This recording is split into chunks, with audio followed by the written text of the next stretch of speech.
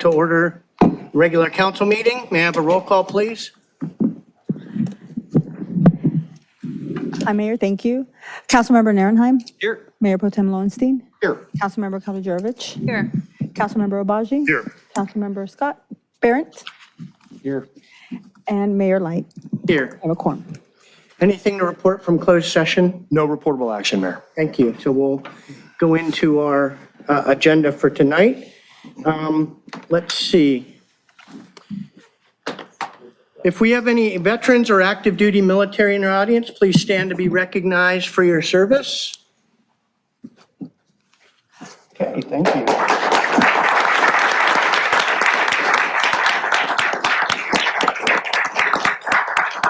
Okay, thanks for your service. Let's all rise for the salute to the flag and remain standing for a moment of silence. I'd like to call up Caden, who will lead us in the pledge. This is a first for us, so take it away, Caden. Good evening. My name is Caden. I am in the 3rd grade at Washington Elementary School. I am in the Dual Emergent Spanish program. Hola, mi nombre es Caden. Estoy en la clase de señorita González. Estoy en la doble inmersión programa en la escuela de Washington. My favorite subject in school is math. I like playing basketball in Redondo Beach. Please join me in the Pledge of Allegiance. Ready, begin. I pledge allegiance to the flag of the United States of America and to the republic for which it stands, one nation, under God, indivisible, with liberty and justice for all. Okay, thank you, Caden. How about a round of applause for Caden? Well done. We want to get a picture with you. We're honored that you're here tonight. Great job. Yeah. Pretend like we like each other.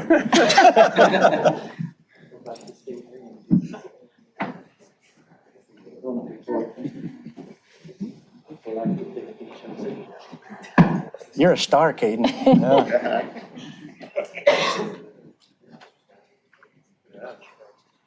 Yeah. Thank you, Caden. Okay, if we could remain standing for a moment of silence. Kind of like church. Stand up, sit down. Thank you.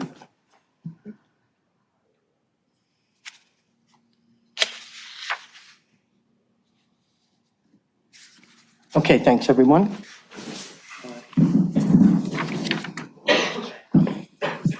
So with that, we're going to move to presentations and proclamations. So we do have a couple tonight.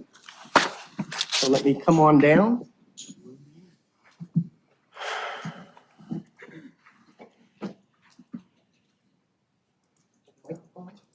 Yes. Okay, thank you. Tonight, we're honoring two entities. The first is an individual who has been critical to our city through the years, and the second, an institution that should be familiar to all of us. So we'll start by asking Public Works Director Ted Simon to please join me up here, and Mike Witsansky, City Manager, if you'd come up.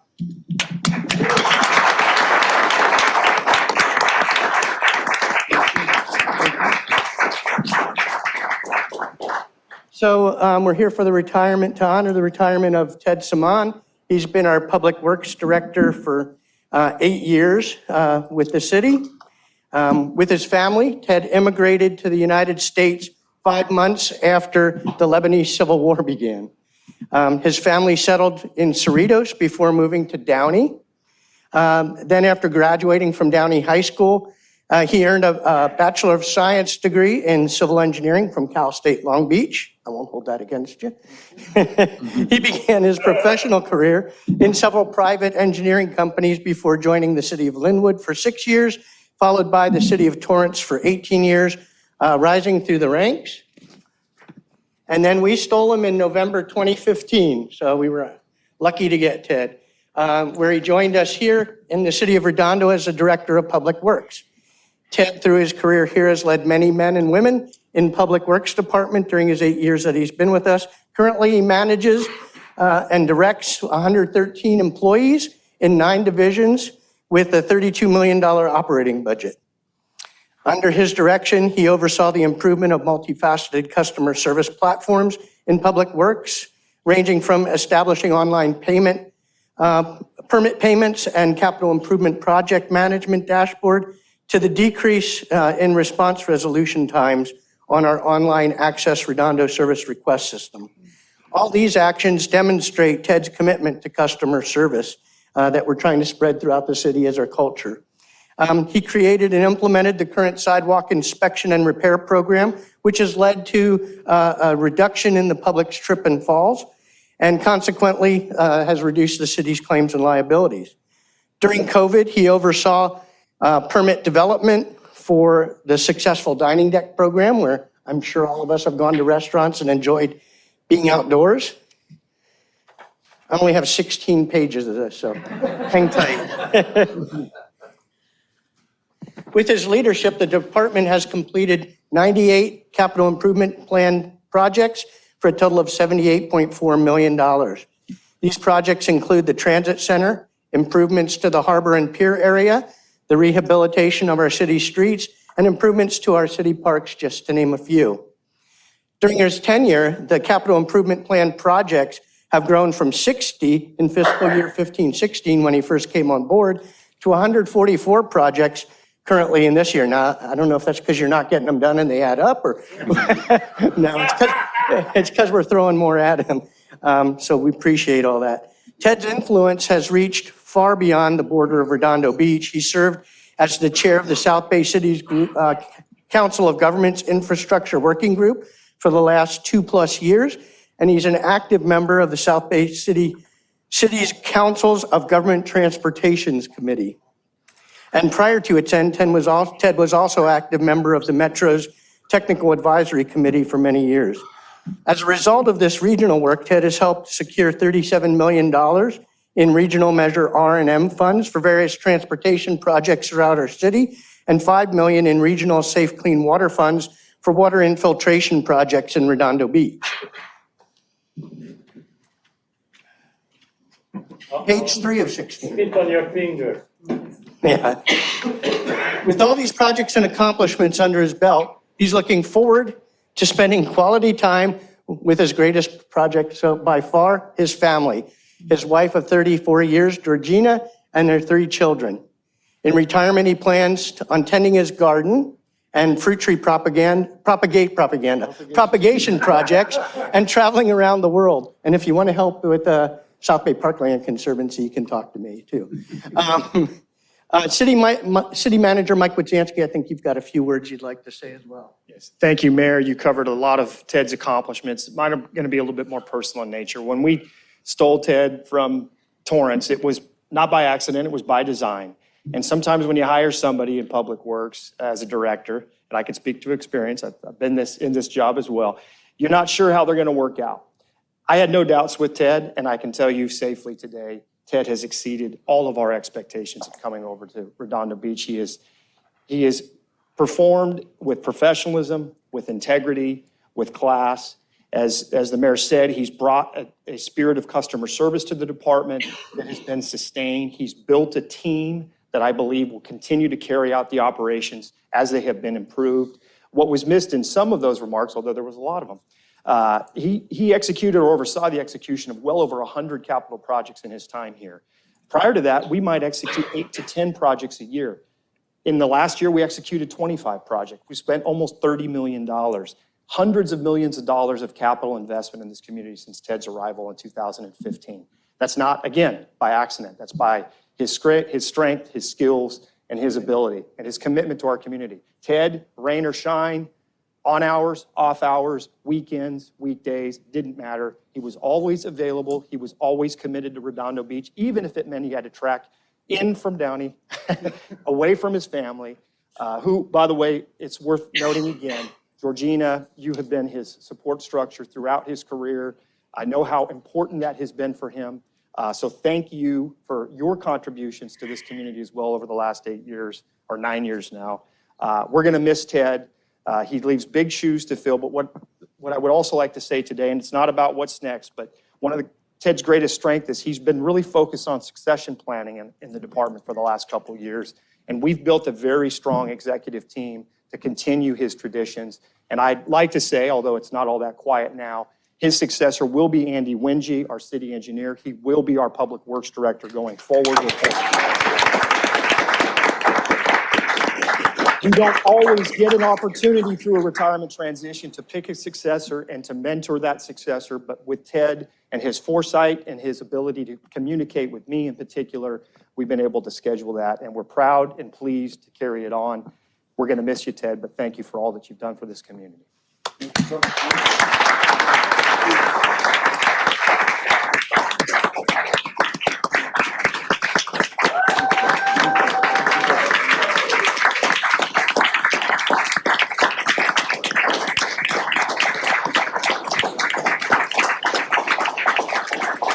Thank you, Mike. Thank you, Mayor Light. It has been a wonderful ride for me. I was a little concerned when I moved over, just because of the change after being in a city for a very long time, become comfortable, become complacent, and we had a lot of things that we did very, very well there. But it has been nothing more than an upwards ride for me ever since coming to Redondo. Working with Mike and his first predecessor, Joe, have been a phenomenal team at the city manager's level. I've been very appreciative and great working with Mike since he's become the permanent city manager as well. The council has been supportive of us. As Mayor Light said, yes, you gave us more projects. No matter how many we completed, you gave us more. But the true thanks really goes out to this team. And Mike mentioned succession planning. Succession planning is one portion, but we work together as a team, and this team that I've been working with has been nothing but outstanding, all the way from Andy to the lowest person that we have in the department. And they're not low, they are a team member, and they have been a phenomenal team member for the Public Works Department. I could not have accomplished any of those things that you mentioned without the gratitude that I have for everybody else that's worked on them. So with that, I say a very heartfelt thank you for allowing me to serve with you here, allowing me to work and serve the city of Redondo Beach, and allowing me the opportunity to work with this wonderful team members that are here. Thank you all.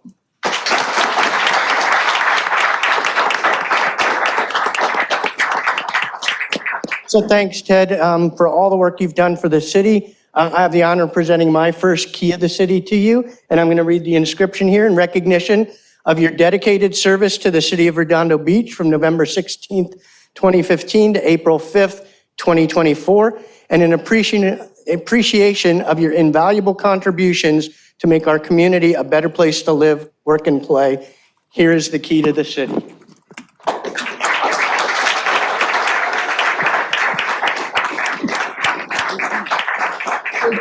My pleasure. Put the script down.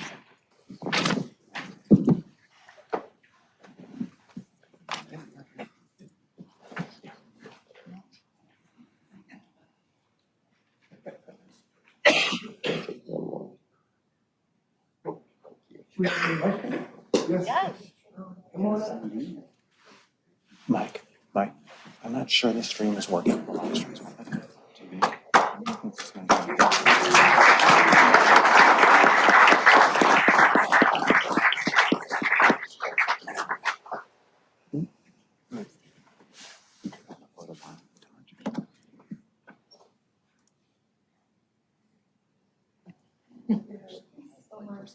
Sure. Just one more thing, because if my daughter watches this, she'll kill me if I don't correct it. God has blessed us with 4 children. 3 boys, and then my princess that came in a few years later. So we have 4 children at home. She's in college at San Luis Obispo. Yes, you are here with us, Catherine. Thank you. Thanks, Ted.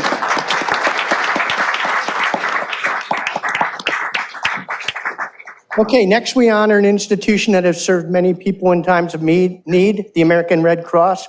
May I have Andrea Riley, Red Cross Community Volunteer Liaison, to come on up, please. Come on up. So we're here to commemorate the city's proclamation of March 2024 as Red Cross Month. March was first proclaimed the Red Cross Month in 1943 by Franklin Delano Roosevelt.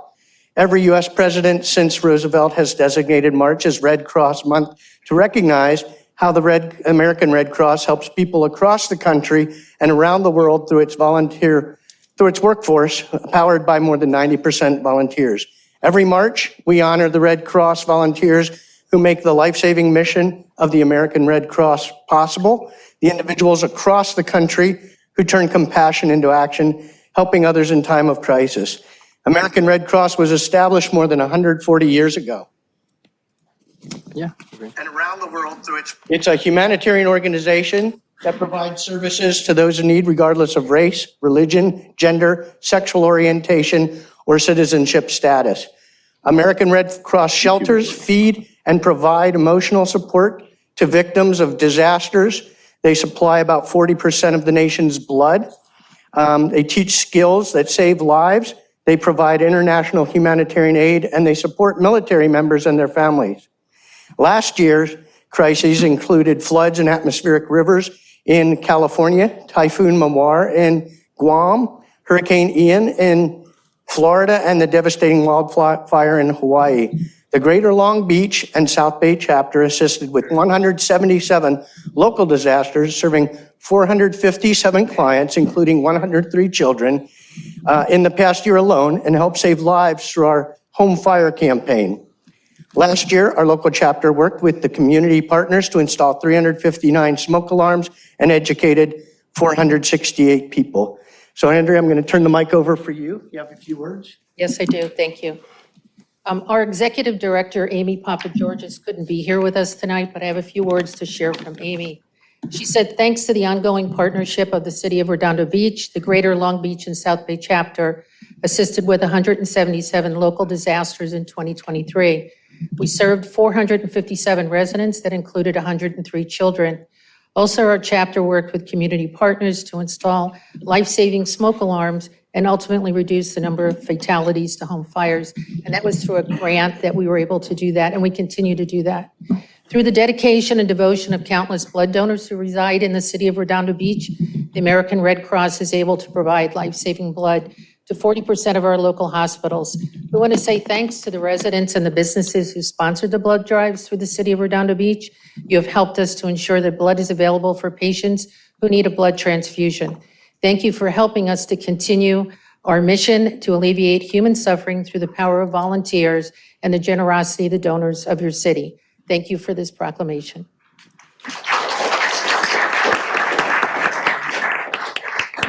Okay, so with that, we dedicate the month of March to all those who support the American Red Cross mission to prevent and alleviate human suffering in the face of emergencies. On behalf of the City Council, we proclaim March Red Cross Month.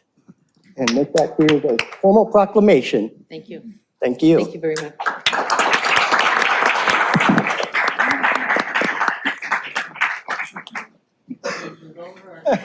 Council. We just need like a new Catholic. We need to put a backdrop. Catholic council. We don't have a council picture. One more. There we go, thanks. Oh, come back. One time. Not that easy. That photo's $20, by the way. Thank you.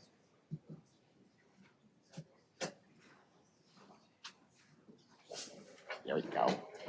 Ooh, this is nice and thin, I like that. Thank you. Thanks for your service.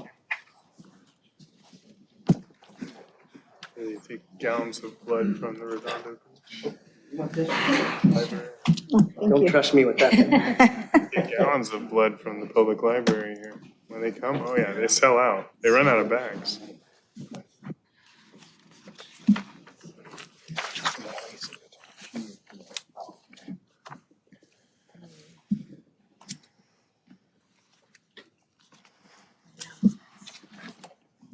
Okay, so with that, we're going to go to item E, approving the order of the agenda. I think we No, wanted to, announcements. Council action. item. I'm sorry? Council announcements. D. Go to each council. Oh, sorry, council announcements. I got a couple. Councilman Nierenheim. Thank you, Mayor Light. Can you share my screen 1A, please? I got a bunch of announcements. First of all, I want to say a community meeting this weekend in person. Actually, that was last weekend. This weekend and on Monday went really well. We had a lot of attendees, a lot of great conversational topics. I had went a little long on my in-person one regarding my state water project tour, but I got a lot of comments from people, oddly enough, that really enjoyed seeing the trip that we took. We also have, I wanted to bring attention to a couple of things. Let's see here. Next week, Monday, is a Public Works Commission. Those that live on Prospect and PV Boulevard, or just Prospect, or a couple of Del Amo coming in, Sepulveda coming into Redondo. Those are truck routes and they end at the Redondo border. And we have trucks coming into the city, and we kind of just realized this last few months that we don't have a truck route in these areas, but Torrance does. So if you live in those areas and you have concerns about those trucks and that truck route, please come down to the Public Works Commission next week, Monday. I believe it's 6 p.m. 7 p.m. And they will be discussing that as an agenda item and what our options are or lack thereof. I just want to give a shout out to our police department who, since last September, when I got a big package of a very concerned neighbor, did an excellent job, John, about really recording speeds and vehicles and people coming through. The police department has spent a lot of time. 12% of all tickets citywide have been given out in that PV Boulevard in that area. And we got a lot more work to do, but it's not going away. And we're going to be moving forward. So speaking of things that have been not going away, things that have gone away is we did our new historical marker sign. I believe this is number 10 that we've done. We got a lot more coming. And I want to thank the Historical Commission and the Fire Department. And what's so cool about this is, oops, it doesn't, not going to the next one, is this is the site of the old City Hall. There you go. And the City Hall, firehouse. Remember, it's a firehouse. The firehouse is because people live there, right? It's not just a fire station. And this is at the base of Zuliger Park. And the old downtown for Redondo Beach that we demoed and put in high-density housing. To give a plug out to Public Works, Andrew Wingy, actually, we're looking at you. This is the new Torrance Boulevard being repaved, one little stretch here at a time. The lower portion was done. Huge thank you for that. You can see the center median is done. This is a multi-year project. We got the striping for the bike paths. We got an item of consent calendar. So this is what it looks like right there, Francisco, with the new light, I might add. So thank you very much. And a left-hand turn. Those are not cheap. And this is the other view. So that work is ongoing. It'll be done here in the next few weeks. Appreciate that. I also want to show the work that's happening at Alta Vista. We didn't have our community meeting there because the roof is being done. And the roof is quite, shall we say, aged. It was built, I just learned this today, actually built in 1996. It's had a few years, but it needs its work and its time. And they're doing some good efforts there and covering some dry rot and termite. But speaking of old buildings, this is the Wilderness Park. I was there by today. Thank you, Mr. Klein, for showing this to me. A ton of work is happening there. This Wilderness Park was built in 1977, and we haven't had any real modification and work being done there. These are all dry rot and termited, just destroyed buildings that haven't had any love in years. And you can tell here by the photos how much work is being done. We're going to be spending a lot more work. Alta Vista is closed right now, but Wilderness Park is open on the weekends. Regarding Veterans Park, Friends of the Art Library, we're approving something on the consent calendar, April 5th to the 15th. If you love the art show that we had there last year, we're having it again. And I'll leave the extravaganza to the District 3 Council member coming up. That was a topic of my discussion last night. So that's it. Thank you. Thank you. Councilmember Lowenstein. Yeah, thank you. Actually, I agree with you, and thank you for pointing out Torrance being repaved. It's been a long-term process. And I want to thank Public Works. That's Ted's final gift to us, I think. And I want to thank Ted for all the years of service. I think Ted's the only person I talked to more in the city than you, Mike, so than our city manager. So I really want to thank him for all the work he's done, and congratulations to Andy, well-deserved. I also want to thank the Police Chief Hoffman and Brian Weiss from RBPD for a nice walk around the pier on Saturday. We were out in force. A lot of folks were there with enforcing our ordinances, and no dogs on the pier, please. So make sure that you do not bring dogs on the pier and that you do not skateboard or bike on the pier itself, except on the bike paths. So, but thank you all for that tour. It was great. And also the work that's being done, the sails have been repainted, all the rails have been replaced, the lighting's done. It's really starting to take shape. The landscaping looks nice, and hopefully we have pavers soon, hopefully. So, and then finally, District 2 community meeting will be held tonight, a week from tonight, March 26th on Zoom, 6 to 7:30, register at redondo.org under District 2. My guest will be new Mayor Jim Light. So thank you very much. That's it. Thank you. Councilmember Kalujerovic. Yes, thank you so much. I want to shout out to Ted Simon. He's amazing. Really appreciate all you do. In the short time I've been here, you've been super helpful, and you will be missed, but leaving everything in good hands with Andy. Also want to thank Caden. He did an incredible job with the Pledge of Allegiance. It was so nice to see him here in the chamber. He set the bar very high, and I look forward to more of that. District 3 will have a community meeting with District 4. We mentioned this last time at the Galleria, March 30th, 9:30 a.m. We'll be discussing the project there, Phase 2. So please come and learn all about it. That's it. Thank you. Councilmember Obaji. Yes, thank you. Congratulations, Director Saman.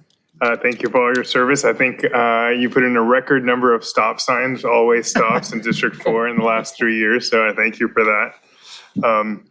Thank you to the fire department. They did some training at the Wiley Sump in District 4. Thank you, Division Chief Daly, for sharing those photos. I saw Captain Mike Martinez and Doug Seeker stand up for serving our nation in the military. Thank you for your service. And echo the March 30th District or North Redondo Beach community meeting regarding the Galleria South Bay Social District Phase 2 residential expansion, 9:30 in the morning, 3rd floor next to the AMC. And lastly, I'd like to say thank you to Mayor Light, because now it's been about a month. He's hit the ground running. He's doing a ton of work on behalf of the residents of Redondo Beach and with the utmost professionalism. So thank you. You're doing a great job. Thank you. Councilmember Barrett. I have none tonight. Thank you, Mayor. Okay, I just want to echo what I said previously. Congratulations to Ted, and thank you for all the support to the city through the years. Okay, with that, we're moving to the approve the order of the agenda. I'd like to entertain a motion to move N3 up to the front. Would somebody oblige? So moved. We have a, Second that. okay, we have a motion and a second on And the then floor. one additive to that, if we could, Mayor, please, I believe item H18 needs to be deferred until the first meeting in April. So if we could remove that from the consent calendar Okay, as can we as add well. that to your motion? Sure. I'll agree to that. Okay, all four? Aye. Anybody opposed? Okay, so with that, let's jump to item N1. And And 3. N3, I'm sorry. Can you actually receive the blue folder documents, because you have 3 Motion to receive blue folder documents. Second.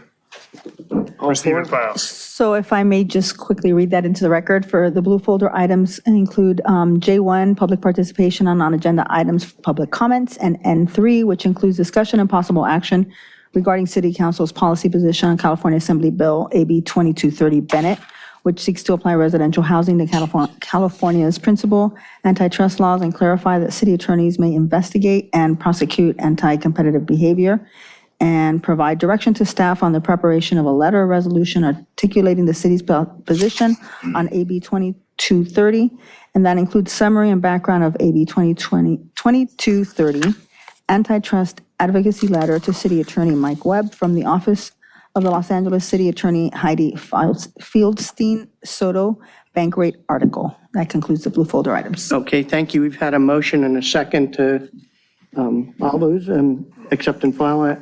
Everybody for? Aye. Anybody opposed? Okay, with that, we'll jump to item N3, which is on Assembly Bill 2230.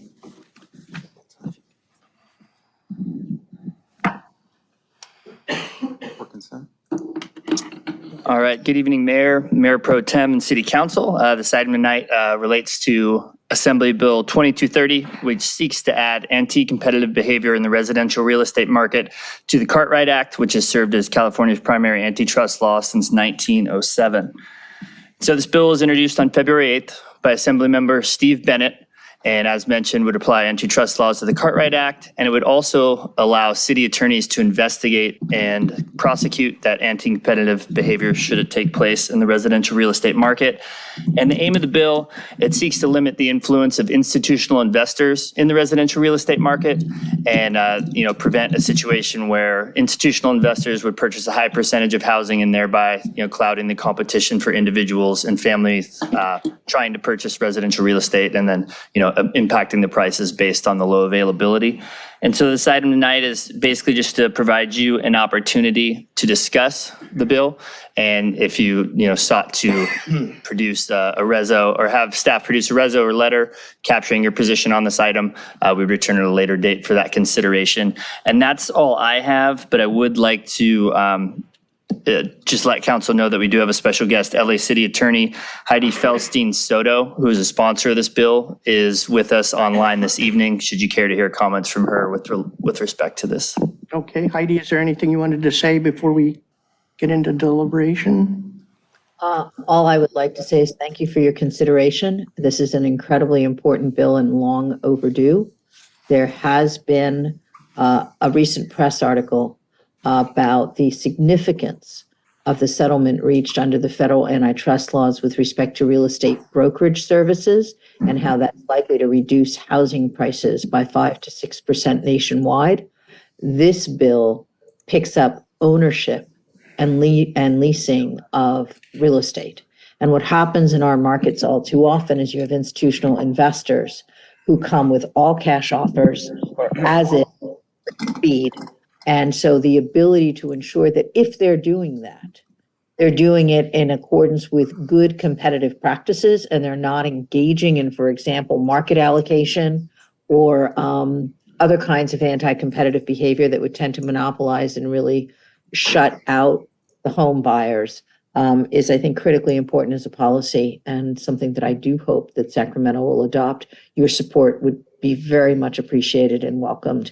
And I think I originally discussed this bill many years ago, and I don't mean to mix things, but with John Mirisch and Bill Brandt. And it was then Mayor Brandt that really worked with me to help me find the right pathway for how to bring residential housing into the antitrust laws. And so I hope you'll consider it favorably, and I ask for your support. Okay, thank you. Councilmember Barron. Thank you, Mr. Mayor, and thank you, Ms. City Attorney, for taking the time to be with us this evening. I understand and share the concern for preventing monopolistic and anti-competitive conduct, especially in connection with residential housing in California. But I haven't seen anything to demonstrate that this will likely achieve its stated objectives, meaning this bill, AB 2230. And I just have 3 questions and concerns up front. First, is there any data or reliable information that this bill will actually create more housing or more affordable housing or lower housing prices in California?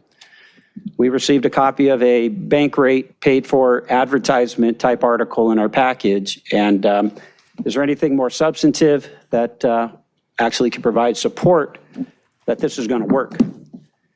Second, is there a real risk that this bill may actually make the housing crisis worse by driving out potential home builders under the threat and cost of new antitrust regulation and criminal litigation, discouraging residential development in the first place with fewer homes built?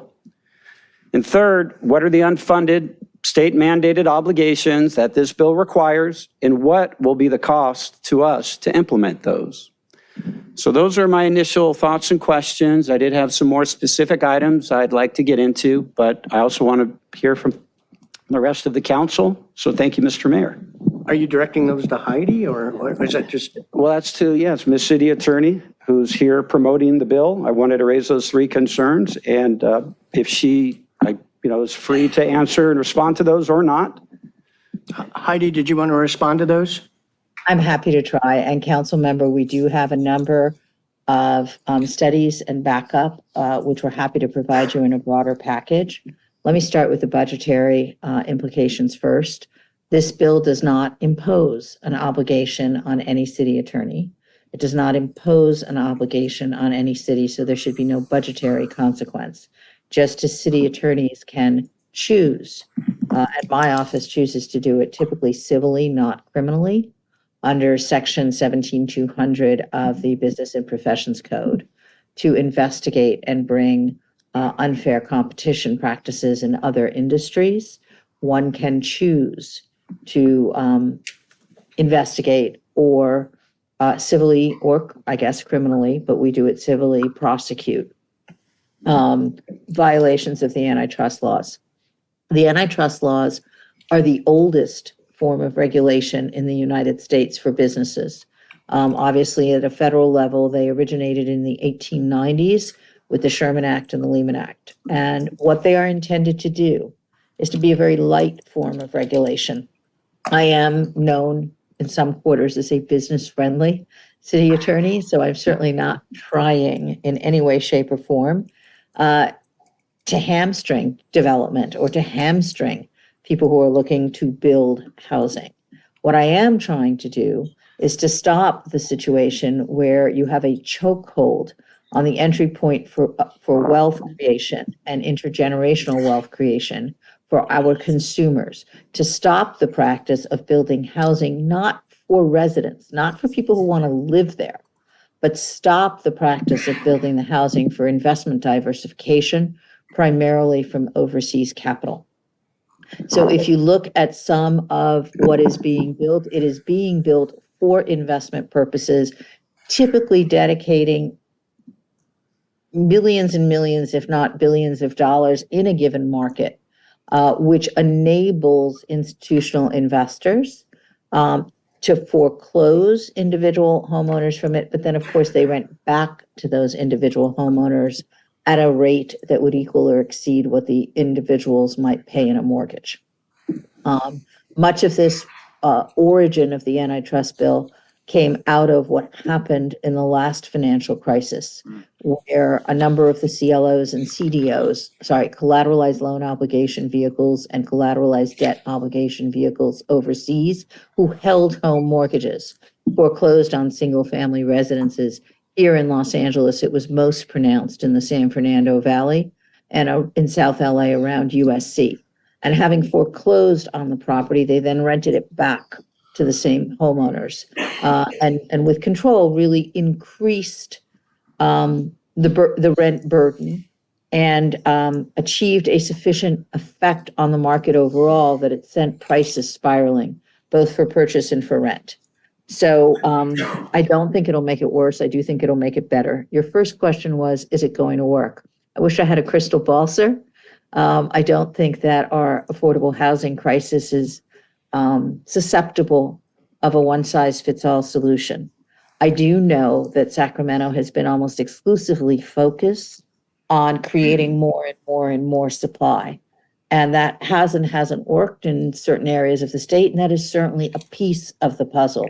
But I also think that a piece of the puzzle is to ensure that those who participate in our residential housing market are at least subject to the same regulations as we impose upon those who participate in commodity trading, whether it's pork bellies or fine metals, or those who participate in the sale of merchandise or goods. The fact is, we recognize the salutary effect of good competitive practices in our markets, and we have done so since the 1890s. And to leave out a market like the residential housing market, which is so critically important to the lives of our residents and commerce, I think is something that is a part of the past. There are about 5 bills in Sacramento that I'm aware of that attempt to regulate institutional investment in housing, ranging from an absolute prohibition on how many housing units an individual or an institutional investor can own, to various and other kinds of restrictions. I believe that this is in the best legal jurisprudence of America. It is the most tested form of business regulation that encourages good competitive behavior without unduly hampering production. And so I would ask you to consider that, and I'm happy to provide you with additional facts, information, and articles if those would be helpful to you, or to make an appointment with you to speak with you directly from my office. That would be great, and thank you very much, Ms. City Attorney, to provide that information and the data so we could take a very close look at this. May I ask you a specific question? Of course. Thank you. So AB 2230 would make it a crime to build residential housing that creates a monopoly of undue concentration in residential housing in any geographic market of the state. Okay, undue concentration, residential housing, any geographic market. And a geographic market is defined as an area with a 1 mile radius, and undue concentration is defined as 3% of more of housing in that 1 mile radius. So my question is, if a home builder wants to build 100 units in a sparsely populated area of, for example, San Bernardino County, where they would be the only homes within that 1 mile radius, wouldn't that automatically make them guilty of a crime under this statute? First of all, I know that the legislative analyst wrote this as a crime. It is no more of a crime than in trade or merchandise. And so from my perspective, this exists in all products in the state of California. Typically, the antitrust laws are enforced civilly, not criminally. And so even if it were to be a crime, that is the case today with widgets, with pork bellies, with just about anything else. Secondly, with respect to your question on a rural geographic market, that's a question I had not thought of, so I actually appreciate it. I think it is something where the geographic market is a census tract, zip code, urbanized area, or the area within a 1 mile radius of a parcel. And what is prohibited, undue concentration, means control by affiliated persons of more than 3% or more than 1,000 units of the residential housing in any geographic market. You could probably fix the problem, and I will take a look at it and perhaps make a recommendation to the author by defining geographic to mean within the 1 mile radius of a parcel in an urbanized area or in an urban cluster as defined by the US Census. And that would take care of your concern on the rural area, I believe. Okay. Well, thank you, Ms. City Attorney. I think this is a very well-intentioned piece of proposed legislation. I think it's clear that this council in its public actions and statements is very much in favor of affordable housing and housing in general, not just in this city, but well beyond. I do think, and I agree with you, that this may need a little more kicking of the tires before we sign off on it. A little bit of rewriting, as you've suggested, and a little more data, at least for me personally, to consider. So I do want to keep an eye on this. I look forward to hopefully meeting with you to discuss it further and seeing if this may be something that I personally could support at some point in the future. Thank you. And thank you, Mr. Mayor. If I may, council member, I don't think I've said that I need to kick the tires more or make an amendment. I said I hadn't thought of your question, and I'm happy to take it in context, but off the top of my head, I can't think of a fairly simple fix. And so I need to think about whether it is a problem as drafted and what the correct fix would be. Thank you. Okay, City Attorney Webb, I think you wanted to. Yeah, just as you have a letter from Ms. Soto asking me to endorse it as an elected official, I'm inclined to endorse it. I understand Councilmember Barron's concerns, and I always am concerned about unintended consequences, but I'm not concerned about water damage if my house is on fire. I'm going to put out the fire.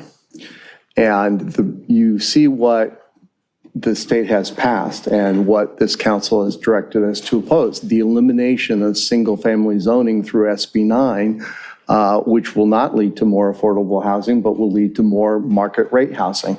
And of particular concern to our city and our residents is proposed bills that would eviscerate the protections of the Coastal Act.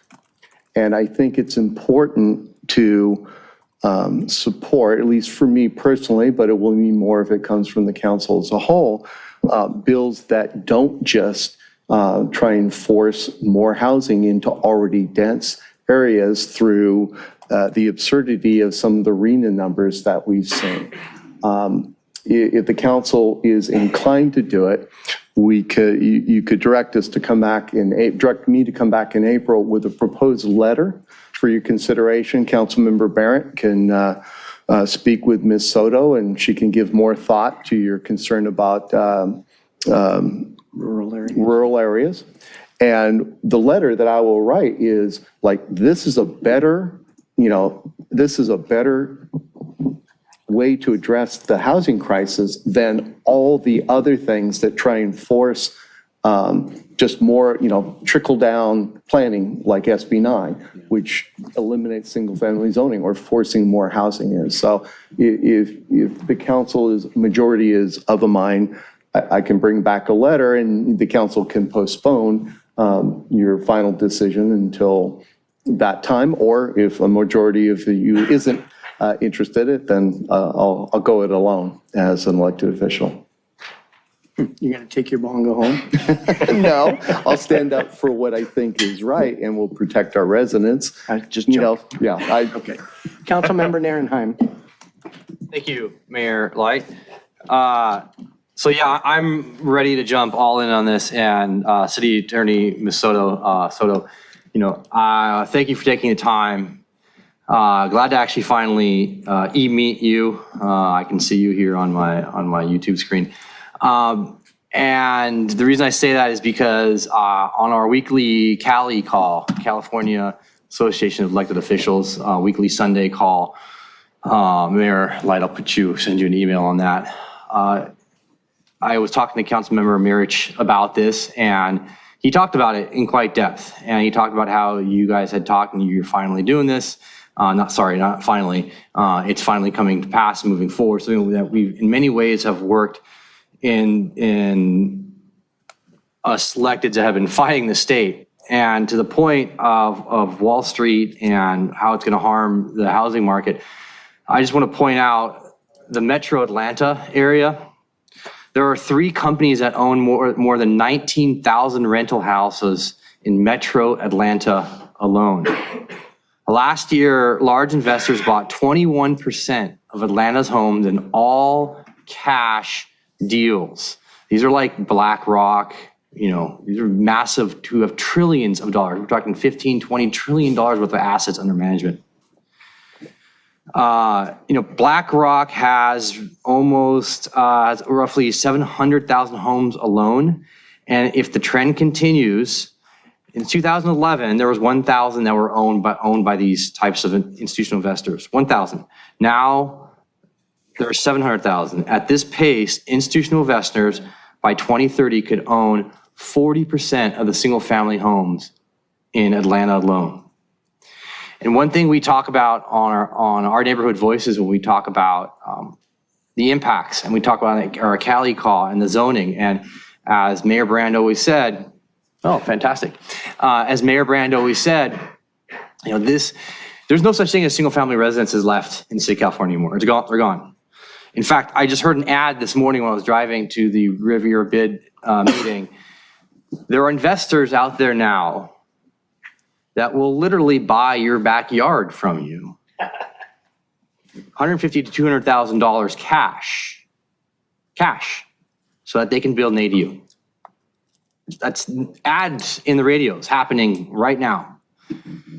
This is the greatest wealth transfer in the history of state of California happening right now before our eyes. And it's happening in communities of color. It's happening in communities that don't have protections in place like we do. It's happening statewide. And where is the wealth going to? It's going to the Wimbies, Wall Street in my backyard.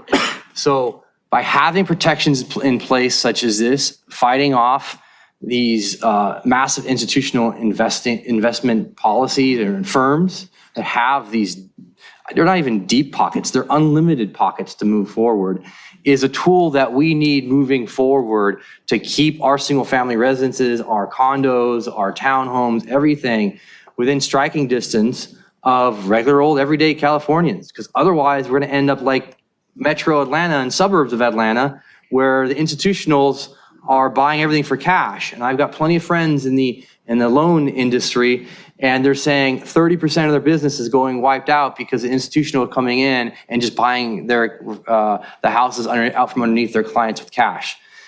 So it is a major problem moving forward. Our Neighborhood Voices is a tremendous opportunity for local control. It takes out the control of the state Sacramento legislators. And City Attorney Soto, thank you for doing this and taking the time. We need this badly. We need a lot of these tools. It's just one more tool in our tool set that we need to have moving forward. So thank you very much. Thank you. Councilmember Lowenstein. Yeah, thank you, Mayor Light. This actually, what I'm going to talk about is actually for the folks in the audience here. For those of you who can't see, we have a lot of young people here. I want to give you a really brief history lesson. How many of you have seen the movie Big Short? You probably have heard of it, right? Basically, it was before 2008, a lot of people came in, they invested into the heavy into the loan industry. And you probably heard about the great financial meltdown, right? You've all heard about that. You probably learned it. In a few years, you're going to be out there on your own trying to buy a home. What you're going to find out is after 2008, companies like Councilmember Narenheim mentioned, BlackRock, and there's another company called Carlyle Group. These are private equity groups. They pull together resources and go out and buy apartment buildings. They buy single family homes. They buy condos, right? The Carlyle Group is $19 billion in assets. How are you as young people going to be able to compete against them? They have 133 residential experts out there competing against you. That's why this bill is really important to pass, because you don't have a chance. They're bidding up the cost of housing.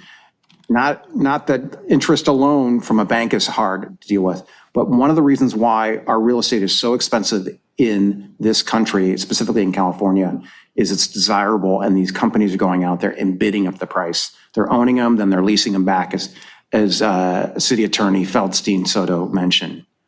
This is really important for you to follow.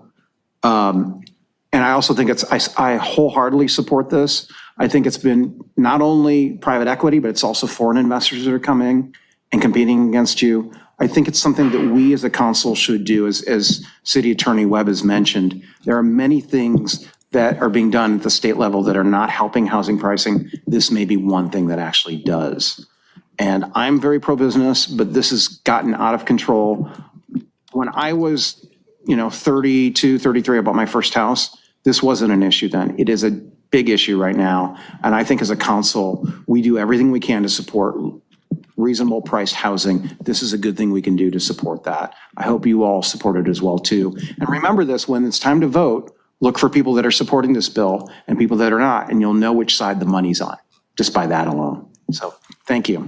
And that, if I may, that's a good tee up for Senator Ben Allen is looking to sign on as co-sponsor. And I did speak with him and he said I could indicate that he's fully supportive of this bill.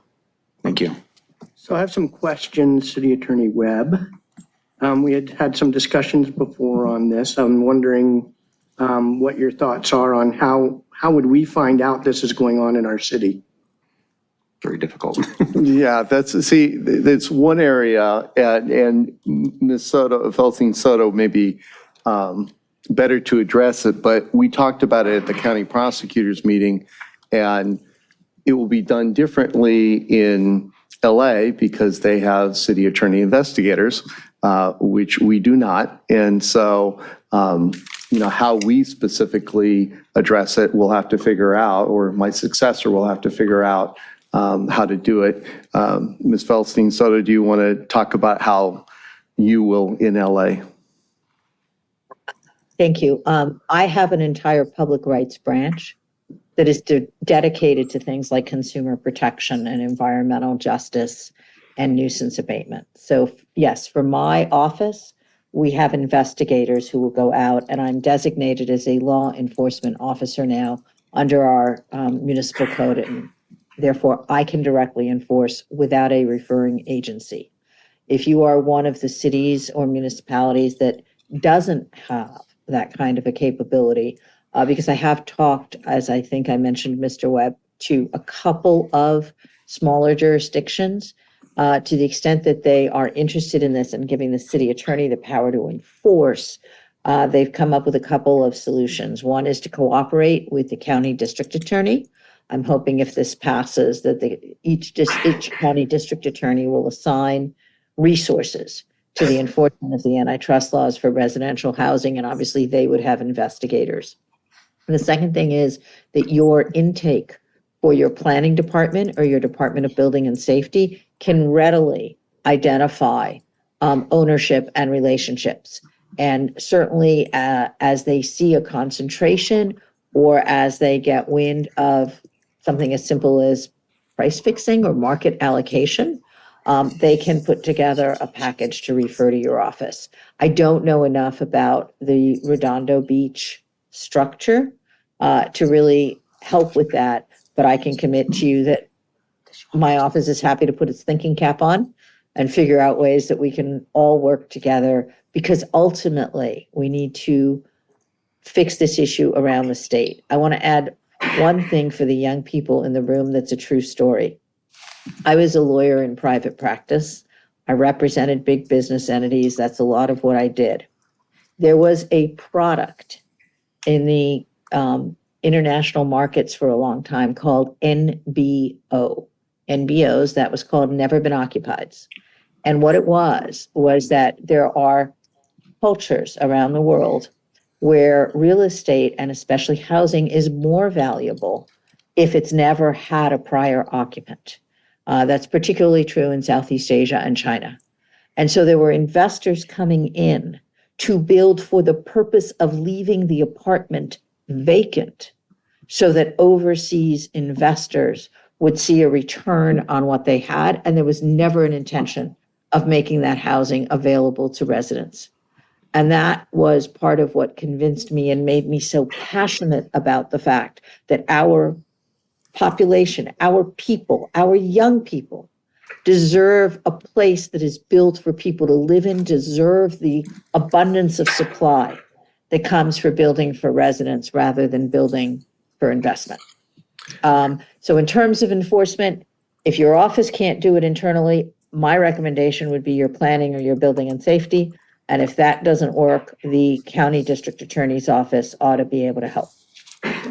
And I spoke to Mr. Kevin James, who's a special assistant in the LA office, and he also indicated that we have our own housing authority and they could perhaps do it. But it's not that if it passes, we'll have to plan, but ultimately, since I'm almost certainly not running again with one, I believe, not going to happen exception, then it would be up to my successor to try and work with the city manager and determine who would be investigating that. Okay. And this requires, if I read it right, a local plan to implement? Did I read that incorrectly? You're correct. I mean, who would write that? Would that be out of Mike Wojciechowski's organization or out of yours? Yes.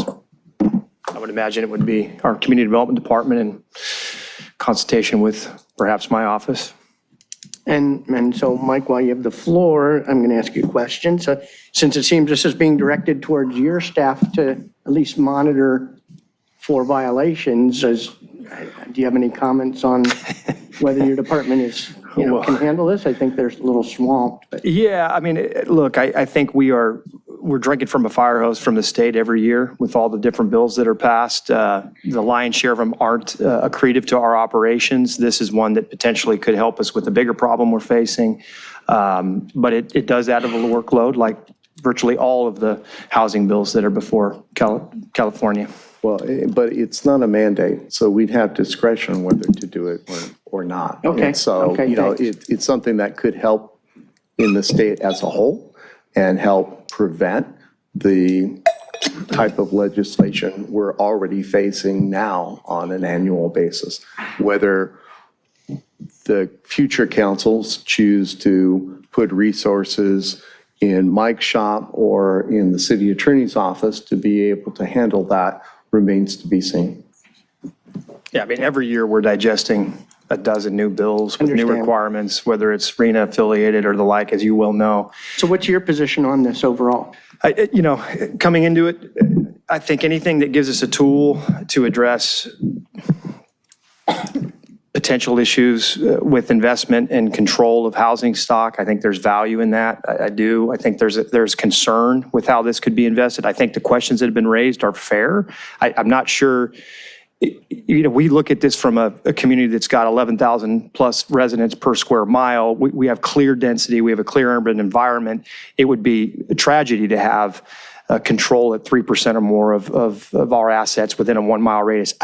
Having grown up in a rural community, I'm not sure that math works well. I think that needs to be significantly rethought, candidly. I think there should be probably some focus on just urban centers in this conversation, because otherwise you're probably not encouraging any kind of new investment in those more rural areas. So That won't affect us. It won't affect us. It won't affect us. So for our purposes, and speaking on behalf of Redondo Beach, I think it makes sense. It's something we can manage. But I don't have a strong position on it. Haven't spent that much time on this. Okay, thanks. And I've seen abroad, that just doesn't happen in the US. Abroad, I went to Dubrovnik and Venice, and all of Dubrovnik has been bought out and is being rented out. There are no residents that reside in the walled city of Dubrovnik anymore. It's all for tourists now and held by investment firms. And Venice is going that way too. So not to say we're exactly like those, but it's the same phenomenon going on worldwide. And I actually applaud trying to address this in any way that we can. I know Ms. Feldstein Soto has to leave for another meeting at 7:10. So if any of the council or mayor have any other questions for her. So Councilmember Abaji, you've got the floor. I'm good, thank you. I did have a very quick question, if we could, before Ms. Feldstein Soto leaves, if that's okay, Mr. Mayor? Unless someone else had a question for her specifically? No? Do you mind? No, go for it. Is that all right? To the point that was raised, the devil really is in the details on this bill. I think we're all in favor of more housing. So the question I had, Ms. Feldstein Soto, is this. Under this law as currently written, a person who engages in illegal activity, not only would they be criminally or civilly liable, but also any, quote, affiliated person. And an affiliated person is defined as related within the third degree of consanguinity or affinity to that other person. So what that essentially means, as written, is somebody engages in antitrust activity under this law, not only are they in trouble, but their spouse would fall under an affiliated person, their children would fall under an affiliated person, and on and on and on. That certainly cannot be the intent. And so I do think it just needs a little further right through. And I'm That's- referring that- specifically to that- I believe- 16720.1. Yeah, I don't think that's being changed by this bill. Yeah, that's incorrect. At the end of no, it is being changed. It is. 16720.1 is a brand new section. Brand new. Mike. Okay. Oh, but here's where, the only place where affiliated person is used, sir. If you look at 16720, it simply says that you cannot get out from under the prohibition on unfair practices by using different affiliated persons. So for purposes of defining what a trust is, okay, a trust encompasses the concentrated activity. And what prompts this is primarily the predilection of real estate investors to have individual LLCs per house. So you can own 20,000 units, but each one is going to be 123 West Smith Street, and then LLC, and the next one's going to be 124 West Smith Street LLC. And all that says is if what you're doing is you have your spouse or your child or your parent owning something in your name or controlling that LLC for purposes of determining what concentrated action is and what kind of action is prohibited, you do count the ownership of the affiliated person under 16720. If you look at 16727, it does not include affiliates individually for purposes of liability. It simply says that it will be unlawful for any person to engage in this use, sale, or lease. So affiliated person is intended to define concentration and not to establish liability. I agree that would be the right way to do it. It's not how it's written right now, and I really would look forward to meeting with you and working through this and fixing this language so that we can have it make a difference in housing in California, as well as to ensure that home building in rural areas isn't illegal. And we know this is a statewide concern, and if housing becomes illegal in rural areas because of this bill, it's going to have an impact across the state. I mean, that's just supply and demand and economics. So I've taken up enough of your time. I very much appreciate you coming in here tonight. There's a lot of other places you need to be and want to be. And thank you, Mr. Mayor, for giving me the opportunity. Sure. Anybody else have questions for? Quick question. Go ahead, Zane. What's the procedural posture, City Attorney Felstein Soto, of this bill? Like how urgent is it that we act on it or that we take a position on it? It does not need to be done tonight, but we are looking for support across the state. We certainly are willing to take a support with amendments. That's not a problem. The author, Assemblymember Bennett, will have co-authors, and Kevin James should be in the audience somewhere, and he's more on top of the details than I am, and I'm terribly sorry. I have 5 bills in Sacramento, so I get the details a little bit confused. But I don't believe that it's even been 30 days since this bill was first read into the record. So the author cannot take amendments today. The initial committee hearing on this bill will be before Judiciary on April 2nd. I will be in Sacramento with 3 of my lawyers because we actually have 3 bills that are coming up to committee on April 2nd. So I think it's Councilmember Barrett, if I pronounced your name correctly, sir. You did, thank you. The best way, if you would please email my Senior Assistant City Attorney, Kevin James, who's running a lot of the legislation for me. We're happy to set up a Zoom or a meeting at your convenience. His email is Kevin, KEVIN.James, JAMES, @lacity.org. My email for anyone who wants it is my name, Heidi.Feldstein-Soto @lacity.org, but you're much more likely to get a quicker response through Kevin and to get on my calendar more quickly. This is a very high priority for me. So I'm happy to have the opportunity to address any questions you may have. And I eagerly look forward to earning your support. And with that, I really do need to go because I have another presentation that started 2 minutes ago. Thank you. Thank you. Appreciate Thank you your very much. participation. Thank you so much. Take care. Okay, let's see. I still have Councilmember Obaji up here, did you? No, just love to hear from the Councilmember Lowenstein, I mean, Nierenheim. Nierenheim. Thank you, Mayor Light. So before we take public comment, my comment is this, is that Sacramento bills get amended and changed all the time. In fact, there's a famous term called gut and amend, which basically means they will pass a bill all the way through up until August, September, and then they will basically take out 90% of the bill and then change it to be completely something else.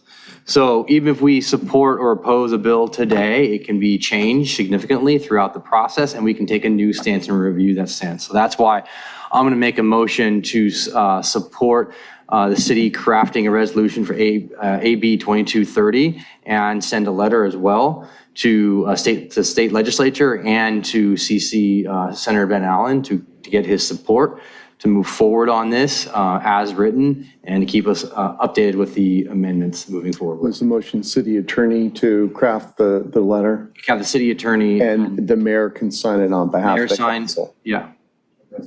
Okay, do we have a second? I'll second that. Okay, we have a motion and a second. You okay with taking public? I would really like to hear from the public. Yeah, so anybody from the public wishing to speak to this item?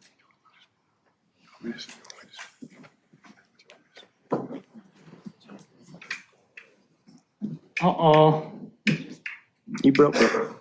we have a problem. You gotta hold it and wait, be patient. Hold it. Sorry, I'm an old man, I have not much time left, that's why I'm so impatient. I can go anytime, good thing the fireman came tonight. All right, I'm Andy Porchop, you might know that already. I just would like to tell you, I'm supporting this thing, stand up to Goliath or Goliath or whatever, I call him Goliath because, that's how we called it. And I would like to tell you, as I was a day laborer and I hardly find a house to buy, that's why I'm residing in Torrance because I had to leave Redondo Beach. And it was so expensive back then, I was lucky to buy a house in Torrance. But these prices of the houses right now already unbelievable. And guess what? When I bought my house in Torrance, every second or third house back then, and I'm talking about the early 1990s, they were rental single residential property. So this thing is not new. All my neighbors, every third or fourth of them, they were renting the houses. And the American dream went away. You get married, you get a couple of kids in an apartment, then you buy a house, 2 dogs, and live happily after, and when you die, your kids fight over your property. So now this is over because all my neighbors renting from LLCs. And they all hate me. How come a stupid, ugly, fat guy own a house? And they paying $5,000, renting a house, not buying a house. So I'm for this bill, but I don't think any of you can do anything because this is all decided by the international financial groups, you know what I mean? And I'm not working for George Soros, he's Hungarian, I know him, but I'm not working for him. But he's working on this and other projects, you know what I mean? They're buying up the whole world, not just America, the whole world, and then they rent it back to you. And they rent it back to the highest price.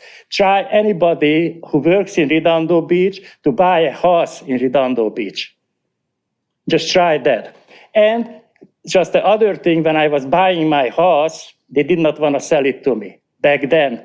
I was too foreigner to buy a house in that neighborhood. You know what I mean? And it was like 3 days they called the city on me, because they just wanted to out of my house since then. They tried to chase me out because, Anyway, that's the other problem. But really, I agree with him. It's a very disgusting business, what they do. And the young people, I feel sorry. If I would be young people today, I would get a passport and get the hell out of here. I'm just too old to leave. I tell you, too old and lazy. But if I was 25 today, I would be on an airplane. Believe me. Okay, thank you. Okay, let's keep the applause down. Anybody else from the public wish to speak on this?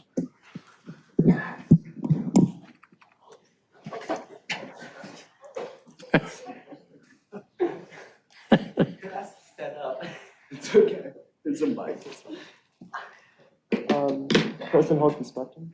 I think it's up as high as it goes. Okay. I wanted to say on behalf of a lot of the young people in the audience, I think this has been a much more. What's your name? Oh, Carter Troy. I'm a senior at Redondo Union High School, and we're doing this for our AP Gov project. Oh, well, thanks Civil for being here. participation. Yep. I want to say this has been a lot more informative and interesting than I ever expected a city council meeting to be. No offense intended, but there's a lot more going on than I thought would happen. And I'm really glad that I got to hear this discussion on the housing situation because it was something I was kind of aware of in the back of my mind, but it was nice to hear it like more formally brought about and discussed, like just different viewpoints of like more like pro-development or more like cautionary development. And I do want to voice that I felt a little worried about the future of getting a home in Redondo Beach because I know personally I would love to give back to my community. And one of the ways in which I seek to do that is becoming a teacher. And I would love to teach at Redondo Beach because this has been a wonderful experience for me, like growing up here and going to school here and everything else. And I would really like to be able to come back and give back to here. But with the current housing situation, I'm not sure if that's even possible for me at this point, because we all know a teacher's salary is not that much. But on that note, it would be lovely if there was some way that we could seek to implement affordable housing, and maybe that is more supply of housing, maybe that is some more antitrust regulation, whatever the reason, whatever the way that we go about that, something would be nice. I would love to see that our city council is working towards some kind of solution for us. Thank you. Thank you. It's always good to hear from our youth, so I appreciate you coming up. Anybody else from the public? Good evening, Mayor Light and council. The only question I would have is that with this radius that's set up, I think you have to be cautious about how that might impact some areas of the city. For example, the Galleria or South Bay Social Network to the west are single-family homes. So the density drops off dramatically. So you could potentially quickly be above that 3% number or that threshold that could be an antitrust situation. So I'm not sure how to fix that, but it's just something to consider because it says a bullseye, well, Torrance is over here, Redondo is over here. Redondo has high density, but not that part of Torrance. Thank you. And especially with the 650 homes they're planning on building. Thank you. Thank you.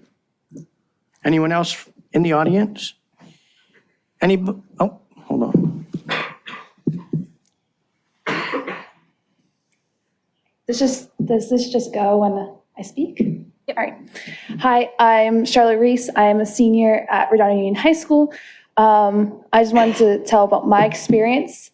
I lived my first 8 years of my life in the Bay Area, and my family was renting our home from an LLC. So we experienced a bunch of rent increases year after year. We almost had to move at one point. Since I've been in Redondo Beach for about, I would say, over 9 years at this point. I moved here in 2014. I've witnessed on my street about three single-family homes being teared down and then rebuilt into multifamily homes. So we're talking townhouses, condos, whatnot. And those were sold easily in the millions. I mean, we all know the housing market here, 1.1 to like at least 1.8 million. I just want to say I'm in full support of this bill because I do get worried that my family will get pushed out because I already live in North Redondo. So I live in a more, I would say, cheaper area of the city. And I'm worried that these LLCs coming in and taking, buying out single family homes, I'm worried it's going to happen to me. And I'm worried that my family's going to have to move. My sister's going to have to move schools. So that's just all I wanted to say. And that's kind of like what I wanted to give my story. So. Thank you. Anyone else in the audience?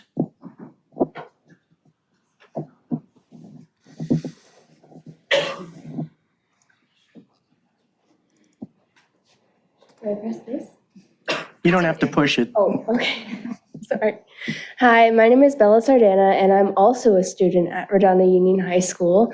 And I also wanted to just share my experience and my view on this bill. I'm really in support of this bill, especially because right now I'm applying for colleges to be an actor. And as you know, being an actor, especially when you're first starting out, it doesn't bring in a lot of money. It's really hard to kind of get yourself known. So often you're doing a lot of side jobs, like minimum wage jobs that could be like waiting tables or just I don't know, working at a fast food restaurant, something like that, to support your acting career. And honestly, I'm really nervous too, kind of what everyone else has been saying, that I'm not going to be able to live here. And Los Angeles is kind of, Los Angeles County in general, but which Redondo Beach is in, is kind of like the acting center of the world in terms of film and TV. And I do want to do film and TV as part of my career. So it's really fundamental that I'm able to kind of center myself here. And if I can't even afford to live here, how am I going to be able to afford to, actually pursue my dreams and pursue what I want to do? So that's just kind of my opinion on it. And yeah, I really support this bill. And I remember, I think Miss Sato, I don't remember her name fully, but she said I think one of you asked her how important or how fast is it that we act on this bill? And honestly, I'm going to be graduating college in 4 years, hopefully, if things go as planned. And so honestly, like she said, as soon as possible, pretty much. I mean, like she said, it doesn't have to get done tonight, but honestly, I would like it to be done as soon as possible. So yeah, that's just my take on things. Thank you. Thank you. And anybody else?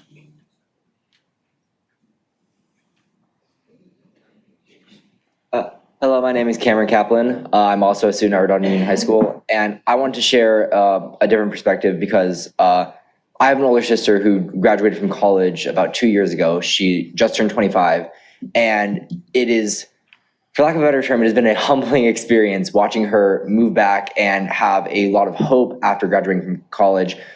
She went to the University of Hawaii at Hilo, got a degree in marine science, and has been working as hard as she possibly can to try and get any jobs and any availability to try and have this plan of moving out by the time she was 25, being able to start that life of her own.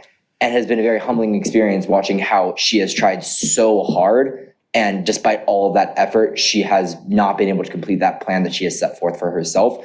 And watching her take that in stride and try and adjust her plan to make the most of her situation is very inspiring. It is also sad to see that despite doing what many people would consider to be the proper steps with what we're all told of go to school, get your high school degree, go to college, get that degree, then join this workforce or study more, she's been unable to find that success that she was kind of promised from that young age.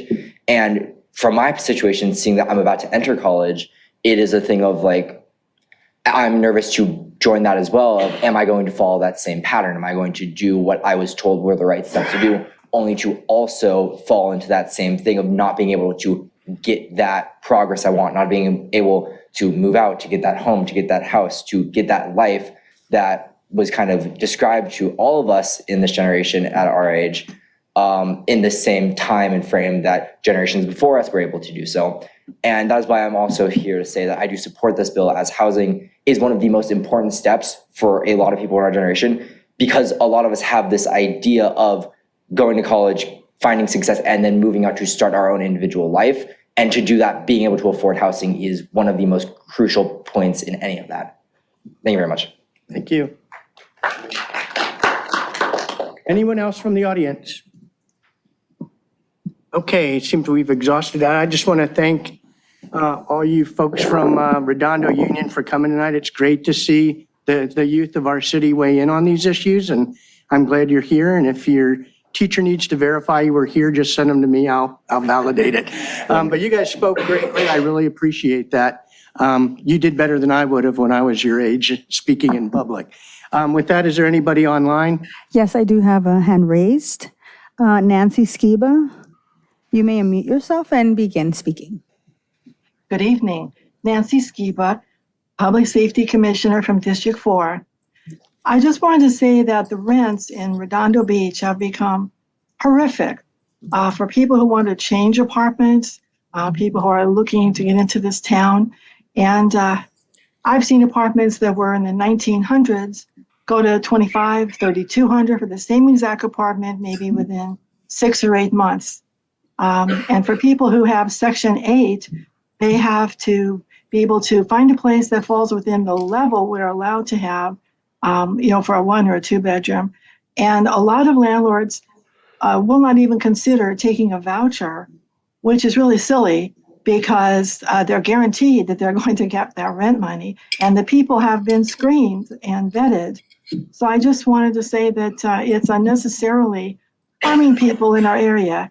And I hope that they're going to find some solution where there can be more affordable housing and more landlords to also understand that these are good tenants. And many of these people are seniors or disabled folks, good people who are retired. And it's really sad for them to have to struggle so much to find a place when these things are skyrocketing dollar-wise. Every time you blink, it's gone higher and higher. Thank you very much. Thank you. Anyone else? Mayor, there's no one else raising their hand at this time, and that concludes this section. Okay. And there are no e-comments? And there were no e-comments. Thank you. Okay, so we had a motion and a second.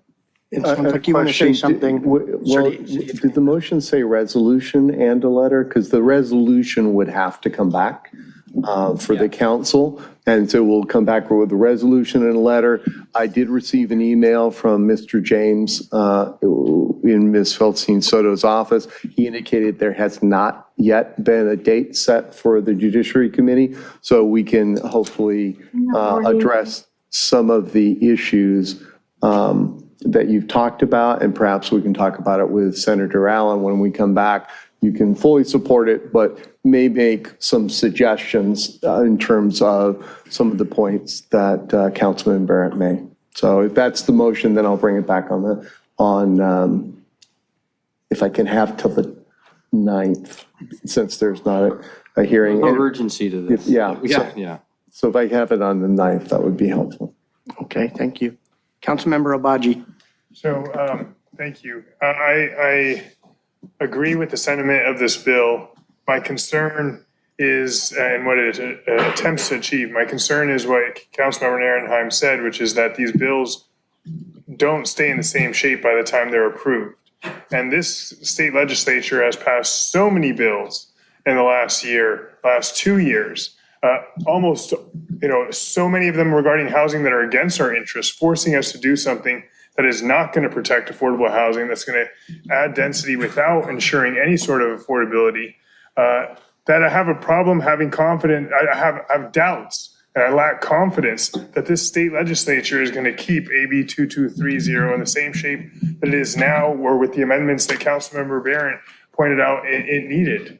And I thank you for doing that analysis, that deep analysis, because he is an attorney and he did look very carefully at the legislation here. And what I'd ask this council is, why aren't we taking the same approach with AB 2230 that we took with AB 530? And with AB 530, the police chief had introduced it to us. The residents of Redondo Beach had written to us time and time again, asking us to do something about e-bikes, to crack down on hazardous e-bike riding without helmets and crashes, running through stop signs and the like. The legislature had proposed a licensing system. But what did we say there? We said, hey, we don't know how this bill is going to turn out. Let's monitor it. Let's wait and see. Let's take no position on it. I'd agree to do the same thing here. It sounds like a good idea. It looks like it needs some tweaks. Goodness knows how it's going to turn out at the end of this thing once it gets through the state legislature. For that reason, I'd prefer no position at this time. Is that a substitute motion? I did not make a substitute motion. Okay, any other discussion? My only comment is that, housing is a big deal. The top 3 asset firms in the United States, BlackRock, State Street, I think some other one, have the equivalency to the entire gross domestic product of the economy of the United States. It's $28 trillion. Top 3 asset firms manage $8 to $9 trillion. So by getting in here and supporting this, we can help make amendments moving forward. And if it does get gut amended to your point, Councilmember Baji, we can come back and say, you know what, we're withdrawing our support. And that happened for Coastal Commission, some other items as well. And it's really important for a bill like this where we stand firm and say, listen, this is a good start. We're headed in the right direction. We got some tweaks. I hear what Councilmember Barron is saying. I agree with what you're saying. And let's be a part of that solution, because one of the things that we in Redondo have gotten nailed for at state legislature level is, what are you doing to support affordable housing, production of housing? And it's like, hey, here's what we're doing to support this method, and we want to be part of that solution by taking a stance. So that's where I'm going to go with this. I'm going to continue with this, and I'm going to support our city attorney as well on this and move forward, because I think it's very important. Okay, thank you. So I'm going to do a roll call vote. Could we do a substitute motion, though? Pardon? Substitute motion? You're not on here. Did you want to make a substitute motion? Yeah. Okay. Sorry about that. Was I not? Oh, you're right. I'll make a substitute motion to, for the council to take no position on this legislation at this time, but instead to monitor the legislation, and in the interim to direct our city attorney to review the legislation and to make amendments to it to ensure we're not criminalizing rural home building and related home activities, and that we're not going to criminalize and prevent the construction of homes at the Galleria with respect to the geographic area and undue concentration. And to receive from the LA City Attorney's Office what they offered, which was any empirical data or reliable information that supports the conclusion that this bill will help our housing crisis. So that's my substitute. I'm open to friendly amendments. Second it with the amendment. Mr. City Attorney, he can't write the law. Right. So it would be recommendations for revisions. Oh, yes, By now, recommendations. seeing as you had expressed earlier that you would endorse this law as it presently is, would you have any qualms with taking that direction from us to provide recommendations as to how the law should be revised so that we could support it? No, I have no reservations because it's your voice speaking on behalf as elected legislature and mayor, appointed mayor that is taking a position. And I certainly can recommend to you, hey, these are the things that you may want to ask the author or the co-sponsor, Senator Allen, to make before you take that position. To Councilmember Narenheim's point, these things will change. I think housing is such an urgent matter, and what keeps getting tossed at us is so important that even with the flaws, I'm going to support it in its current position. It makes sense to take that, to give me that direction, because I can also then notify Senator Allen of what even on my own as city attorney, I would suggest amendments. Okay, so I'll second it, clarifying that the motion is for your recommendations consistent with the direction provided by Councilmember Barron. Understood. The other friendly amendments or? Well, I have a comment. Okay, Councilmember Lowenstein. I'll try to keep it short. I'm not worried about criminalizing rural house building in a town with 11,000 square people per square mile. So that's not something I'm very concerned with. I'm sure that the senators and assembly members in those districts will lobby hard to do that. I think we need to show leadership. We don't show enough leadership when it comes to affordable housing. Sometimes we do our best, but this is one way of doing it. And as Councilmember Narenheim said, if this changes significantly, we can always withdraw our support. But what I think a lot of senators and assembly members look for is how is this resonating among the public? And I think this is one way of showing that. And I can see a lot of nodding in this audience because they know what's coming. And I'm not worried about legal semantics here. I'm worried about the future of the kids out here and my own daughters being able to afford a house. So I'm ready to support this. I will not sit around and dilly-dally while we watch Rome burn, basically. So thank you. Thanks. Keep the applause down. Councilmember Kalijerovic. Yeah, I wanted to mention, I do recognize the contradiction here where we are doing something different in something that we support, like the e-bike resolution that we didn't, we chose to monitor as opposed to support. But that being said, I don't think we should also make a misstep in supporting something that is going to prioritize housing, existing housing, as opposed to adding new housing. So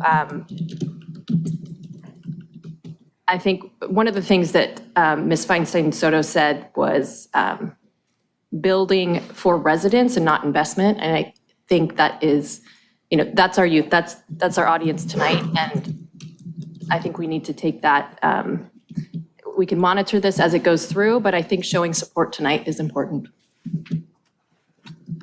Okay, thank you. So I have no other. There's one more thing for City Attorney. The letter that you are going to author specifically is stating why this is a much better approach for the state to take as opposed to some of the other bills that have been passed, SB 9 and our RENA allocations. I think that holds a lot of weight, at least with me, so I look forward to seeing that. And would you write it, if we direct you to, you'd write it with the similar flavor? It's going to be the same letter, and you can make whatever changes you wish to make from it. And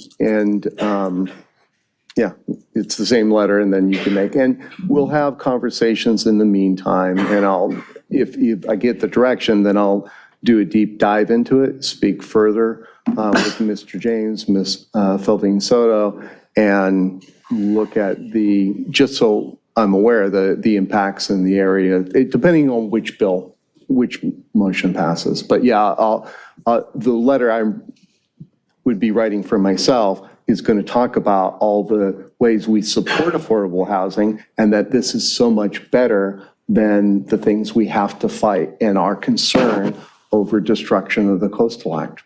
And if you write a letter for us, it has to come back for final approval? Well, it has to come back. If it's a resolution, it has to come back. Okay. And Yeah, so you're it's a right. resolution and a letter. That was my Okay. point of inquiry. Understand, thanks.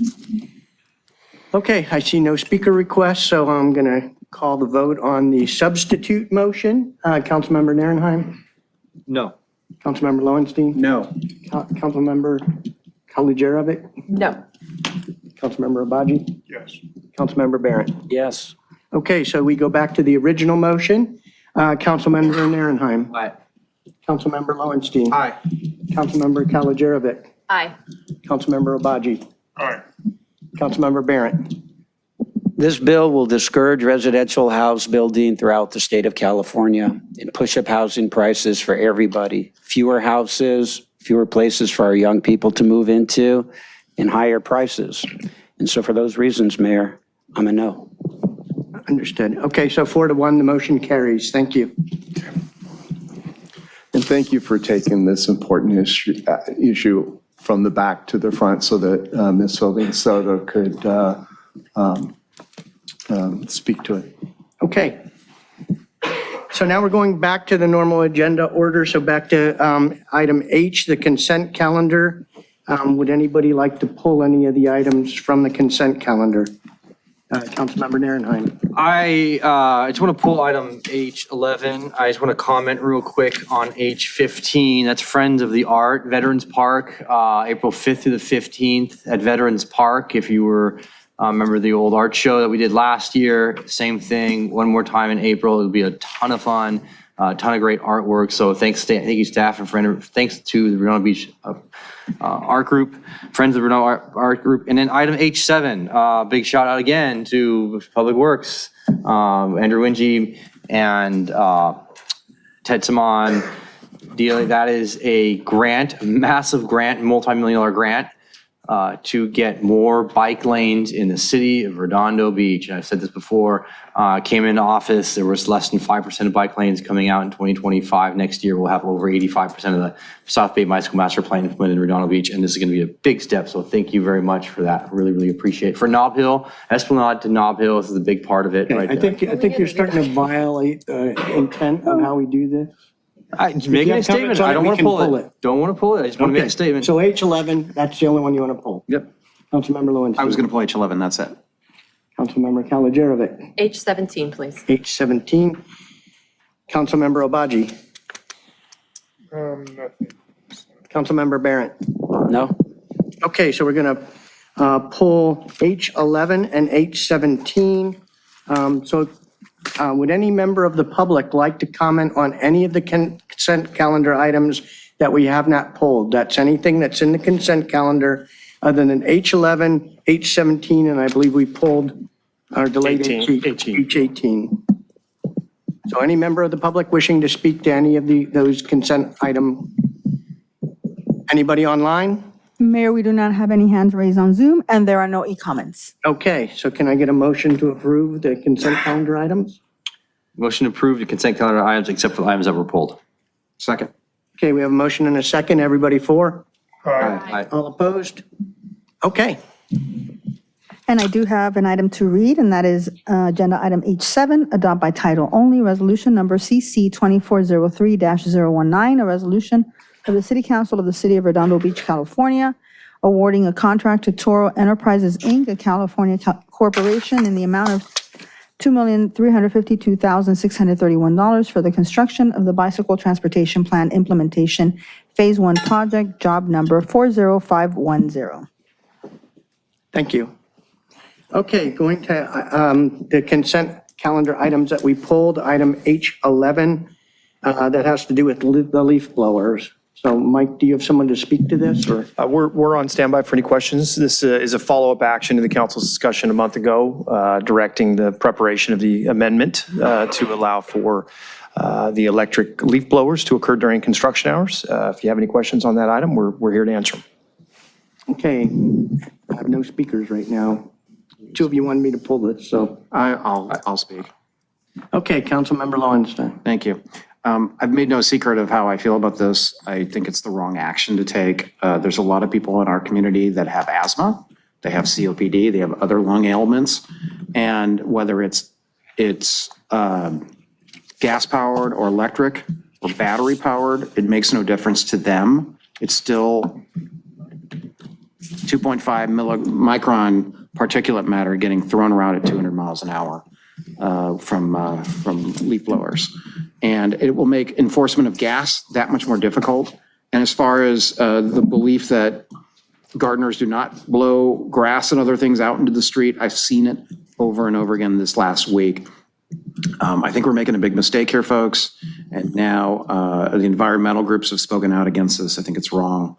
I think it's, but anyway, I know there's other people that are very upset. They've written me and told me. So that's where I'm at. Thank you. Thank you. Councilmember Narenheim. First of all, I hope Craig Caldwater follows things. I know he's always watching. If you don't know who he is, he's Surfrider Foundation. He's watching all of these things. We had a lively discussion. Actually, I have a question for Public Works on this. Have we, there's big discussion whether Councilmember Lowenstein just talked about leaf blowing and blowing stuff around. Have we thought about the use? Have we bought perhaps leaf vacuums and vacuums as such to suck these debris, organic materials up? Council Mike Klein, Deputy Director for Operations. Yes, we did. We did that on a couple of occasions. One we used here at City Hall and actually back in the parking lot. The unfortunate part about the push type vacuums is that they are, number one, to get the suction that they need, they have a much larger motor. And it's a 5 horsepower motor instead of the smaller ones that are on that. And the problem that we have with those is that they also create dust. When they dump into the bag after they've been used and broken down for, not broken down, but basically worn in, they do end up with a huge dust particulate matter that does come out. So we have done that. We tried them out I personally used the first one and I was covered in dust after we did that. And it was just on a test. We tried them out for quite some time. It's at Seaside Lagoon right now to suck some of the sand off the sidewalks. Okay, thank you.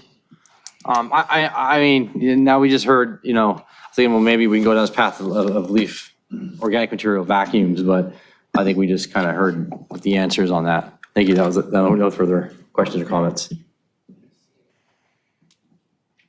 Okay, I have no other speakers up here. Anybody, and well, I have some cards from the public. So what I'm going to do is call 2 names at a time so you can come down and get ready for the second speaker. So first one I have is Elaine Seeker and then Douglas Seeker.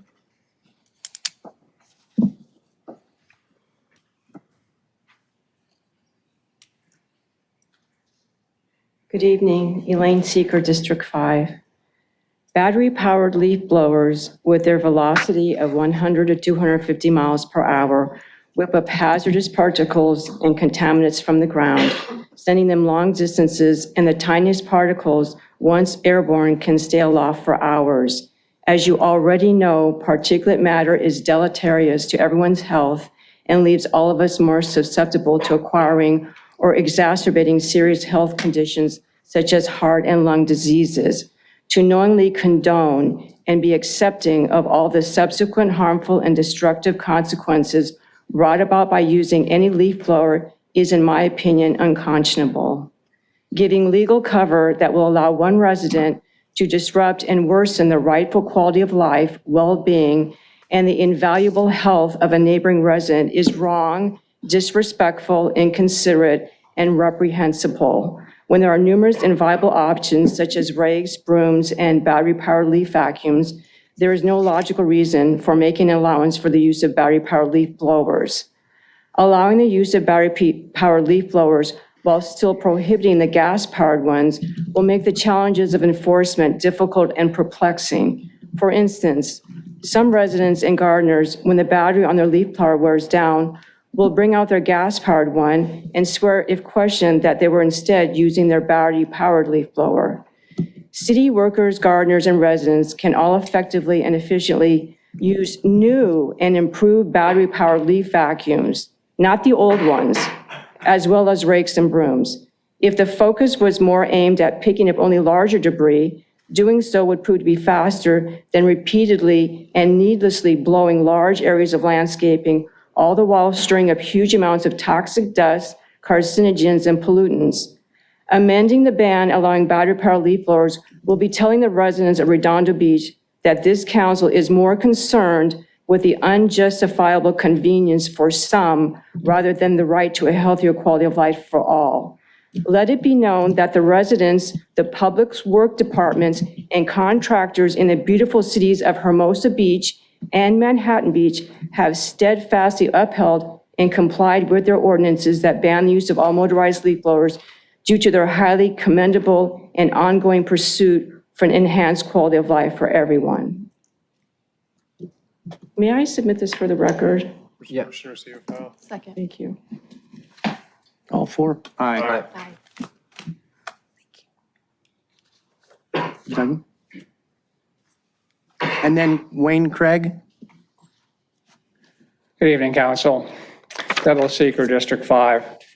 Allowing the use of battery-powered leaf blowers in our city is one big step backwards by increasing air pollution, and it is a huge step in the wrong direction.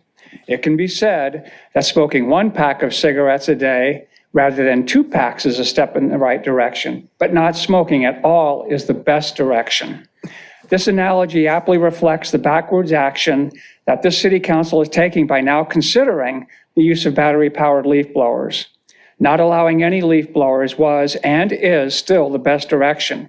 Everyone on this council has lauded and applauded the efforts put forth by Mayor Brand to lessen the effects of pollution in all the South Bay. To suddenly abandon so quickly the positive direction that Mayor Brand was leading us towards, such as his support for the ban on all motorized leaf blowers, is to me inexplicably hypocritical. Allowing any resident to arbitrarily propel toxic pollutants on the ground into the air and onto adjacent properties, adversely affecting the health and well-being of their neighbor, is both unfair and unjust. Residents wanting to pick up yard debris have options to do so. A neighbor not wanting to experience this kind of polluting assault has only this one option: shut the doors, shut the windows, and stay inside. This is not a respectful nor accommodating option for anyone. Amending the ban will no doubt cause a furthering of disharmony between neighbors. Those who value clean air will harbor resentment toward neighbors who insist on a spotless, leaf-free yard which lasts in appearance for only a short period of time. If economics is the most pressing concern in allowing battery-powered leaf blowers to be used by city workers, why not raise the city's utility tax 0.25% to pay for the extra labor required to maintain city facilities, thus eliminating the need to use battery-powered leaf blowers? The option for cleaning up areas where leaves and debris collect, such as the Grant Avenue bulb outs, can be easily accomplished with battery-powered leaf vacuums as well. Speaking recently with individuals in the Public Works Department and Parks Department of both Hermosa Beach and Manhattan Beach, it was confirmed that neither city uses battery-powered leaf blowers. They both use rakes and brooms, with Hermosa Beach employing the use of battery-powered leaf vacuums as well. With the present ban, the benefits to the many justifiably outweigh the perceived benefits to the few. By voting in favor of amending the present ban, you will be telling every resident in Redondo Beach that you value questionable bottom line cost more than the health and quality of life. On a different note, Councilman Kalita-Varick, I want to thank you for your motion to acknowledge veterans. Councilman Obaji, I want to thank you for your personal acknowledgement for the veterans in this room. And I want to thank you for this council for taking the extra time to consider this very important matter. May I submit these for the record, please? Motion to receive and file. Second. Thank you. All four? Aye. Okay, thank you. Let's see, Wayne Craig and then Don Albrecht.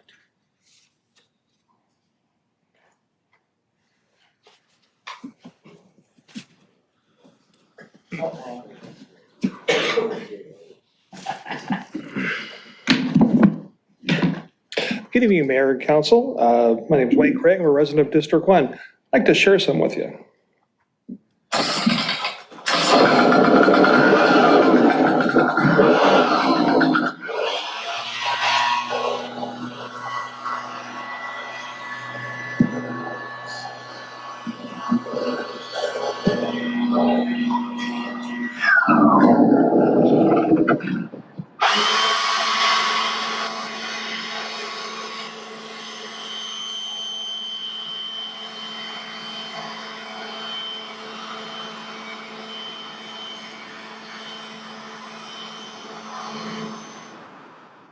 Now, the first sound you heard was a gas-powered blower, and the second was electric.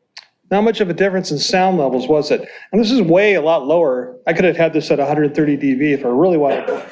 I was being considerate to you. Both are similar as they blow the same volume of particulates in the air and present a clear and present health hazard to people like my neighbor, an 80-year-old with emphysema, another whose child has severe asthma who's going to have to stay in the house all day long.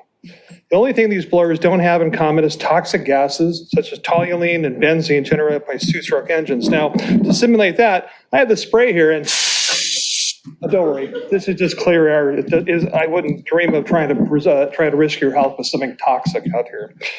I need to seriously ask the question, what are the reasons we are contorting ourselves in a pretzel to find a way to eliminate this ban? Well, I've heard one, lack of enforcement. We don't have PD. Well, that's irrelevant. We already selectively enforce many ordinances, so how is this any different? Some of these include loud exhaust noise from cars and motorcycles when they drive down the Esplanade, allowing dogs in the pier and in Veterans Park, public smoking and alcohol consumption all over the pier, builders who start construction at 6 a.m. on Saturdays and Sundays, or issuing parking tickets on street sweeping days. These are not always enforced. Why do we have to do it just for this reason? Now, the other reason I've heard recently is that city staff needs these blowers to do their job. Well, to those claiming this, I find it hard to believe, and frankly, it blows. Many think the real reason is some constituents want to be able to use their fancy $300 blowers, and somebody on the council just don't want to deal with it, so you caved in. On my block, no one uses blowers because everyone isn't a jackass to the neighbors with health issues. All were handed a copy of the ordinance when it came out in 2 languages, and they just stopped doing it. I've never had to call the police once. It's a nice, quiet neighborhood.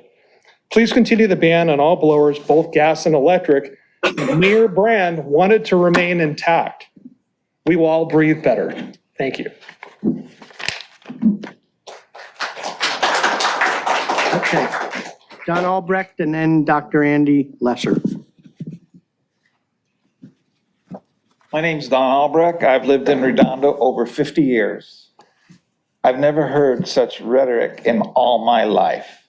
If you own a vacuum cleaner in your house, unless it has a microfiber filter, you're putting out the same stuff. It's all coming out in the air. And why would a gardener take a blower of any kind and blow stuff up in the air? That's completely nonsense. I've drove around for the last 2 weeks in this city and talked to gardeners. They're all willing to go with electric. They work fine. The city wants the workers want them. It's utterly ridiculous. There's so many other things that can affect your health other than particulates that come out of a vacuum cleaner or the blowers. And if you know how a vacuum works and a blower and a vacuum works, they have to disperse air somewhere. They're not blowing up that bag like a balloon. It bleeds out. You can't stop it. And gardeners, it's so ridiculous. They're not blowing the stuff up in the air. I've got a blower. Why would I want to blow the stuff up in the air and come right back down where I had it? It just makes no sense at all. Electrics work just as well as gas. I can see their point about gas, but you're not going to completely stop it. You don't have a police force that's got time to go around and tell everybody, you can't use that blower, you can't do that. They've got limited amount of help. I just say stick with the changing of it and have electric blowers. It's not going to hurt anybody. If it bothers you that much, I got some swampland in Florida I'll sell you can move to, or I got some desert land out in Nevada I'll sell you. You can live out there by yourself. You create your own dust. It's just, it makes no sense at all. There's no common sense in this at all. And you're not going to stop people like Northrop Grumman from using a blower. However, you heard what they've told the city council, and so is your own public school system. Redondo did the same thing. They're not going to stop. In fact, they're still using gas blowers. I've seen them right across the street from the library in houses using gas blowers. But now I've been talking to a lot of gardeners, and they've all agreed. Yes, we'll go this way. We'll go with electric blower. But it takes time. You're talking a minimum electric blower commercial is $1,000 a shot. And you haven't bought the converter for your vehicle and you haven't bought the extra batteries yet. So you can't expect these guys all to run out and spend thousands of dollars on a blower right away. It's going to come gradual. And I've got gardeners on my block that have electric blowers. Thank you. Thank you. Okay, let's not applaud. Dr. Lesser. Hi, Dr. Andy Lesser, District 1. Even though I'm retired, I still have a valid medical license. So I'm going to speak to you as a resident and a physician. I want to thank Wayne Craig for bringing that sound demonstration, because I was almost prepared before hearing that to say, you know, apart from the particulate matter, which gardeners do blow into the street, you know, not to be facetious, they don't blow it up in the air, but they do blow it into the street. I've driven by, my windows are open, the exhaust, the dirt, the dust, it comes in. So that's nonsense that the particulate matter is not blown into the street and onto the sidewalks and into people's faces, okay? I was prepared to say, well, you know, that whine is annoying from the electric, but it's not as bad as the gasoline-powered blowers. Well, I'm wrong, because with my windows and my door open, the occasional electric blower, which is covered by the present ban, I can hear that whining a block away. And as far as enforcement, now they send community officers out, not police officers. And I have, you know, I'm not bragging, but by calling them and having them come out, my block is now quiet and free of airborne dust.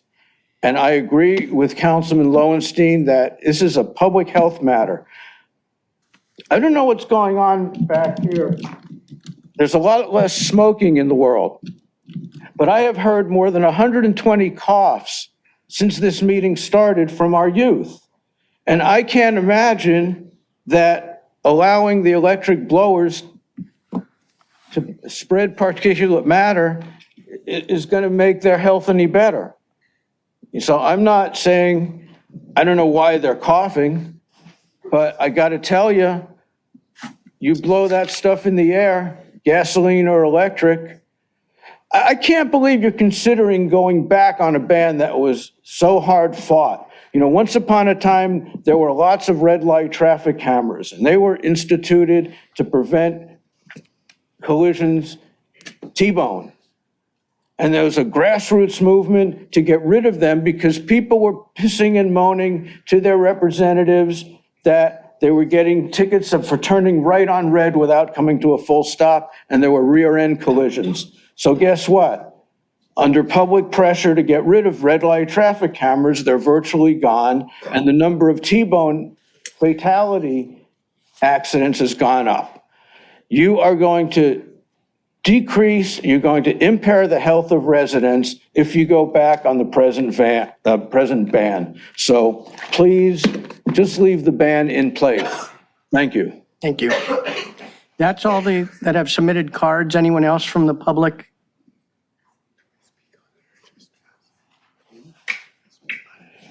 Good evening, Mayor Light and Council. I've spoken on this several times. I absolutely agree with Councilmember Lowenstein on this issue. This is the wrong direction. We have made progress on this. Gardeners are adapting. They are using rakes. You don't have to have it perfectly done because it only lasts about an hour anyway. It's a waste of time to do it. I get the instant gratification part of it, but it's just not worth it. This is the wrong direction. At the very least, put a pause on this.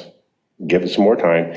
It has improved at the speed of government, I would say, because we know early on that enforcement, we were something like 1,900 warnings, but we know that those are not effective.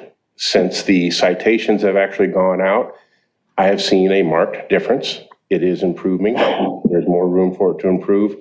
Give it some time to do so. Put a pause on this ban. Thank you. Thank you. Anyone else from the public?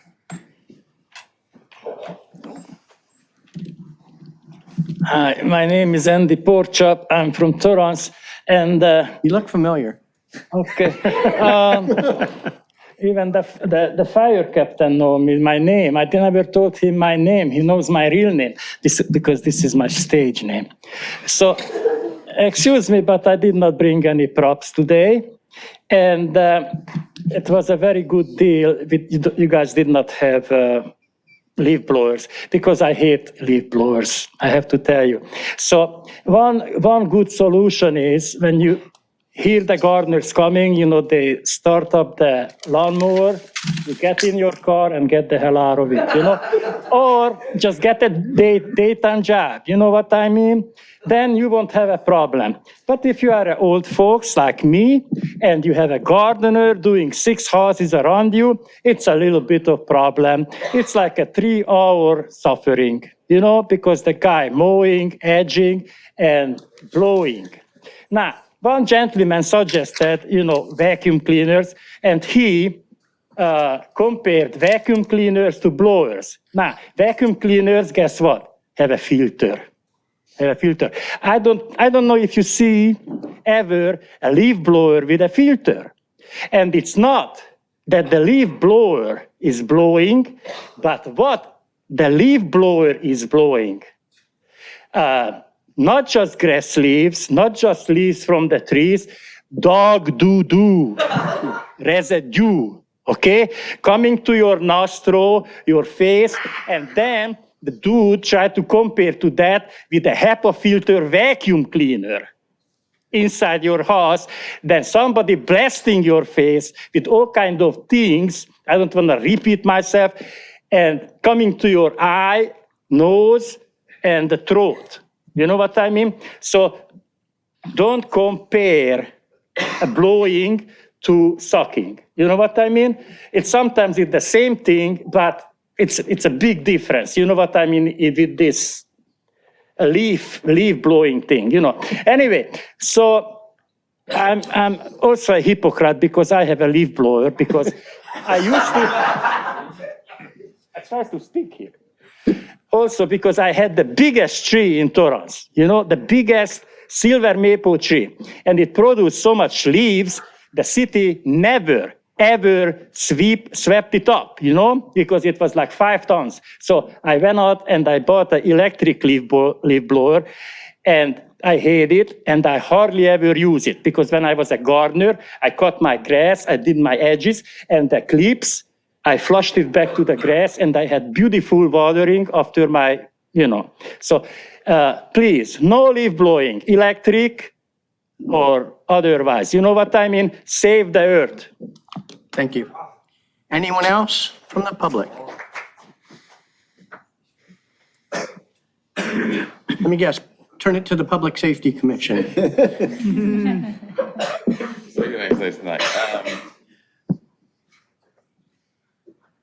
Commissioner Carmichael, District 5. Mayor Light, Mayor Pro Tem, Council. 2 things. One, I want to remind us how this started. It was for the young people. Like, we're doing a lot of, but that's how it was started. And we were unable to deliver for the young people because the school district has a different sort of carve out than what we now have. So I feel like we made a mistake by going all in for an audience that we weren't able to reach. And I think we owed it to ourselves to take a half measure, which is what we're now doing, and go, okay, there's a certain segment of the community that we need to reach. There were those with emphysema and all of those sorts of wonderful things. As I take care of my yard via vendors, I just don't feel like I would be doing them a service by saying those things that take care of your families, those things that take care of your life, that are your livelihood, should be completely abandoned without any thought, because there is a us versus them mindset. And that's what I've heard most of this evening. I'd like for us to take a left-brained approach, which is, hey, let's take a half measure, let's take a step back, and let's really do some work. Let's do a sort of heat mapping around the city and going, where is it too much? Where is it X, Y, and Z? Because these young people spend more time at school, which have the gas leaf blowers, and not at home where someone comes every Thursday between 10 and 2. So I really, we've heard a lot of things, but we've heard a lot of I feel, and we've heard a lot of you need to do this to get at this higher class of people, and that's not who we are. I just want us to take a step back. What was it meant for? And we weren't able to deliver for those young people. So we don't get to now go, oh, well, we'll just take it and co-opt it for all of us. That's not what we get. That's not what we get to do. So I don't envy you, but I would ask you to just take a moment to think of the entire city and not in an us versus them mindset. But there are some people, it's not vanity. It's I take care of my yard, period, right? We're talking about housing. I bought this house. I want it to look a particular way. And it's not being selfish, and it's not at to demonize anyone else, but I bought this house, and sometimes leaves fall, and this is my remedy for that. So I just think about the whole city and not demonize those that you have and have not. Thank you. Thank you. Anyone else from the public?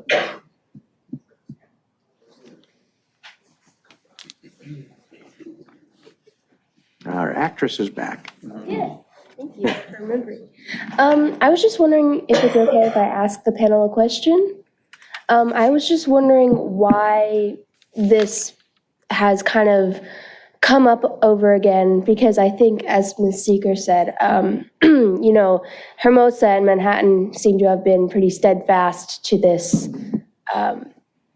And I was just wondering why this has kind of come up into question again, and like why we would want to go back to maybe having some form of leaf blower, if that's okay. May I ask you a question? Yes. Would you go for a full ban? If it were up to you? Yeah, I probably would, considering the health ramifications that the leaf blowers cause. And I don't think people realize how bad they can get to. Not like they are bad, but I don't think people realize how bad they can be for someone who has like lung issues. So I would vote for a full ban. Thank you. Thanks. Any one of you want to address the question in a very concise? Go ahead, Councilmember Obaji. Well, I haven't spoke yet on this issue, but I'd like to say, when I was in your position, I thought the exact same thing. Actually, I remember calling into council when they were discussing this and saying, yeah, ban all leaf blowers. Then I became a council member and I saw the grass get cut at the parks and the leaves are left there and they come back the next day and they sweep them. Now, that's one issue. But then we got bulb outs on Grant Avenue, if any of you are from North Redondo. You see those new bulb outs near Bernie and every single intersection. Well, the street sweeping trucks can't make it all the way into the corner, so they can't sweep the leaves from the corner. So what they do is they push the leaves to that corner, then they have to drive away, and they leave all the leaves there.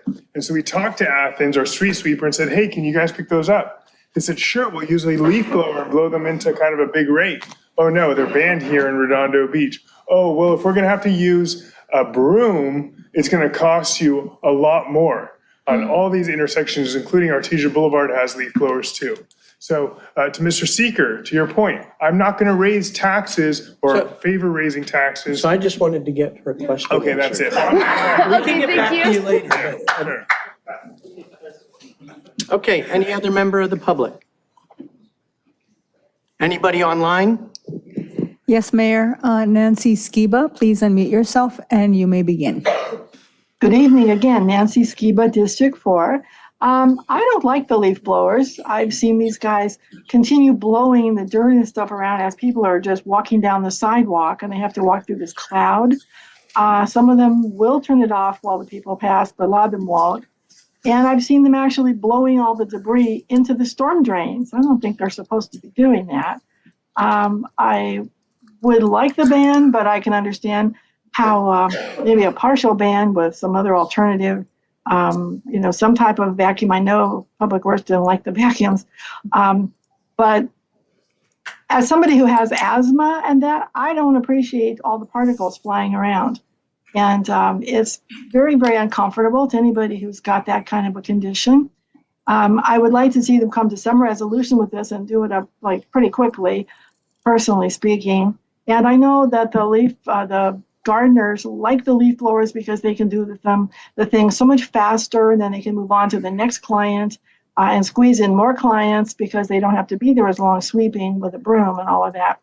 But I do hope we get some resolution quickly and get this thing over with already. Thank you. Thank you. Anyone else on Zoom? There's no one else with their hand raised on Zoom. We do have two e-comments. One was neutral and the other one was against. Okay. I will say real briefly that for those of you who haven't been following this, we shut down the power plant recently. That was a huge win for our city for clean air. I was on the council along with Councilmember Nierenheim in 2017, 2018, when we discussed this. And a lot of your fellow students that were at Redondo Union that were outside, that competed in sports, had asthma, emphysema. We've heard a whole host of things here. I'm not willing to sacrifice their health and their well-being because we can't clean leaves off bulb outs. So I think that's, could you mute that, please? Thank you. Because we can't clean leaves off of bulb outs. I care enough about my fellow residents, the people I represent, that a few leaves on bulb outs can do when we can avoid, we're making tremendous progress in this basin by eliminating major sources of pollution like the Port of Los Angeles is a huge one. A lot of us are driving electric cars more, whether you like that or not, or partial hybrids. And this is a step back. Sometimes history is 2 steps forward, 1 step back. This is definitely one of those 1 steps back. And I care enough about my residents, that my lawn doesn't have to be sparkling clean. I'm out there with a rake. It doesn't bother me at all. And I know that everybody else can do that. And I see a lot of nodding here. I just think that, this is one of those things where the council's is ignoring what residents want. But, you know, it is what it is. This is a democracy. And if that's, so be it. But I really do think that we should look for residents more than worrying about a few extra dollars or our lawn not being perfect. That's my thought. Mayor Light, back to you. Thank you. Sure.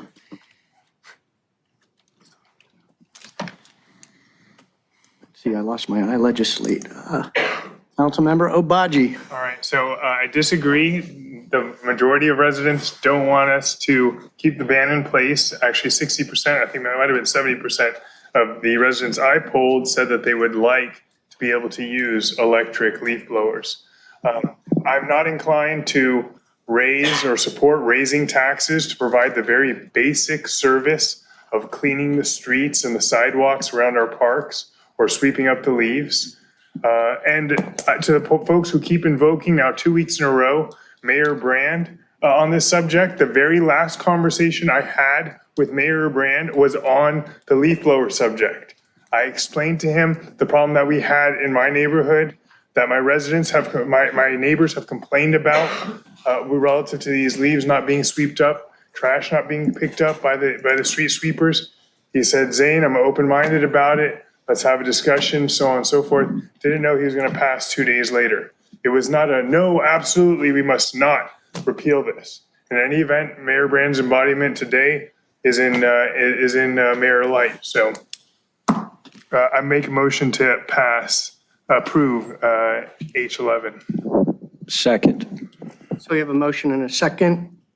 Any other discussion on the topic?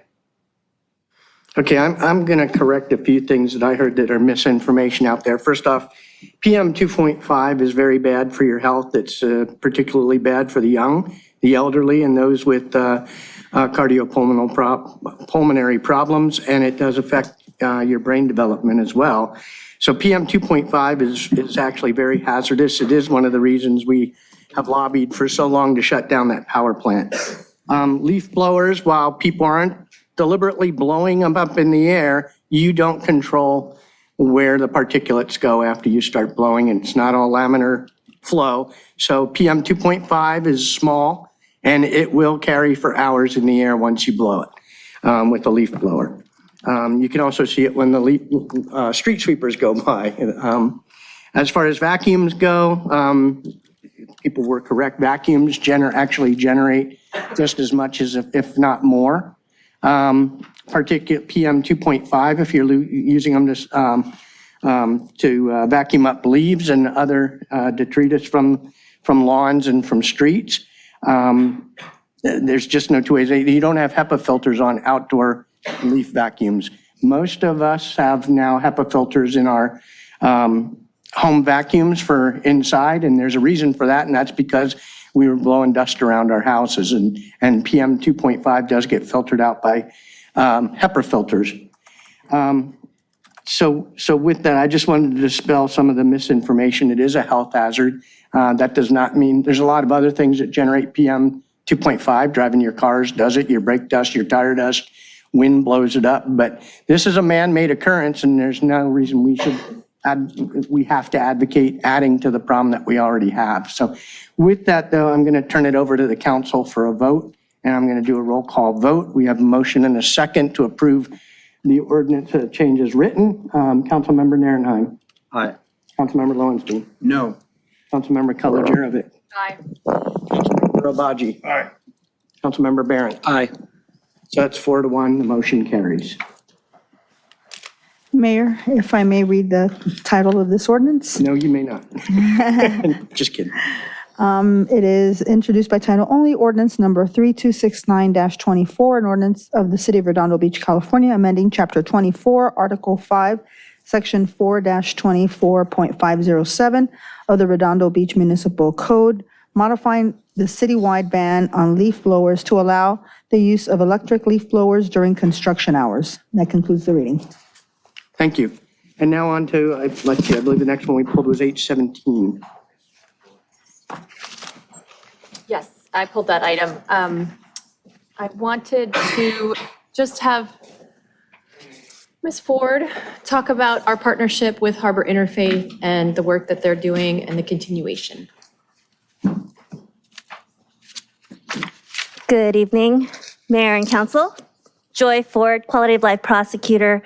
This item is a good news item where the COG is adding to a grant that we already have and to continue a contract shared among the beach cities that we share case managers through Harbor Interfaith to outreach people experiencing homelessness in all the beach cities and to get them housed. I'm available for questions. No questions. I really just wanted to point out the great work they're doing that you continue to do on this. I make a motion to approve H17. Do we have a second? Second that. So we have a motion and a second. Any discussion? Any member of the public wish to address item H17?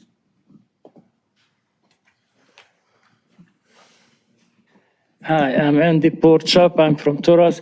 I'm going to tell you a secret. This is a private information. I used to live in my car, and that was almost the best time of my life because no bills. If people bothered me, I just started the car, and moved the van or whatever. And it's kind of a thing that I have to tell you, I would never, ever move into a shelter or this housing in my life. So, but I know about these shelters, they have rules and regulation, not talking about you can't have a visitor, you cannot smoke a cigarette or have a nightcap or anything else, but they don't even have. Go ahead.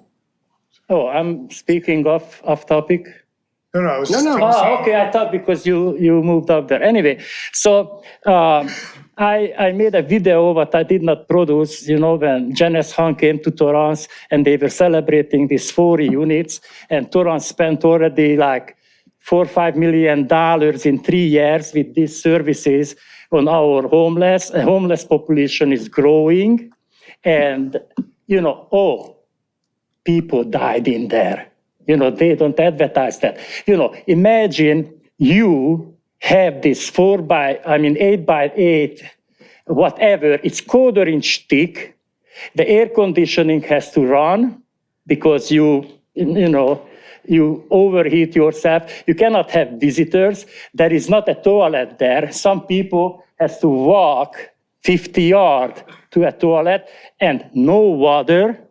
No stove, no kitchen, no shower in the thing. You have to walk all the shower. Now, if I would buy a thing like that at the Costco, it would cost like $3,000. Cities pay $15,000 for a shed like that, and it's not handicap accessible. You know what I mean? And if I would rent out a unit there to somebody without water, without a toilet in the unit, without cooking facility, without anything, I would be in jail. I would be in jail. This is not helping the people. This is not helping the people. This is making people's money disappear, and giving people's money to these so-called non-profit organizations. This is just absolutely crazy because you doing this and the homeless population is growing.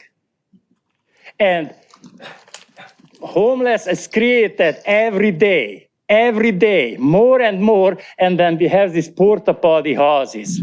Thank you. Okay, thank you. Any other comments from the audience? Anybody online? There are no hands raised on Zoom, and there are no e-comments.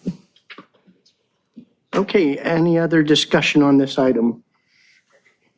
Councilmember Obaji? Just want to say great work, Ms. Ford and Mr. Webb. Thank you for H17, that grant money, and H18, $1.338 million for our pallet shelters. Thank you for all that great work. Anyone else? Okay, so we had a motion and a second to approve H17. Everybody for? Aye. Aye. Anybody opposed? Okay, motion passes. Thank you.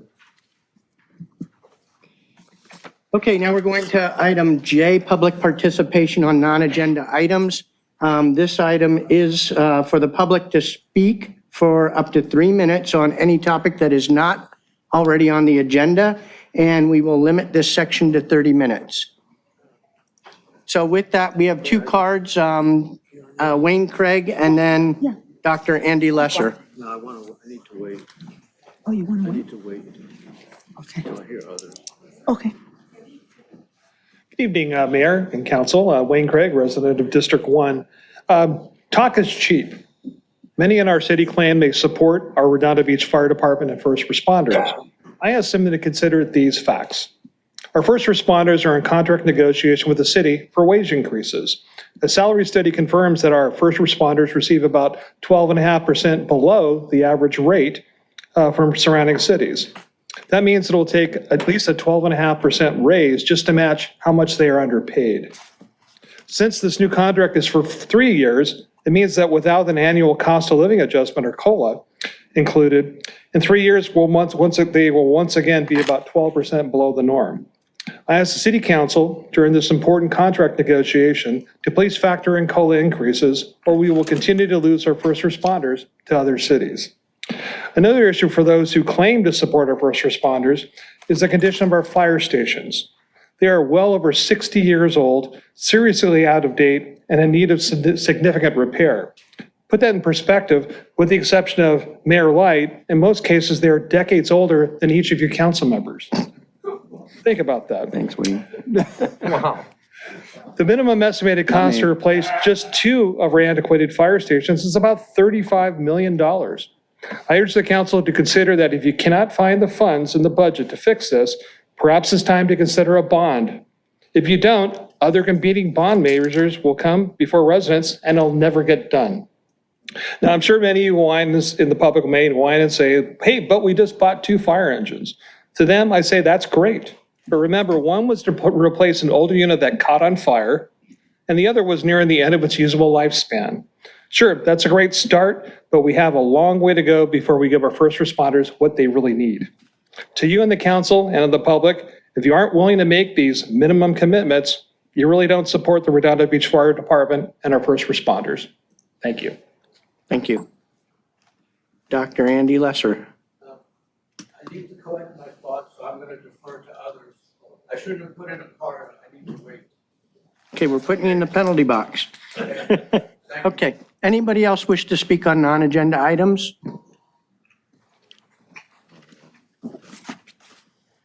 Hello, everyone. This is Andy Porcha. I have to tell you, I failed to represent your cause on the pickleball thing in Torrance because I was going to suggest them, the unused Torrance Transit facility. You could have help build a few pickleball courts, there is acres of land there and accessible with the Torrance bus system. But and it was an agenda item last week about the pickleball thing, So I try to be like Benji, poop on each side of the aisle. So I just want to tell you that I couldn't get to the agenda because I was kicked out. Because I dared to call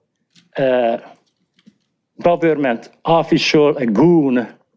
And, Georgie Porgy, Torrance mayor, shut me down, and he's a big guy, and kicked me out of the room because I called the official a goon.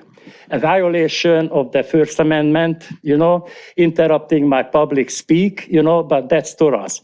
So I feel here, you guys are much nicer, and that's why I come here. But unfortunately, Torrance voted for the $36 million government grant, and they're going to build more parking and parking structures. So pickleball course is out of question. Pickleball course is out of question. So you're going to have to find to build pickleball courses because, Torrance also made an ordinance. The pickleball courts have to be 250 feet from any residential whatever. So good luck to find a place to build any. Okay, one more thing. I was happy to see these young kids to come here and speak up. So maybe the First Amendment is alive in America. And thank you for not kicking me out, And you guys are very nice. I wish that Georgie would be like you guys, pay attention, give us 3 minutes instead of 1 minute. He was sarcastic because I reported him. I come here and I talk 3 minutes here, and I can talk on consent calendar items. And then he's like, hey, congratulations, Redondo Beach. He was very sarcastic. But when I called one of his friends a goon, I was kicked out, and 4 or 5 policemen escorted me out in the threat of arrest. And I wish they arrested me because they would have been violating my First Amendment right. Thank you for being nice. Thank you. Thank you. Ooh, the Diet Coke. I know. Coke Zero. Oh, caffeine To free. receive and file? Motion to receive and file. Second. All 4? Aye. Joan Irvine, District 1. As you all know, I've been advocating for legal cannabis in Redondo since 2017, and I talk about the need for education. As I mentioned last week, I started to host a monthly radio program, Your Best Life, on healthylife.net. The guest on my show that airs on Wednesday, March 27th at 2 p.m. is the founder of MedCan and the author of The Cannabis Pharmacy, Michael Banks, and that's what I provided you some information. He comes from the entertainment industry background where he worked for Sony, and he was a technical advisor for Spider-Man. Michael became involved in cannabis after he exhausted all the Western medicine remedies for migraines that didn't work, but cannabis worked for him. In addition to discussing the thousands of years that cannabis was used as medicine, one of the things that I like about his book, which I showed you, is the fact is that the foreword is by Dr. Andrew Wiles. Most of you are probably too young to maybe to know who he is, but Dr. Wiles was at the very beginning of integrated medicine, and he has been studying cannabis since 1969 when he went to Harvard Medical School. And that's back when it was considered woo-woo, and now it's acceptable practice. Also, Michael's products, he always talk about how the packaging, that it's attracting kids. Well, his products this is called Rest. It's to help with insomnia. And look at the packaging. This does not attract kids. So that I want you to be aware that this is a type of product that's out there.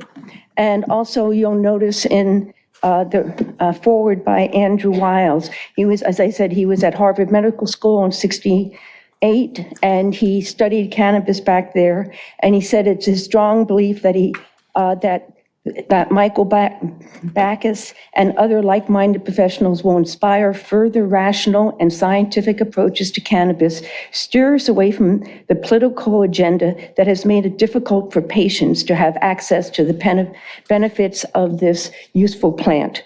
So I said last week, if you want to learn more about cannabis, go to healthylife.net and search on Dr. Joan Irvine. You can go to my website, drjoanirvine.com, and click on Ask Dr. Joan to see related articles. And if you have specific questions or you would like me to speak to your group, please email me at joan@joanirvineconsulting.com. Thank you. Thank you. Thank you. Anyone else from the public? Oh, you're out of the penalty box? Out of the penalty box. I was going to, Dr. Andy Lesser, District 1, I was going to speak on another issue if it came up, and it didn't, but left-handedly it did. First Amendment is important, freedom of speech is important, but I hope the next time somebody gets up on this podium and makes a thinly veiled anti-Semitic statement about a certain group wanting to take over and buy the world, I hope that one of you says something in response to that, so I don't have to get up and say it, because that was a thinly veiled anti-Semitic statement, and that should not be tolerated and accepted under the guise of free speech. Not in Redondo Beach, not in California, not in the United States of America. I'm sorry. Thank you. Thank you. Anyone else from the public? Okay, anybody online? Yes, we do have one hand raised. Nancy Skiba, please unmute yourself and you may begin. Yes, good evening again. With regard to the fire stations that are in such bad need of repair, is it possible that the city could hold some special events to raise funds specifically toward that aim and possibly postpone some other projects which are very expensive and be able to use that money instead for the fire departments, offices, and headquarters? Thank you. Okay, thank you. Anyone else online? There's no one else raising their hand and there are no e-comments. No e-comments? Okay, thank you. Okay, now we're going to go on to, we do have a hearing tonight, so I'm going to poll for ex parte communications. Councilmember Narenheim. I have nothing to report. Thank you, sir. Councilmember Lowenstein. Nothing to report. Councilmember Kalijerovic. Nothing. Councilmember Obaji. Nothing. Councilmember Barron. This is item L1. Yes. Okay, I do have ex parte communications with our city staff. Yes, I had city staff as well. Okay. Okay, so with that, we will go into public hearings, item L1. The public hearing to solicit input on the public service grant recommendations.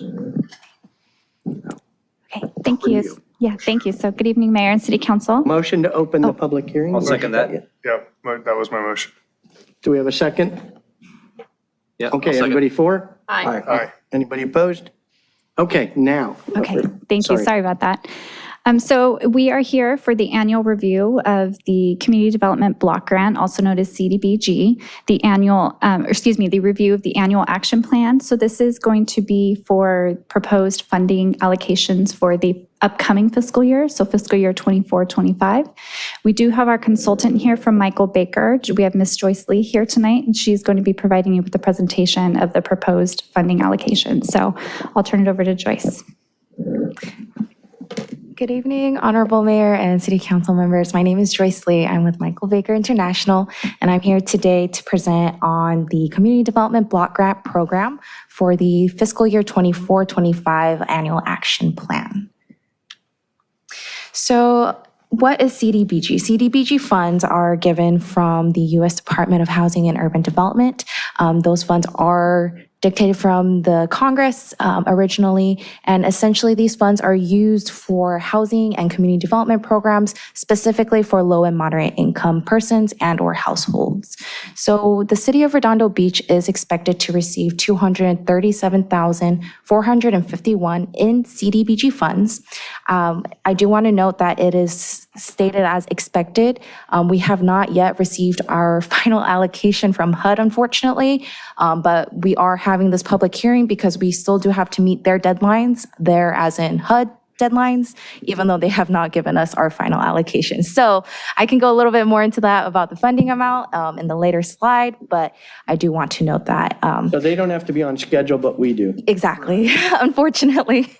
So the city is required to complete an annual action plan prior to receiving CDBG funds and implementing them, hence why the calendar and schedule is pushed up to March, and we are here before you today.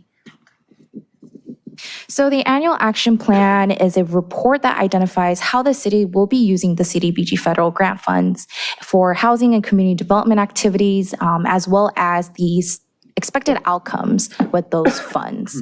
Again, this is specifically for the fiscal year 24-25.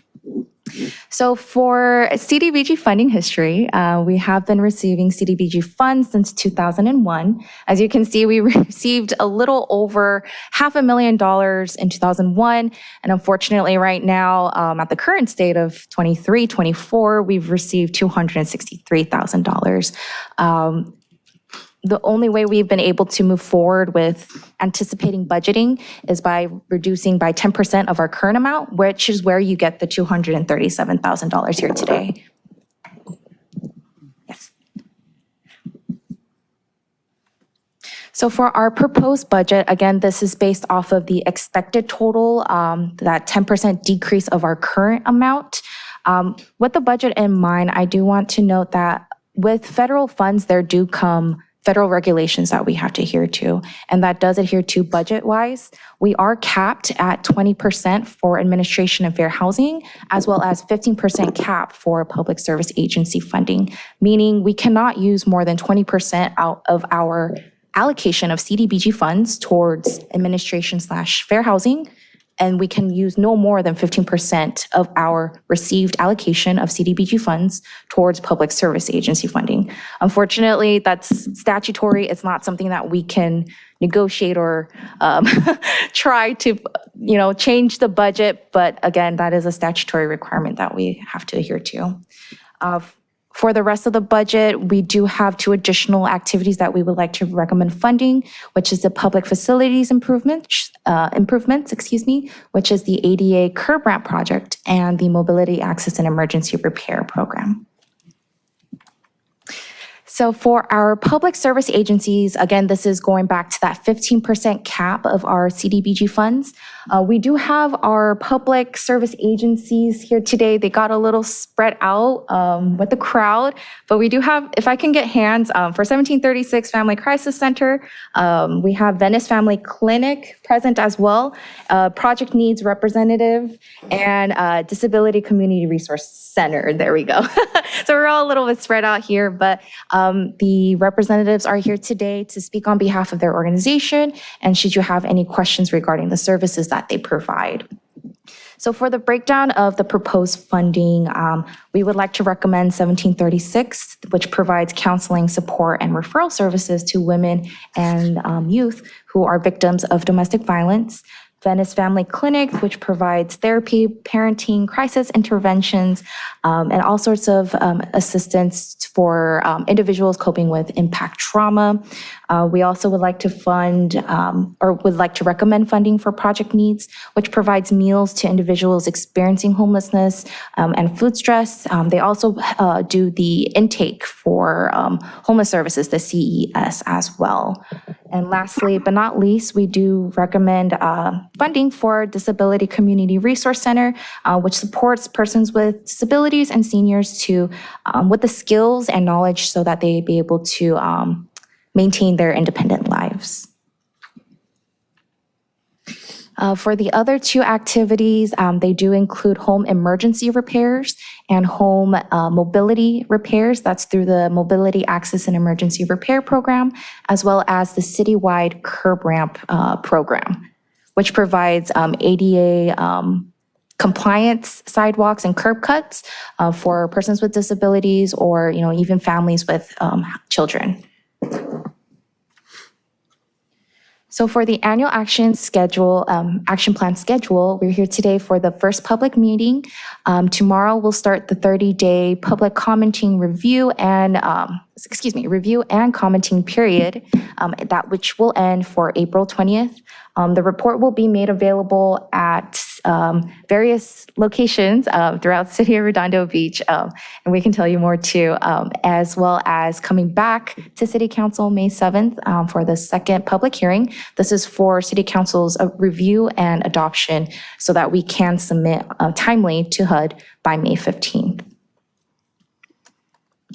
So our recommendation today is to open the public hearing and take testimony to solicit your input on the public service grant recommendations and the draft fiscal year 24-25 annual action plan, and then to continue the public hearing to May 7th.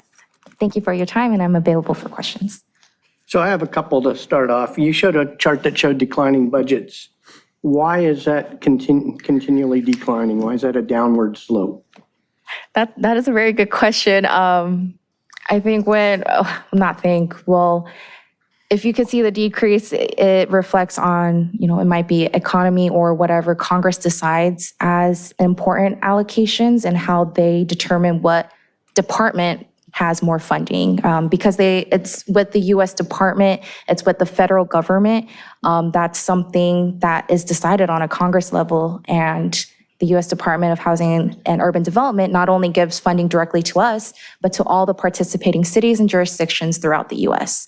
So are there more cities participating? Correct. There's also just fewer funds being appropriated by Congress Well, that's for what the I was gonna activity. ask That's the you. biggest cut. I mean, and it's It's frustrating. not that we're doing something wrong. No, in fact, we're executing at a rate as well as we ever have. I think the council's moved several years ago to allocate the CDBG curb ramp project, particularly that component, has been very effective for us. It's allowed us to spend quite a bit of money in a very timely manner.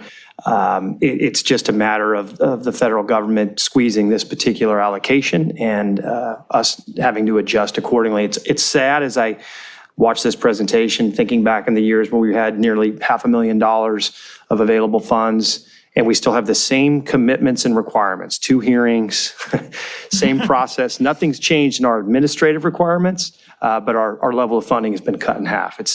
And things are more expensive. And too. things are probably 12 times as expensive in the construction field as they were at the time. So it's a little troubling to watch this in a way, but it's what we're subject to, and it's really a function of Congress. Yeah. So my second question goes, I think it was the next slide, the Public Service Agency proposed funding. How did we come up with that breakdown? This breakdown is supported with not only if they're able to meet their goals in a timely manner, be able to meet the federal guidelines when we request documentations, because we do, with federal funds, they are required to maintain proper documentation, whether it be how they are supporting eligible applicants throughout residence based off of a low and moderate income basis, if they are able to meet with staff, if they're responsive to us, but also we also consider the effect that they have throughout Redondo Beach, right? With, for example, for 1736, we heard that they can't do much with $5,000 providing shelter and case management for victims experiencing domestic violence. I believe we came to council a couple years ago and talks about it, and that's how we were able to come up with a specific breakdown of budgets, and we've continued to do that. So please correct me if I'm wrong, but that is how we've been continued to, I guess, allocate between the public service agencies. This list, I would say, is really years in the making. We've whittled it down over time. I'm not so much questioning the list, it's how much we allocate to each one that's on this list. It's, I think, whittled based on need, historic request, ability to spend and provide timely invoicing and reimbursement information. And it's really, I think, a function of each of the agencies' particular needs and growth over the years. There was a time we would fund 12 to 13 different programs. That was when we had $70,000 to $75,000 available. Over time, council policy and the number of agencies applying have dwindled, and we're now to this particular group of 4. I think we had a 5th applicant that we didn't recommend for funding in this go-round because of their history of not being able to provide timely paperwork effectively. So it's created problems for us on the billing side with HUD. So these are the 4 that we feel provide the best value for the allocation and are who we've recommended historically with comparable amounts. I'm still a little lost. Why didn't we just take 35, 6, 17? Well, divide it evenly. Divide by 4. Mayor, if I can add, all of these organizations are required to apply and complete an application that does require them. I don't know if the numbers exactly match, but I'm certain most of them probably would like more funding. And it's your department that does that vetting? It's in consultation with Michael Baker, but yeah, so we do review their application, kind of their breakdown of how that funding would be spent. And to what Joyce mentioned for 1736, for example, we understand that 5,000 isn't going to make enough of an impact for them for the services they provide. So we do need to kind of consider what's in the application, the total they're asking for, and then see how we can break that down to still provide enough service money for all the organizations while trying to maintain the level that certain ones need. Okay, and if we have comments during this period, might that change? It could. That's what this is about. We're soliciting input. If you'd like to see it distributed equally among the 4. But we're not going to get more from HUD. No. Yeah, the 35,617 isn't changing, unfortunately. Now, we might find in HUD's revised amounts in the next 6 weeks that perhaps the total dollar figure goes up. And if it does, we'll adjust these things on a pro rata basis. But these are numbers that have really been honed in over time based on the organization's requests. And the organization that you turned down, did you tell them why? For the reason I just gave you. I know, yeah, but did you yes, tell them? I know you I told certainly us. hope so. That's the reason that they've was been informed. stated here. Yes, Okay. they've been informed and they have accepted the decision. Okay, and then you said these will be available in different locations. Can you tell the public where that will be in town? Yeah, so the annual action plan will be available for public viewing at both of the library facilities, at the city clerk's office at City Hall, as well as the Artesia office, the community services office on Artesia. And I assume this will be available online. Do they go to community services or? I don't know that we've ever provided online, but we It is probably online can. through the council hearing. That's correct. Yeah. The draft is attached to the agenda, but what we probably can do, we do have a dedicated CDBG page now. If that's okay, we can certainly add that to a link on that page. I think most people Probably view just go stuff straight there. online now. Sure. So, okay, that's all my comments. I don't have anything from the council. Any member of the public wish to speak to this agenda item? Oh, there's a surprise. Yeah, this is a surprise. I would just like to tell you, this is what I'm talking about, $35,000 for 4 different organizations. And this is all nice, our beautiful government sending money, grants, or whatever you call it. But what we do with it, this is a trickle. The problem is much bigger than this, and the problem is growing. So what is one facility of this doing $7,000 or $8,000 or $10,000? What? How many people they can have? How do they get the people off drugs? How do they get people off alcohol? How do they stop people beating their wife? How many days can house somebody for $10,000, a family or a woman with 2 or 3 kids? These are just nothing. This is wasted money. If you have a big flow of money, we should have used it. Just like when in the 80s, they had bombs, they had people on the street, but we stopped, no more mental health facilities. Thank you, President Reagan. We stopped everything. The people who really need help, they can't help, just a minimum of whatever. Even these people are so bad shape. You know what I mean? They addict, they steal, they lie, they laying on the street. Their own family doesn't want to take care of them. You know what I mean? I would never let my kid on the street, I would never let my kid on the street. Understand? If she would be on the street, I would be with her. I would help her till my last breath, not applying for an organization, go there for 2 nights who got $10,000.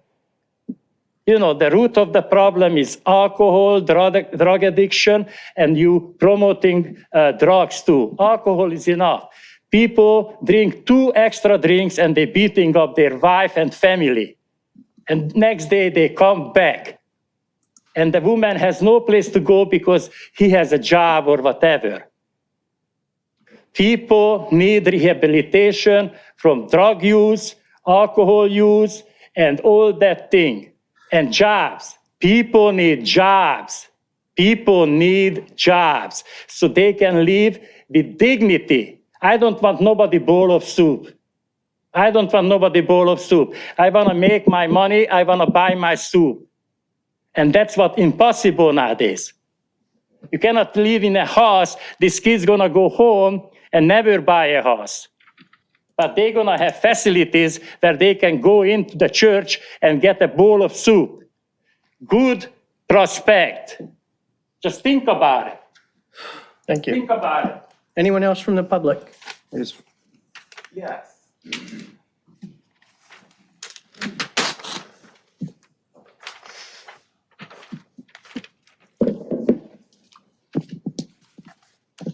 Commissioner Carmichael, District 5.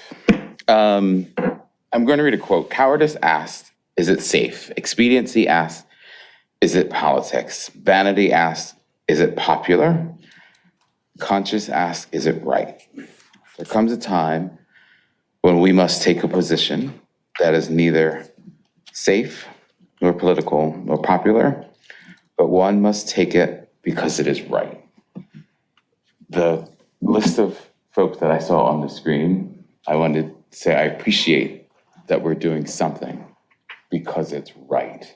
It may not be everything, and it may not be the best thing, but it is indeed something.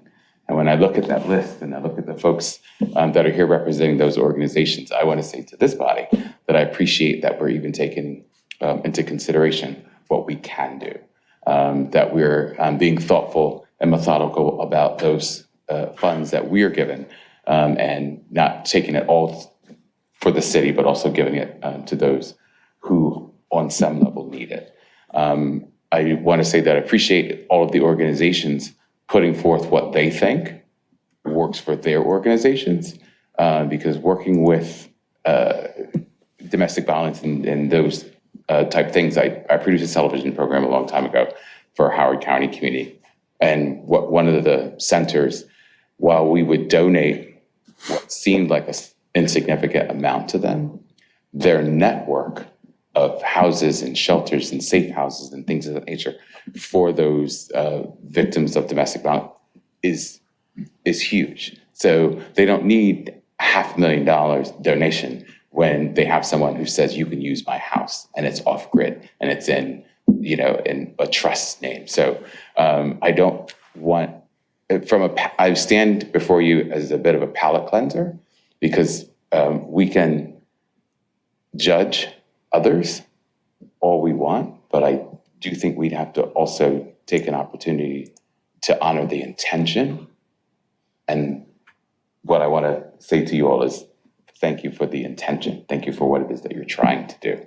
And I hope you feel supported, and I hope you walk away and enter this next phase and process with the full support of the city and the community that actually lives in this city. Thanks so much. Make it a great day. Cheers. Thank you. Anyone else in the public?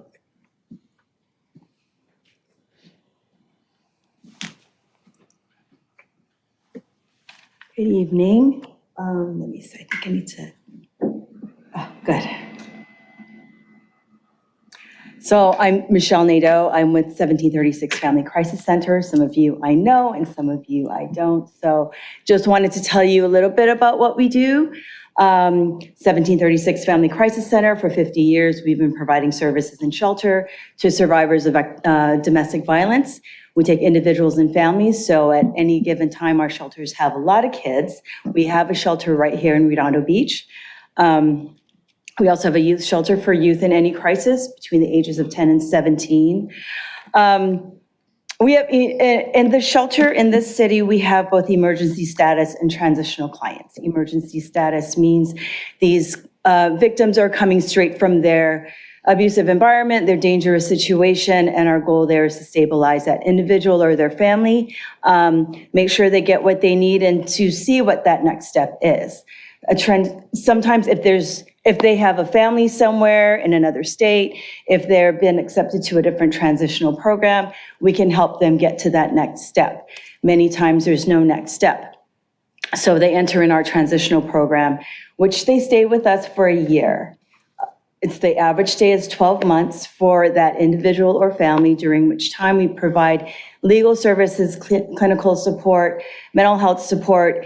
Towards the end, employment, that's huge. The goal at the end of that 12 months is for that individual to be self-sufficient, employed. Our housing navigation team comes in, helps them to secure permanent housing that they can afford on their own. We follow up after they exit to make sure they're still on track.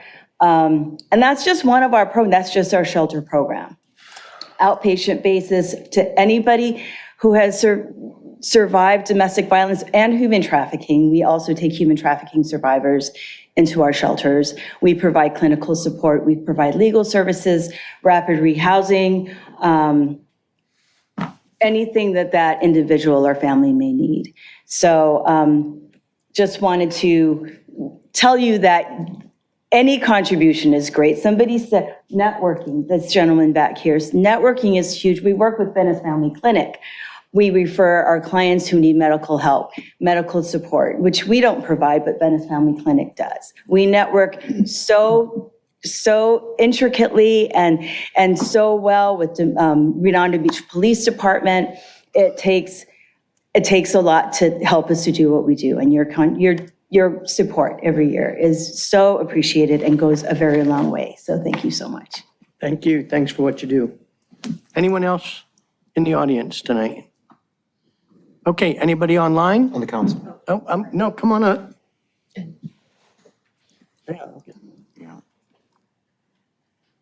My name is Carol Muscat. I'm standing in tonight for Donna Barr, who is the Project Needs Director.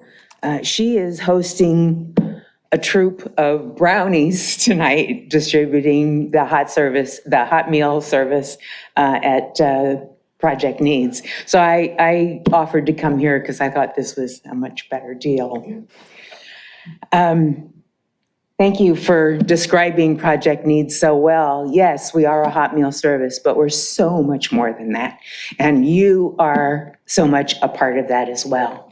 We have been in business for 33 years, serving the Redondo Beach population that is underserved or food stressed. Yes, our primary function is the Tuesday night hot meal service. That's where I come in. I've been cooking for that hot meal service for the last 12 years. I know, so many meals.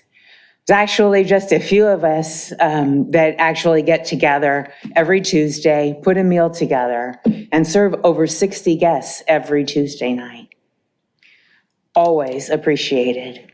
In addition to the hot meal service, we offer a monthly food pantry in conjunction with the LA Food Bank. Comes out and people can come get all kinds of amazing fresh produce, meat, whatever they can carry home. Our registered list, our guest list for that pantry is over 400 strong right now. They don't all come every month, but we get a really big crowd. Nothing goes to waste. We get a lot of donations of food. As a matter of fact, Skechers, Executive Kitchen, for example, when they're done for the day, they pack up anything that hasn't been served and we go pick it up and are able to distribute it that night. So if there's anything that's unserved at the end of our day, we think it goes to the senior center where it will get one more shot at getting used. Nothing goes to waste. None of this would be possible without the help of hundreds of volunteers, church groups, community service groups, any number of groups that help put accessories kits together, people like myself who cook, and we appreciate your support as well. We use every penny you give us. Thank you. Appreciate it.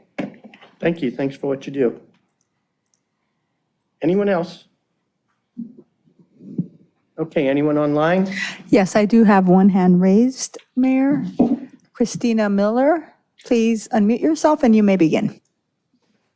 Hi, I tried to get on the Zoom call during the open conversation or open public comment. I was just wondering, is it at all possible for me just to speak on, not on this topic, sadly? No, you can't. It has to be on this agenda item. I see.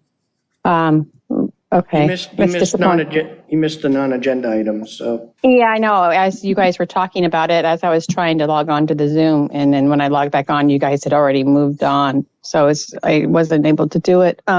Sorry. Anyway, yeah, so I was hoping that someone would talk about the mini bike incident, but no. I guess I missed it. Okay, thank you. Thank you. Anyone else? There is no one else raising their hand on this matter, and we had no additional e-comments. Okay, thank you. Councilmember Lowenstein. Thank you. As someone who was raised by a person who ran nonprofits his whole life, I have a tremendous amount of respect for all that you do. Mr. Porkchop, it's not a laughing matter. I don't know what you were trying to get at, but every dollar matters to these folks. And I could tell the fact that they're here means a lot to them. Those dollars go a long way. As has been said, they may support a battered wife, children, getting them off the street. It might be a meal that somebody only has once a day. It's not about drugs, it's about serving the community. So I would hope that we'd have a little bit more respect for all the work that these folks do and not belittle them. And then I will say one thing, what you said was an anti-Semitic trope, and I think you should apologize. No, it's my floor, so you had your chance to say. So you were wrong. That's it. Thank you. Councilmember Narenheim. Thank you, Mayor Light. So a couple years ago, we've amended this program through the years. We were giving money to certain churches, certain groups. We're no longer giving them. St. Paul's United, which is on Avenue D in PCH, is getting some money here, $9,900. They have a weekly program here. I think it's Wednesdays, I want to say, 1 o'clock in the afternoon. I see we have officers there. We have community engagement there. As we go through the years, we've massaged, I know they've amended their program. We don't have any issues, or do we have any issues with that location and the services they bring out? Not that I'm aware of. I think the partnership it's been positive through this program in part. So I believe it's one of the reasons they're still. I've sat down with the pastor and they've changed the program. They've changed the way they give out their services. I've heard a lot about it. I've been there one time. I'm looking at this list and I totally support this list, but is there any programs that we can use towards, we have the pallet shelter, and part of the issue about trying to get out of the pallet shelter is training and education.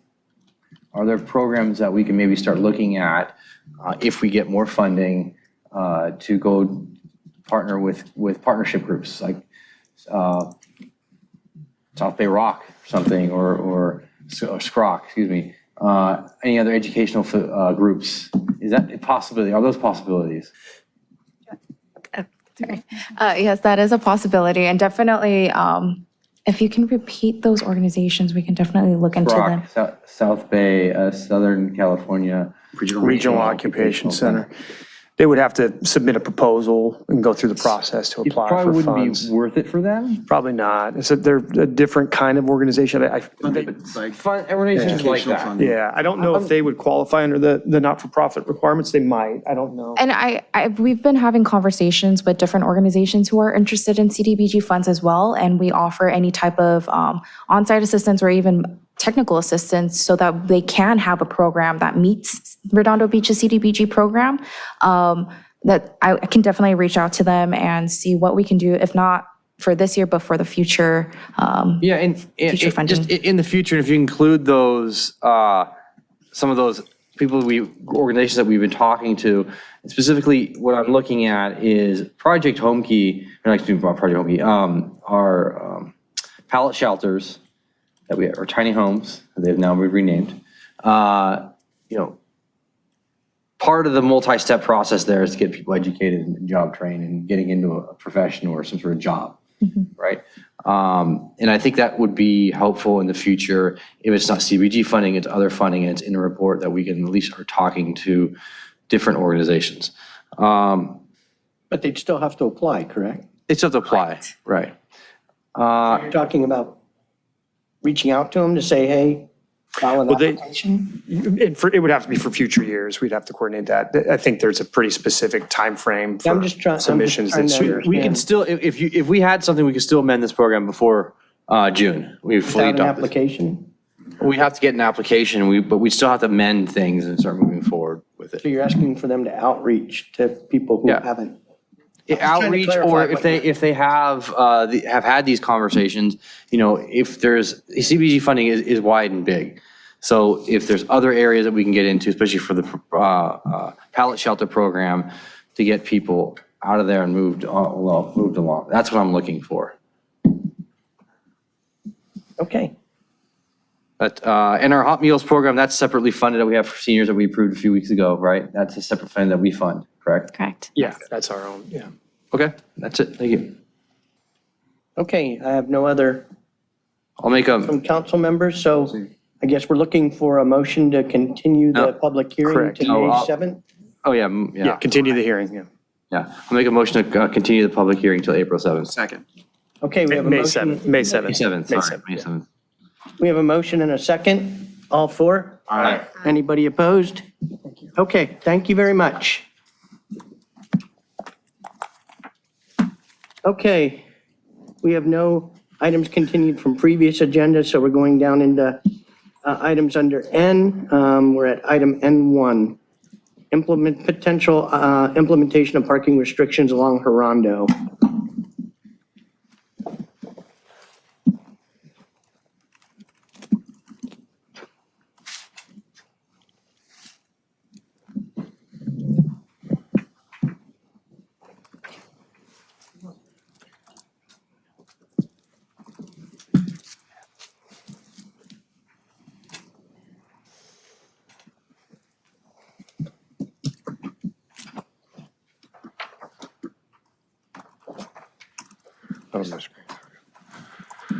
Good evening, Mayor and Council. Joe Hoffman, Chief of Police. Up here with me tonight is Captain Mike Martinez from our Special Operations Bureau and Sean Scully from the Planning Department. And then I also have Senior Admin Analyst Lena Carrillo here, who also helped assist with the preparation of the staff report specific with the Coastal Commission issues. So we're here tonight based on a referral regarding parking restrictions in two different areas in the city, which are Redondo Street and Parking Lot 13. I'll try to go through it pretty quick so we can get to the discussion portion. Area of Redondo Street between PCH and Francisca has 80 of the backed-in angled parking spaces. And 34 of those are on the north side of the street, 46 on the south side. Right now, the north side has the no parking restriction between the hours of 2 a.m. and 6 a.m.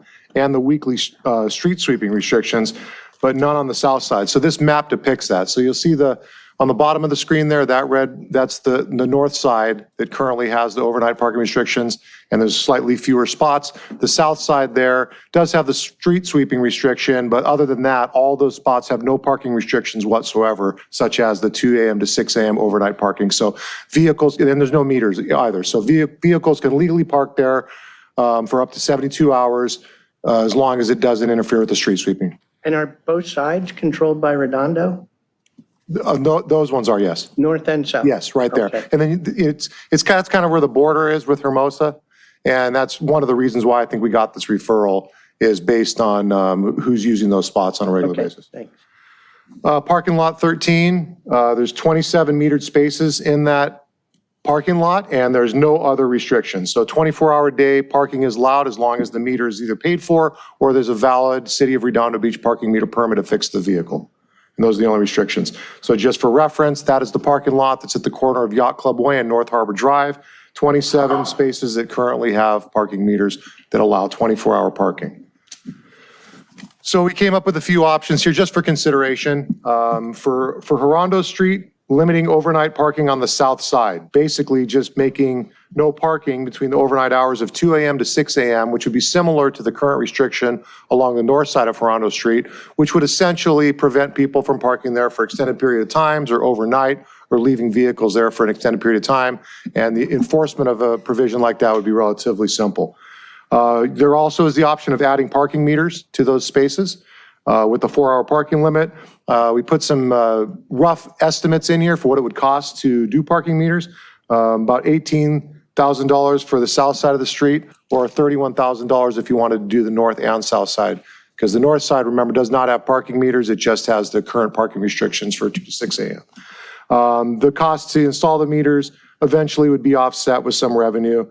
We believe that the peak season for that would be during the summer months. Is that revenue assuming both sides or just one side? Well, I think it would vary. I mean, if we did one side, it would probably be on the lower end of that revenue range. If we did both sides, it'd be on the higher end of the revenue range. And these are just estimates. Those parking spots are not full all times during the year, so it'd be more during the summertime. And again, these are just very rough estimates. For lot 13, there's an option to limit the parking spaces to 4-hour parking. Some of the concerns we've had with that are a lot of people use that parking lot for beach access, and it could limit families that are going to the beach, that have children and things like that, that are going to be spending more than 4 hours there and then getting enforcement action for that. However, there could be a similar option, which would be easy to implement and also enforce, would be the overnight parking in lot 13 between 2 and 6 a.m. So despite the fact that there's 27 metered spaces, Simply not allowing parking there between 2 or 6 a.m. would eliminate overnight parking, and again, would be relatively simple to enforce.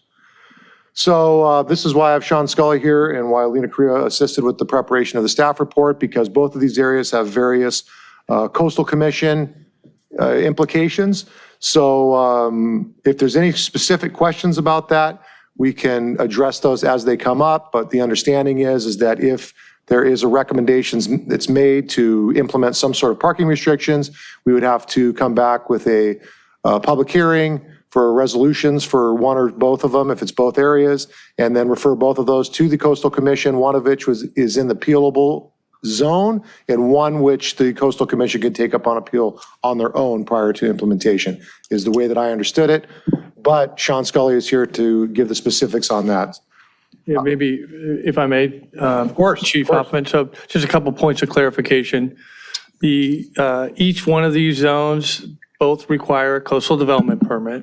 The city has jurisdiction in both circumstances, both on Redondo as well as the Lot 13. The approval authority would be the city council for the Redondo location. The Harbor Commission would be the approval authority for the Lot 13. The Redondo location is not appealable to the Coastal Commission, whereas the Lot 13 location would be. So we don't know what they would say about this. I haven't had an opportunity to really socialize it with them yet, but really there's specific policies in the local coastal program that as long as we can make those findings with strength and support, I'm not really anticipating any issue, especially when you're talking about parking restrictions from 2 to 6 a.m. So, those are some of the considerations, and we can discuss it. So I have the recommendations up here with basically just identifying each area. One thing to consider is we do already have a municipal code in place that allows for the city manager to direct the creation of signage for that overnight parking restriction from 2 to 6 a.m. So that would be relatively easy to implement. We come back with a public hearing, and then once the Coastal Commission appeal period passed, we could create the signs, we could post that. So even if there was a desire to seek parking meters or other methods, we could always move forward with the public hearing for the overnight parking restrictions if that were so directed, and there could always be other things considered if you wanted to do that, which would obviously take much longer because we'd have to go through a process to obtain quotes and installation if it was parking meters, and same with the 4-hour thing, there could be restrictions there. So we could do more than one, but the simplest as far as we've been able to see would be direction to come back with a public hearing to put up no parking from 2 a.m. to 6 a.m. along the south side of Redondo Street and also on Lot 13. And then I think that would eliminate the problem that led to this referral, and it would also be relatively simple for the police department to conduct enforcement.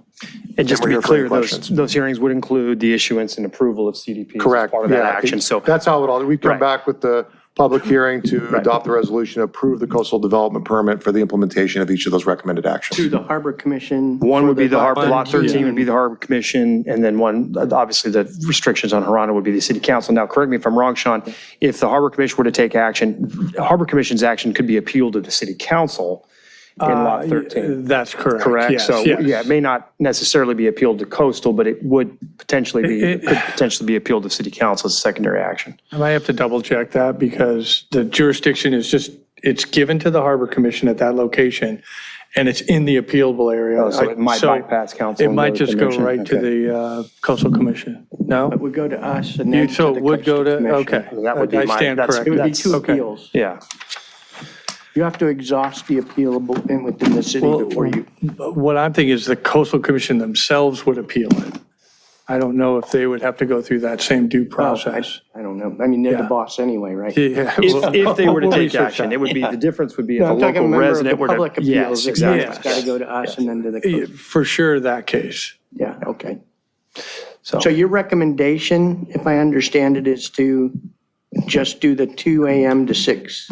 Well, I'm not saying I'm not sure we're just saying just do the 2 a.m. to 6. That we think is the initial action that would help address the most immediate problem. I would like the council to also consider the value potentially of looking at parking meters in those two locations. because I think that would help with additional issues and parking turnover in the site for other purposes. Lot 13 already has. Yeah, Lot 13 already has it. I'm talking more specifically on south side of Redondo. Redondo. South side and north side, Redondo. Yeah, neither of them have parking Okay. meters, but they are in our Okay. zone. So your recommendation is both, Well, It's up to but you. not the 4-hour restriction? The 4-hour restriction would be a little bit more challenging to enforce because of the vehicles that parking enforcement uses to conduct the 4-hour enforcement. It's all digital. The days of chalking tires, those went away many, many, many years ago. So we don't have parking enforcement on during those hours of the night. So the I'm enforcement. talking about during the day. Oh, a during the 4-hour during the day, restriction. we could do 4-hour enforcement down there if that was the direction. I'm asking for what's your recommendation? Yeah, we're not recommending, I'm not recommending we're not that. recommending 4 hours because we believe beach access requires more than 4 hours of And I agree with of that. I do opportunities. think that would be appealable and we'd lose Right, on that. that's not my recommendation. My recommendation would be to post the no parking overnight from 2 a.m. to 6 a.m. on the south side of Redondo and in Lot 13, and then consider if you'd like us to pursue potentially parking meters on either the north or south side of Redondo or both locations. And why did you pick 2 a.m. to 6? Because that's the way that the municipal code's currently written, so we would not have to modify the municipal code. Okay. And that's also the way that the north side of Redondo is currently posted. Got it. Okay, Councilmember Lowenstein. Yeah, I was the one who actually made this referral. Thank you for the work you've done. I would agree with you on the 2 to 6 a.m. But if it's not enforceable, how are you going to enforce it? No, it is enforceable. Easily enforceable. You said that you didn't have people overnight. No, that's for the 4-hour parking. The 4-hour 4-hour parking during the 2 a.m. to 6 a.m. hours, like overnight hours. The equipment that we do the 4-hour enforcement with is on the MSO vehicles. Yeah. And we don't typically have those vehicles operating in overnight hours. So police would be writing the tickets or what? Well, it's just a little bit trickier because it's all done digitally through the ALPR cameras on the vehicles that records the license plate, and then you drive back by after 4 hours and it indicates that the vehicle's still parked there. We're missing two things here. Yeah. It's easier to enforce a prohibition for the 4-hour block than it is to enforce a 4-hour limit because we have to tag it before and after. Right. And that requires more So resource. 2 to So 6, okay, that's fine. the 2 to outright 6 would be prohibition is fine. easy. We just got to drive by and see if somebody's in the Right. lot. at I mean, those hours. an officer doesn't even have to go in the parking lot. They could just drive down North Harbor Drive, and if there's a car in there, it's like, okay, that's in violation. It doesn't matter if they have a parking sticker. It doesn't matter if the meter's fed. If they're in there between 2 a.m. and 6 a.m., it's subject to an enforcement action. Okay, I would like to do that. That's my opinion, that's my preference for this. I would not like to put meters at this point because I like the fact that people can go and not have to pay for a day of access to the beach. In some ways, we putting meters, we're limiting access to the public, although they can pay for it. But still, I think that's one of the few places that you can actually go to around the beach other than Nob Hill and not have to pay for meters. So personally, I think if we can prohibit the overnight parking, that will go a long way to this. I'm kind of tired of people using this as their own personal parking lot, even if they buy the sticker, especially at Lot 13. I'd like to see turnover. I would love to see that. Unfortunately, we can't do it during the day because we're not doing the 4-hour limit, which is a shame on Lot 13. Or can we? I guess you can do it digitally. You can do it with the meters that are there. Yeah. Okay, then I think that might not be a bad idea, although, I know you mentioned that it might be difficult with the Coastal Commission. No, So- we already do that. In Riviera Village, allegedly. Well, Riviera Village is a different. Allegedly. So Riviera Village is a different situation why is that? because you're not right on the beach. Right. In a It's coastal in the zone. coastal zone. And we've always metered that parking, Yeah. so it's a different situation. And when we're definitely reducing coastal access. I'm not saying we can get through the Coastal Commission, but it's more appealable. Anyway, I think overnight, It we can is. do that. I think that personally, I like to see that preference for both locations and not have meters. That's my preference. So thank you. Councilmember Narenheim. Thank you, Mayor Light. Yeah, I am 100% not in support of putting meters down there. A couple of reasons. There's very few places in the coastal zone where we don't charge people to get access to the coastal zone. I mean, we're like talking half a mile away. And I know we want to revenue everything everywhere and try to get this money, but it's going to take us 3 to 4 years at minimum to get the money back. And it's just a little bit of area that's just like, come on, like Hermosa charges a ton of money. It's kind of our little secret, little nice area. I've parked there plenty of times for the 2 mile swim. It's just nice to go there and just have something, right? Right on Catalina, right on Catalina where we just denied that project right behind there, we don't have parking permits. I want to preserve as much coastal access for low cost, if not free, as possible. And when it comes to the 4-hour rule, I know exactly when the 4-hour rule gets implemented or enforced, I should say, in the village. I get the emails right away. And the issue with the 4-hour rule really comes down to the people who have the stickers and who are parking at the parking meters with the stickers. And those are really only meant for the 4 hours. You know, if they're going to sit there and pay at the meter the entire all day long with a credit card, hey, I'm fine with that. You know, you're paying. But if you got a sticker and you're sitting there at the meter all day long, you know, that's not what the sticker is. And for the sticker that those that aren't following along, it's $150 a year. And you get to park at a parking meter, any parking meter in Redondo Beach, which is only in the coastal zone, along the coastal access area. That's all there is, nowhere else, for 4 hours. And Riviera Village, it's parking. It's one thing I learned being up here on the council. It's parking management. We have to manage the parking, make sure there's constant cycling of vehicles coming through. But this situation here is a little different. We were trying to make sure that we don't have cars parked overnight, day over day. It affects from our friends over Hermosa. So I wholeheartedly agree. Enforcement 2-6 is real simple. Just drive by, there's a car there, boom, tag it. And then like if there's other issues on the vehicle, boom, tag it. It's an attractant. So I fully support the 2 to 6A, not allowing people to park there for that time. And then when it comes to the parking lot down the bottom, if we can somehow, enforce the 4-hour parking down there for the stickered people, that'd be great. But otherwise, if you're paying all day long, you're paying $1.25, $1.50, whatever it is. Hey, thank you for the revenue. I appreciate it. That's what it comes down to. Well, the problem is people that with the pass are not. Well, see, that's where we need to enforce the 4-hour enforcement for those stickers. Is that it? Yeah. Councilmember Obaji. So I don't understand what problem we're trying to solve, because I use that lot 13 all the time and there's always a spot available. And additionally, all along Hermosa Avenue, you have 24-hour parking. I would not want to limit lot 13 to 4 hours, because you go to the beach and you're time crunch, you got to get out of there by 4 hours. It's not going to be a good day at the beach. I'm not recommending limiting 4 hours if you're paying for parking. I'm limiting if you have the parking sticker, it's $150. So people just abuse that. And that's what I want to enforce. Why don't you just raise the price of the sticker then? No, that's not solving the problem. Yeah, that's a different thing. That's not solving the problem. Trust me, that is not solving the problem. Councilmember Baji, if I could just weigh in briefly, one of the issues that we have been experiencing is people parking and leaving their vehicles for extended amounts of time, which indirectly is At lot 13 or both Redondo? locations. Yeah. They're parking their vehicles for overnight in lot 13, and there's people that are parking for extended periods of time on the south side of Redondo Street. That indirectly is limiting access as well for people. Right. Okay. And also it's creating blight with some of the vehicles that are parked there. So this will help us eliminate that, because then an officer could simply pass by. If there's a vehicle there, we can take enforcement action, and it's likely going to alleviate the problem in short order. I would favor metering Redondo Street.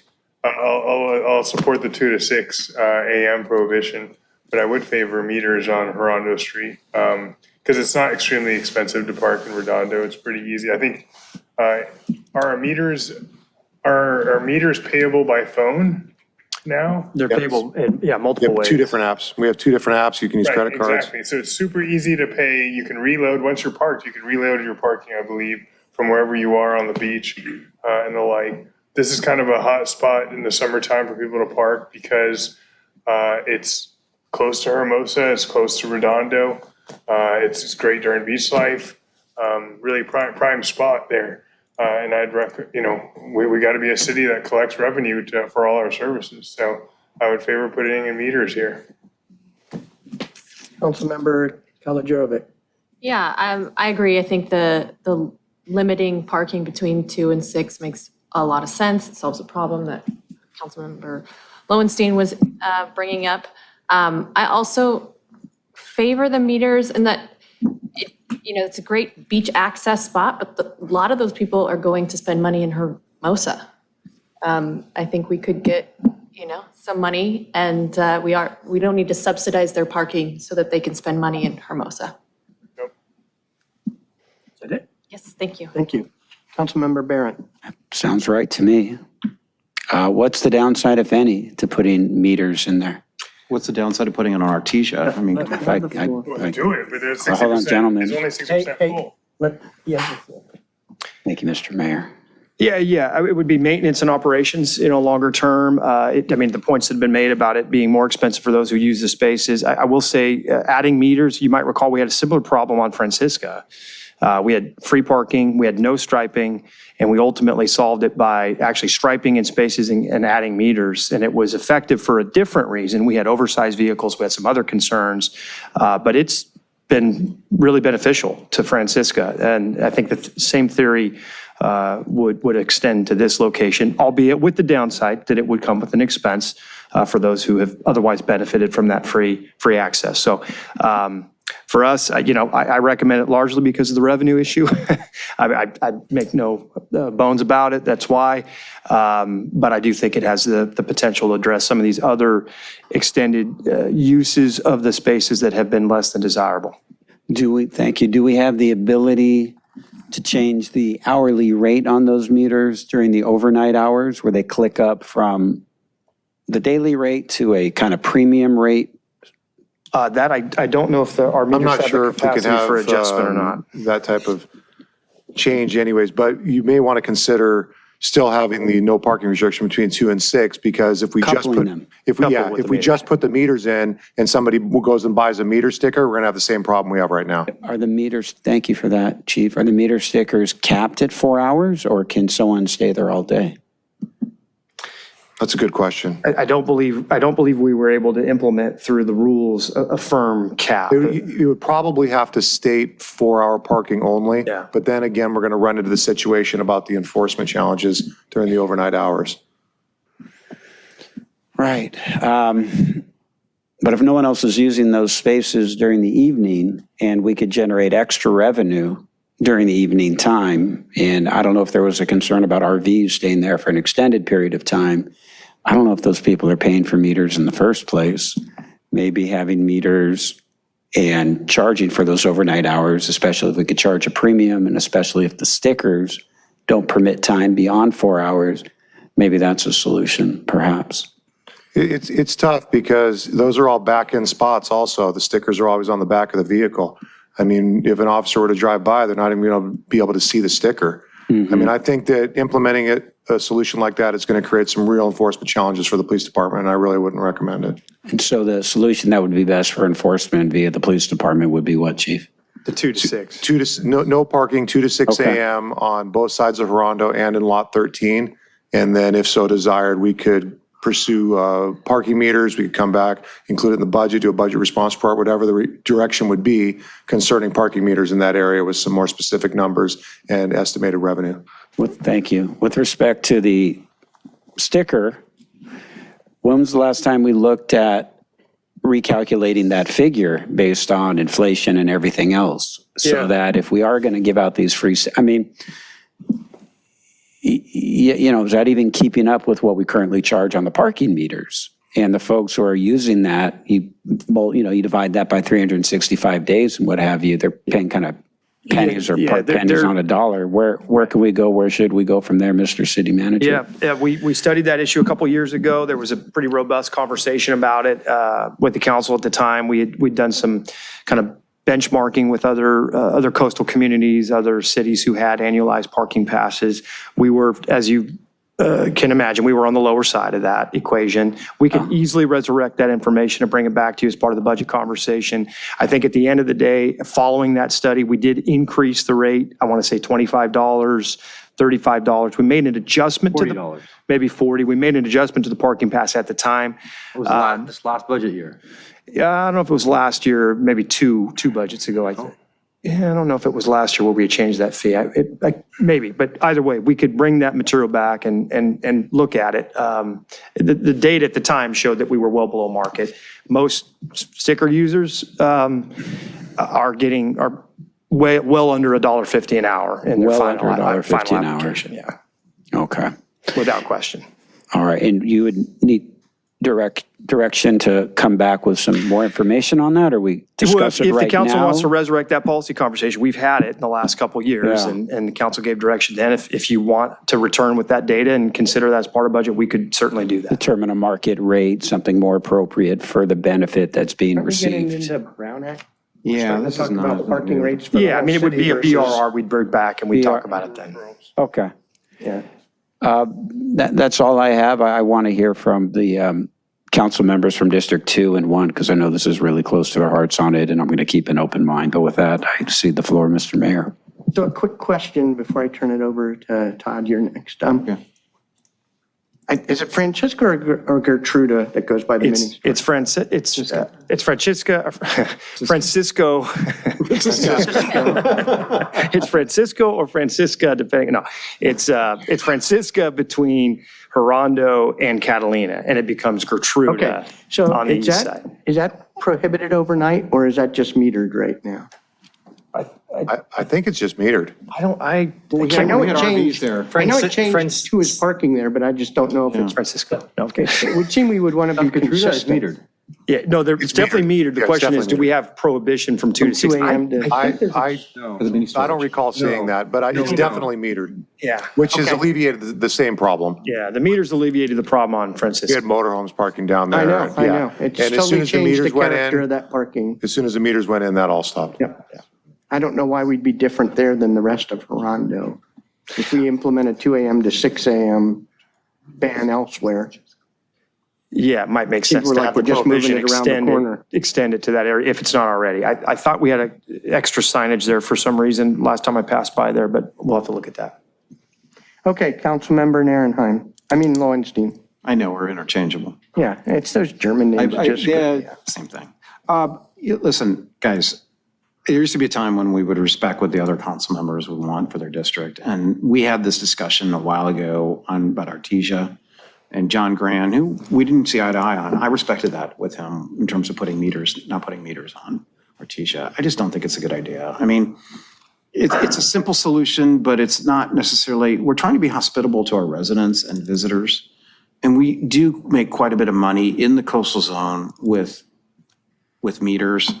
I just think, let's give people a break. I mean, we always need money. We always need money, but I mean, come on, honestly.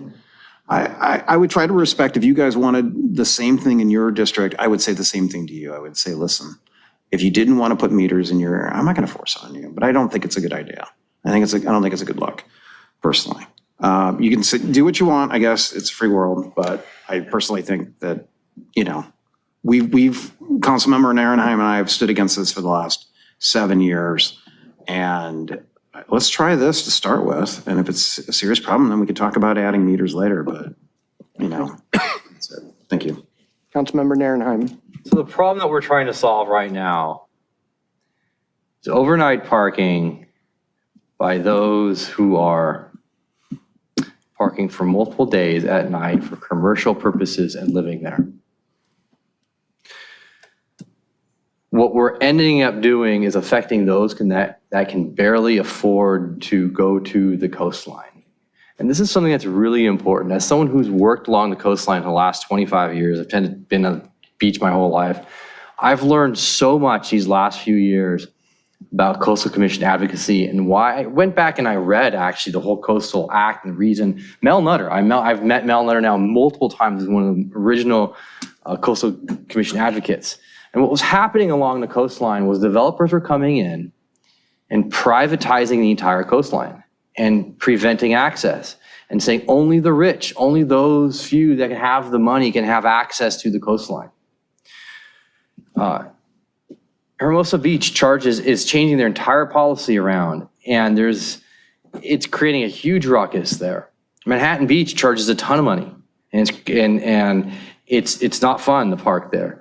The county parking lots don't charge anywhere near what we charge. The first 300 people that come into the Dockweiler State Beach parking lot underneath LAX, the first 300 get in for free every single day.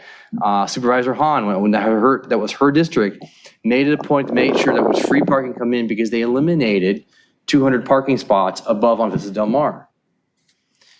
Riviera Village has a significant business leg up on the other businesses. In fact, just this morning at the Riviera bid meeting, the owner of Good Stuff pulled me aside and says, "How you doing? You know, by the way, you should be really proud about the village. It's booming, and here are the reasons why." And coastal access is a big deal in the state of California, and we have huge parking revenues in the harbor for the parking garages. And, I just want to tread really careful on forcing all of those that come to our coastline who can just barely make it with the gas money from Barstow. And I always use Barstow because they're a big city and square mileage wise, and it takes a lot for them to come to the coastline. And when they come to the coastline, they should be able to access the coastline for low cost, if not free. And, when I talked to Mel Nutter about it, back then, private developers were doing the same thing that Redondo has done. Redondo built apartments on the beach. You could never get away with that today. And by us now possibly going down a path of adding parking meters and charger parking in the last 2 or 3 different little spots, really it's actually the only last real spot. I think we're not solving that. We're not solving a problem, we're creating a problem. The problem we're trying to solve are those that are abusing their commercial and living there overnight.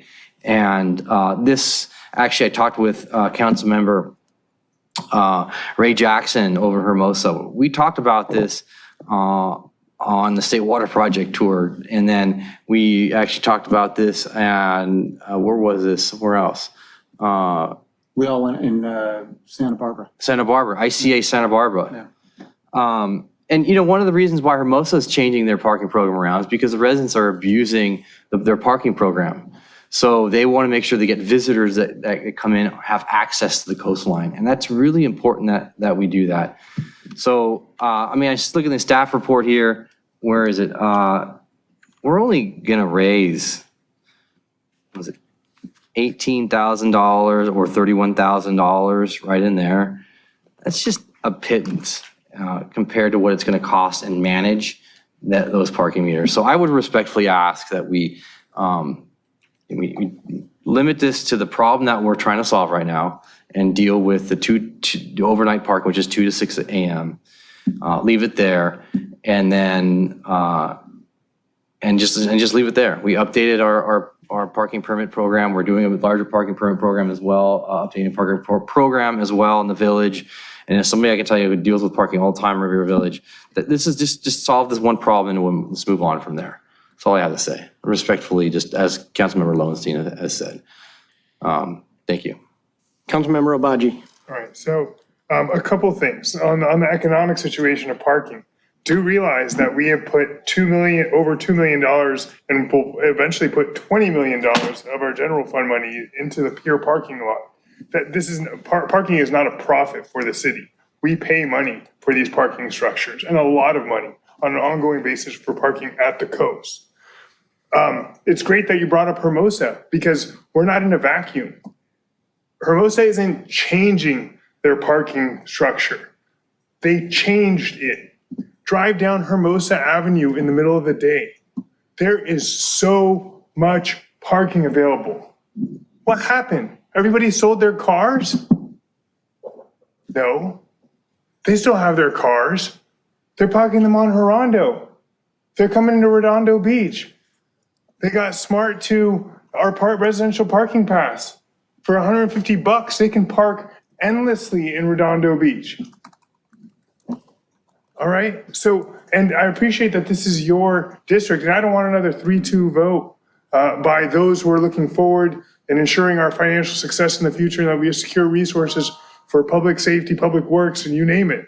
But Well, it's your district. It's where North Redondoans go to the beach. And it's where we park, where I park, and I know my neighbors park to go to the beach. And I don't think anybody would mind if there was you had to pay the meter when you park there, or you have to buy a Redondo Beach resident pass when you park there. I don't think that's a big deal, and it kind of ensures, financial success for the city, or at least prudent policies everywhere. So I imagine that the only people parking there actually, or the majority of people parking there, are Hermosa folks. Residents who no longer have access to a parking pass because they reduced the number of residential parking passes you can get in Hermosa Beach to 3.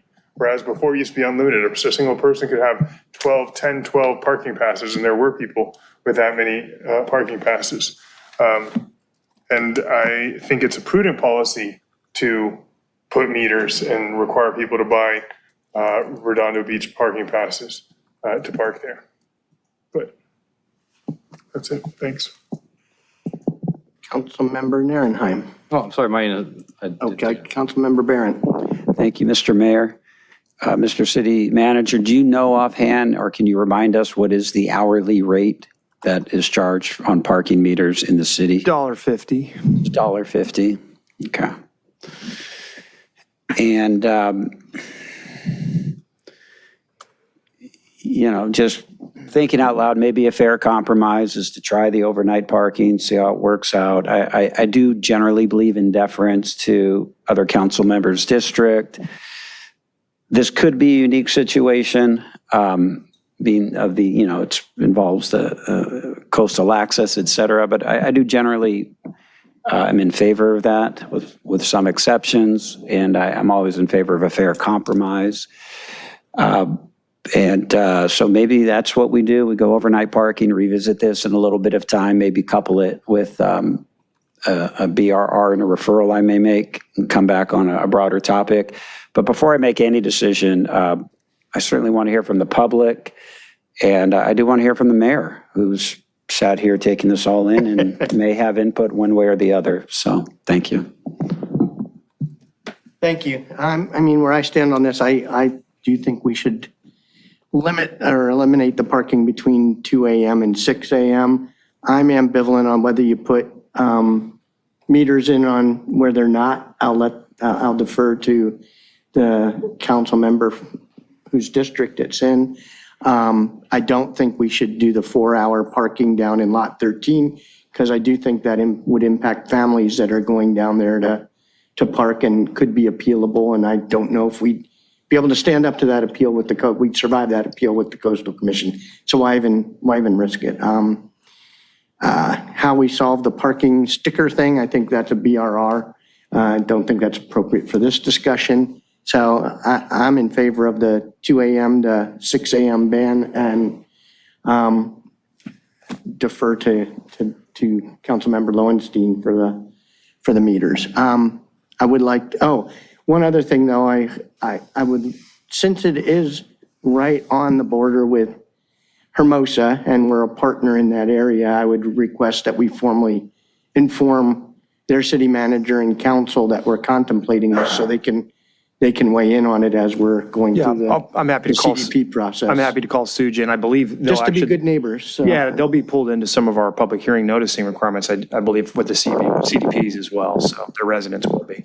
Are Hermosa residents eligible to buy those parking passes? Yes, it's not a We're allowed resident to pass. limit For it the to record, Redondo. it has to be available to every. You can't discriminate. Yeah, you can buy a pass, doesn't matter where you live. There are people in Arizona that have a Redondo Beach parking pass. Is there a limit to the number of passes that we? No. Oh, Okay, can we hear from the public? Anybody from the public wish to speak on this? All 4 remaining people. 4. Commissioner Carmichael, District 5. I have a handicap placard, so I can park anywhere. So I really have no talk in this fight.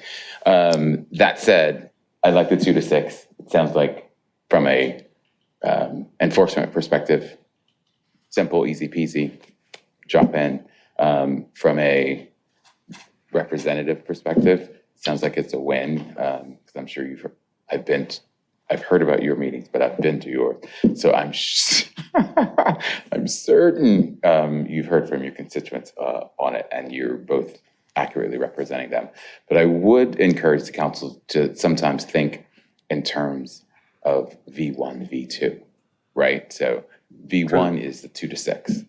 V2 could potentially be the meters, but let's think about it in terms of, the problem we're trying to solve. So if the 2 to 6 clears out, the overnight parking takes away the headache, is the meter really a thing? I don't know.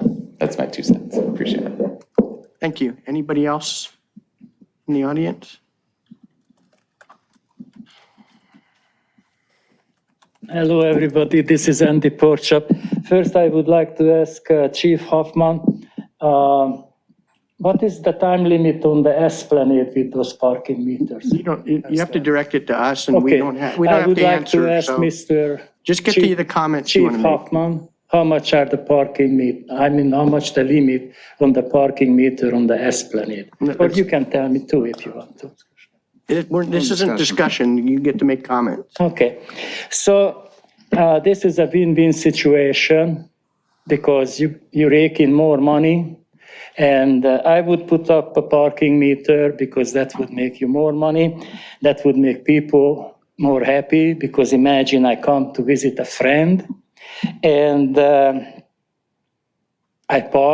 find a parking spot right there. And, I have a little drink, have something. So I stay overnight with the dude, or whoever I visit. And then I find the parking ticket on my thing because, I was a good boy, did not drive drunk or whatever. So I don't know why is it the limit between 2 a.m. and 6 a.m. at the first time. But let's do it. That's going to make people happy. And I'm for the parking meters also. And signs, towing. That's a big money in towing. Frank Scotto made millions more than you do towing, and he's probably still towing for Redondo, I don't know. But towing, that makes people happy. Not just getting a ticket, parking overnight, because there is nothing going on there, and that's a good thing. I used to sleep in my car, but I used to sleep in a Denny's parking lot. Because they did not give me ticket or they did not throw me out. Of course, I used the facility. I had breakfast or dinner and slept there. Sometimes I had breakfast and dinner, and it was no parking restriction. And they did pretty good. I ate there and stuff. So I'm for the maximum, no parking meters, minimum 4-hour limit, and towing. That's where the money is. Thank you. Frank Scotto gonna love you.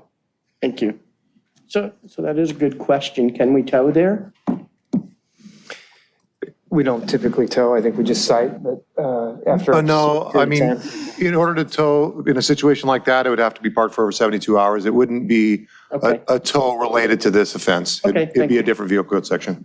Thank you. And to answer the question, Esplanade, there's no parking on the west side of the Esplanade and the east side as well after 9 p.m. Yeah, right. At the end of the Esplanade gets closed as well, and everyone gets kicked out, and it becomes a problem. You can only park on the east side of the Esplanade if you have a residential parking pass. I know my district. Right. What am I gonna say?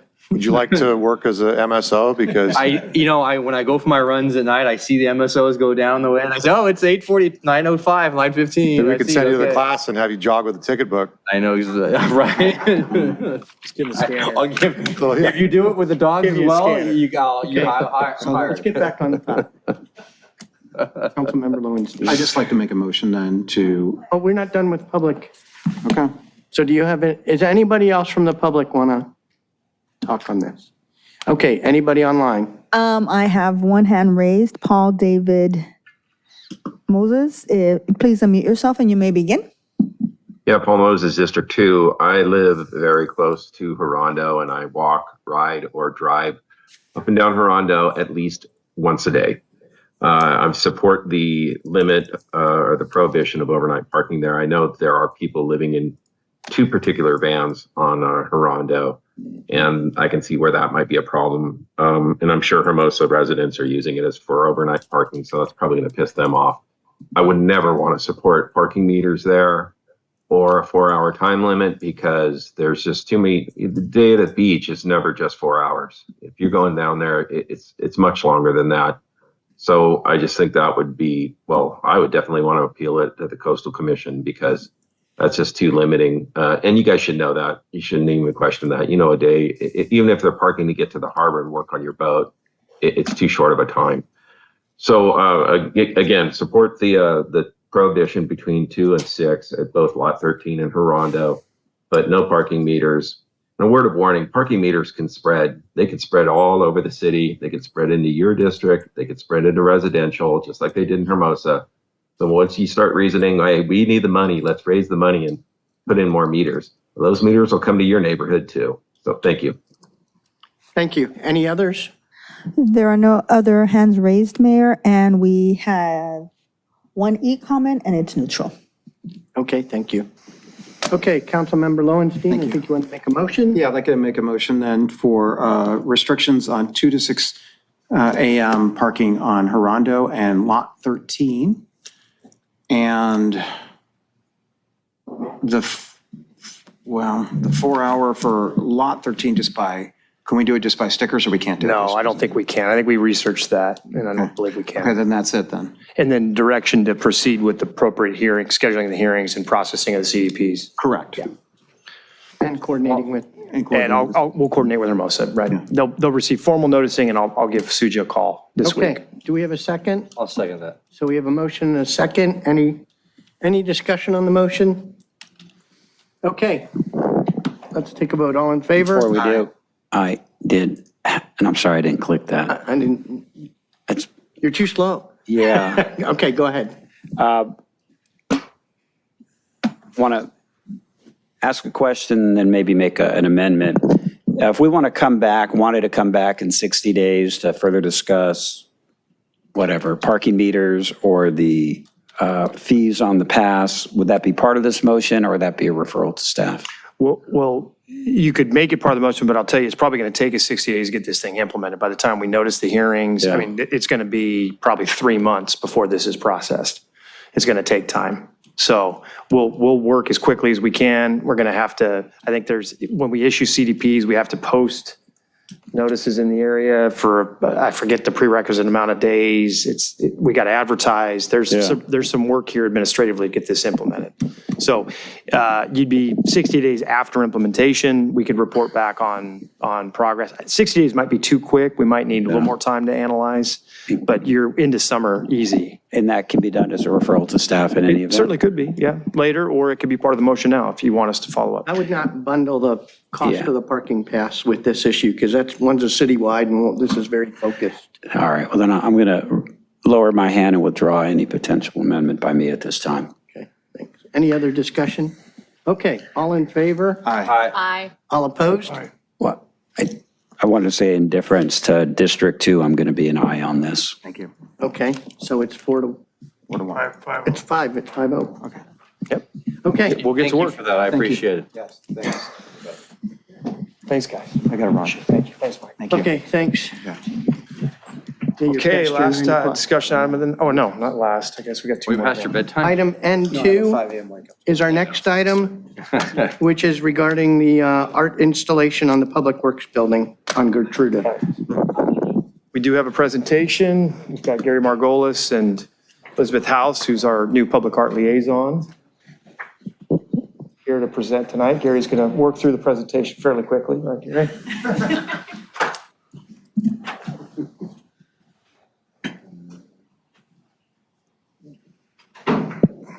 Is this the first Redondo Beach mural in the history of the city?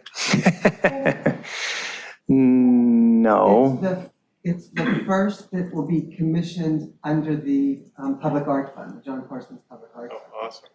Well, unless the skate park mural is commissioned first. Oh, right. Yeah. That one's a little farther along.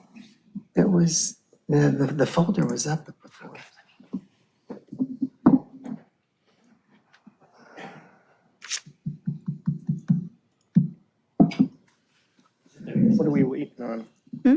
of the briefing, or? There's a PowerPoint he's trying to load up here, I think. It's, the X drive isn't showing up. Oh, I have it on a flash. Oh, except it doesn't have your changes on it. We only had 4 hours. So what's the X drives disappear? I don't see the X drive.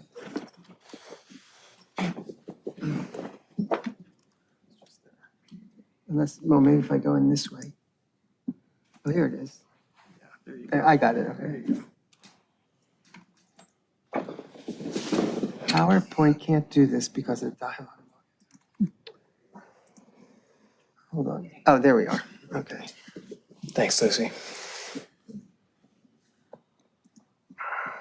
All right, hello, everyone. Gary Margolis, Cultural Arts Manager.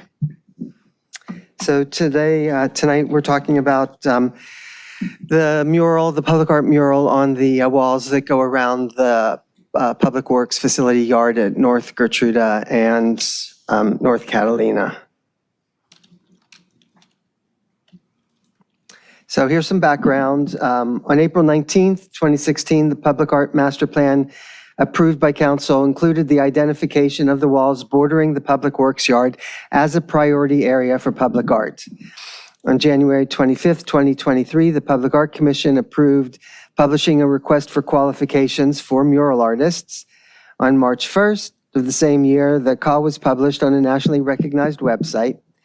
March 22nd, the Public Art Commission reviewed submissions from 13 artists and selected 3 artists to submit original design proposals. On May 30th, as part of the fiscal year 23-24 budget, City Council appropriated $60,000 from the John Parsons Public Art Fund for the Public Works mural project. On July 26th, the Public Art Commission reviewed the 3 original design proposals and selected artist Ernesto Moranje and his design titled Sea Chatter to recommend to City Council.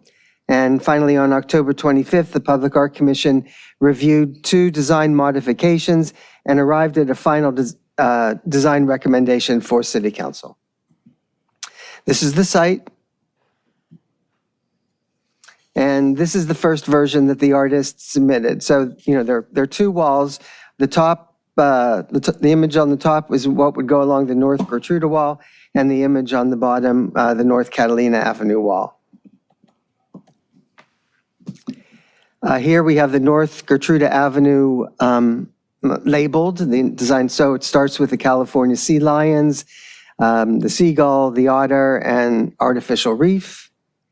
In the attachment to the administrative report, there's more of a description, the artist's, more detail from the artist's proposal of how he was envisioning the whole scenario of you start on land and you go into the water and you end up way deep, with the whale at the end. So there really is a whole story to it. And then on the North Catalina Avenue side, we have the California sea lion and the whale shark. The enlargement on the bottom of the sea lion is there because it's important to see that one of the features of this particular artist is the way he designs worlds within worlds.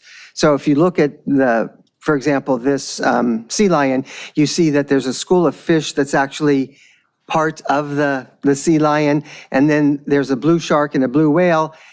Even though they're smaller in this, in real life they would be larger than a sea lion, but in the image that they're smaller. The art, I think I have a slide where I talk about that, so I won't get ahead of myself.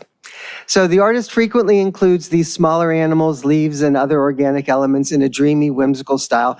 This is the seagull, and so you see all of the added detail there.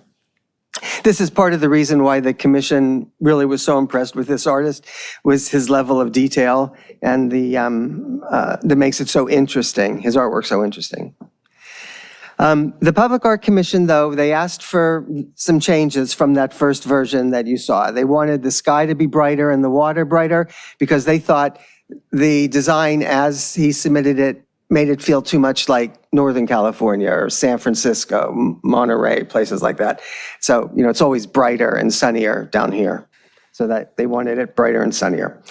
They wanted to remove the otter because They say otters are not found in the waters near Redondo Beach, so the artist replaced it with the humpback whale, which you'll see in a minute. Remove the blue shark and the blue whale that I just showed you swimming next to the seal because they're not drawn to scale, and then make his signature block smaller. So this is the second version that he submitted with those changes.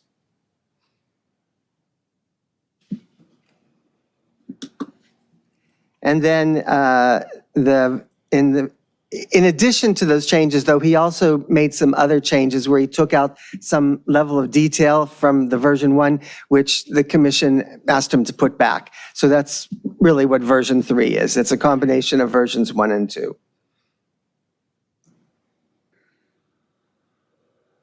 So here they are all together. Do you want me to leave the slide up for a second, or should I keep moving forward? This gives you an opportunity to, or we can come back to it, I guess, if you want. So the otter made it back. Well, no, the Public Art Commission still wants the otter out. The poor otter. What did he do? What did he? And historically, otters were here. Yeah. We need to bring him back. Yeah, well, Yeah, just keep going. okay. So the recommendations from the Public Art Commission are to approve the artist, Ernesto Maranje, for the design and installation of the Public Works mural project, and then approve version 3 with the following changes. Put back the larger reef that you saw in version 1, put back the detail on the seagull, replace the otter with the humpback whale, as in version 2, and get rid of the blue shark and the blue whale that aren't drawn to scale. Public Works has also asked that the artist include the name and address of the building on both walls, and of course, the artist will do it in a much nicer way than is presented here. Here's the artist's proposed budget. Okay. Can I ask you a quick question? What's the traffic control? What is That's a major cost. Yeah, that's, so imagine when you work in the right of way like that and you start installing paint on that wall, you can't just complete that work from within the sidewalk area. He's going to need more depth of space.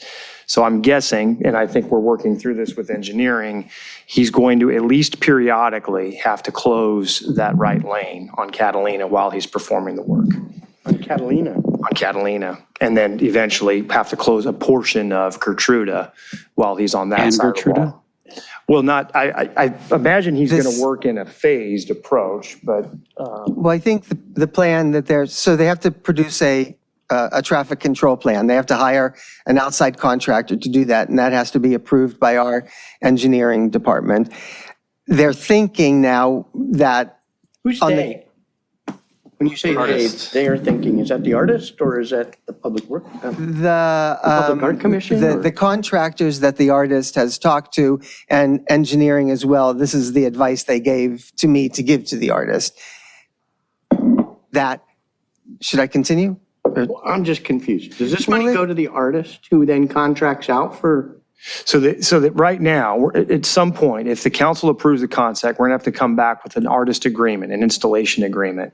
One of two things is going to have to happen. Either we ask him to provide traffic control plans that ultimately get improved by engineering, or we accommodate that work through direct activity. That complicates our lives a bit if it becomes something we have to manage on the artist's behalf. So my understanding in the walkthrough with Public Works, and I'm getting this secondhand, is that there's concern that we're going to need to create traffic safety in order for this installation to be completed.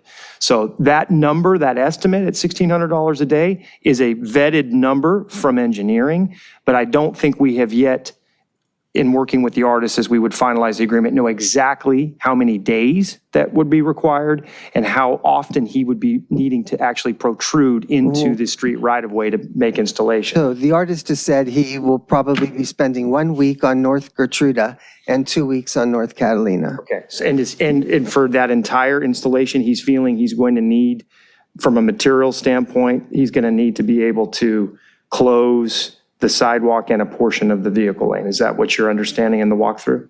Yes. Okay, so that's this cost. So this is a real cost. Traffic control has to be done by certified professionals. It's got real impact. And at minimum, he's going to end up closing the sidewalk to complete the installation. So there's going to have to be a pedestrian traffic control plan for an alternate path of travel. So this is a real cost for working in the public right of way. It just seems ridiculous for putting up some barricades and saying, cross the street. What about ADA The government and liability. Well, it is a lot of money. I will tell you, it's ridiculous. I feel like when we have to do it for most of our capital projects as well, but you have to have a certified traffic control group come in, submit the plan, and execute the plan. What do you mean by execute? Meaning they'll go out, they'll actually have to temporarily block traffic with So they appropriate. put up the barricade. Put up the barricades, and to do that, you have to have a vehicle that can actually provide protection while you install the barricades. I mean, there's a whole process under the MTU's. And take it down CD every day. guideline, yeah. So it's real work. It's no different. The reason we don't always experience this when our crews are operating is because we're trained to do it on our own behalf, as if we're working in the median or the like. So somebody has to certify this work. Yeah, and that sidewalk is very narrow there. So I think our hope would be that we could understand. skinny this expense down, but we don't want it to be, we don't want this to surprise the council when we come back with the final installation agreement, because we are going to have some version of this expense. And that's, I'm hoping this is worst case scenario. pardon? I said, I'm hoping this is worst case scenario, but it's going to be a real cost in this process. Is there the money for this? We're going to have to come back with an appropriation. Right now, you've only appropriated $60,000. So we're going to have to come back with a budget modification to appropriate whatever the balance is when we finalize these costs. Okay, continue. So here are the staff recommendations. Approve artist Ernesto Morane for the Public Works mural project. Approve a project budget of $135,000, $90,000 for the mural design and installation, and roughly $35,000 for associated traffic control services. Approve the modified design number 3 as recommended by the Public Art Commission, or provide direction for modifications. For example, if you'd want to keep the otter and the smaller marine life as well. And then direct staff to prepare an agreement with the artist for the final design and installation of the mural, and direct staff to prepare a budget modification resolution to formally appropriate the additional funds needed for the project. And that completes How much is in that fund, the John Parsons? Well, this council, through prior actions, has, in a sense, allocated the full balance as it sits today. But the sequence and actual expenditure of the funds is going to happen over time. So, and we haven't formalized that budget appropriation yet based on the direction for the Artesia project that we talked about a couple of months ago. So there are funds in the John Parsons, there are monies available in the John Parsons Fund to accommodate this additional increased cost. The timing of the Artesia project could potentially impact whether or not we can allocate the $400,000 that was the priority goal when we last talked about public art on Artesia, but that will be subject to what real-time revenue is in the fund at the time. So, which will be more of a budget So we're discussion. putting you're counting on new funds going into New funds, and they do. They I know, I matriculate through the understand, fund. I Yeah, understand. so I think it's going to be more a real-time execution concern. We have the money to cover this expense now. So we gave the Public Arts Commission a $60K budget. They started, I think, work on scoping this project before the council appropriated the $60,000 as part of the budget motion, I believe. Yes. Yeah, the work actually predated the $60,000. And the first mural they wanted was $100,000, using that muralist from Hermosa Beach. Right. So this cost came This is in. 135 now. Well, it's actually 125. I think we have a math error here on the slide.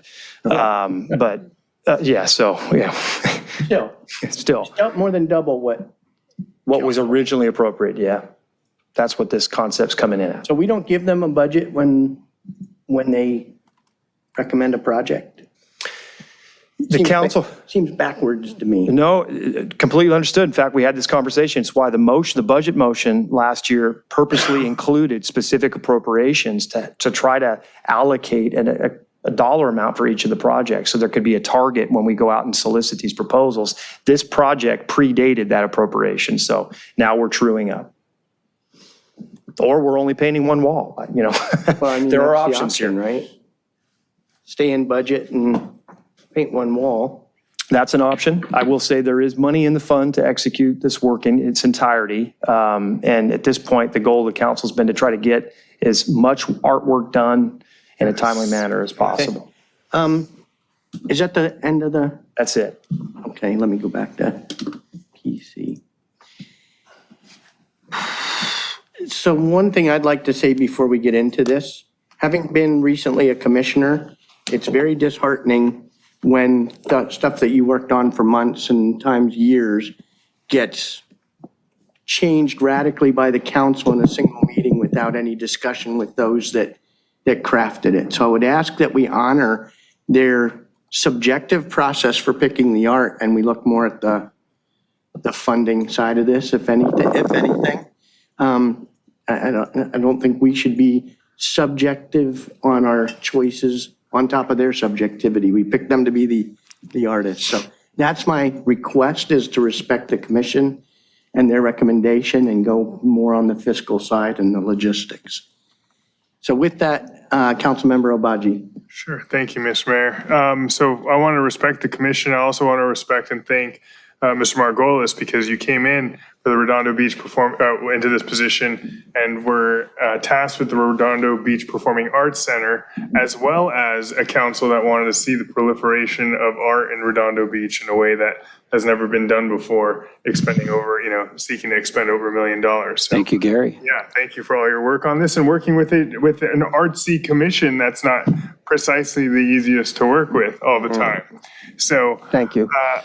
I would favor moving forward with this. I favor moving forward with this. It's not in, it's in District 2, but still, it's art, and it's using the John Parsons Art Fund for a good use. I think it's beautiful art. Though I disagree with them eliminating those little outsized whales and stuff, because I think it's kind of cool when you look at a piece of art, and then as you look at it longer, you see more things. And that's what I kind of like about the first version. So what I'd favor, and I'll make a motion to see if it gets a second, is to go with the Public Art Commission's recommendations, except for getting rid of the blue shark and the blue whale. Is anybody from the Art Commission here? Well, that's unfortunate. Okay. Councilmember Kalijerovic. Wait, can you say that again one more time? He wants the version that they recommended minus the little interior art things. No, not mine. No, with it. So, Yeah, they recommended removing So it. they wanted to get rid of these guys, this and this, because it's not to scale, right?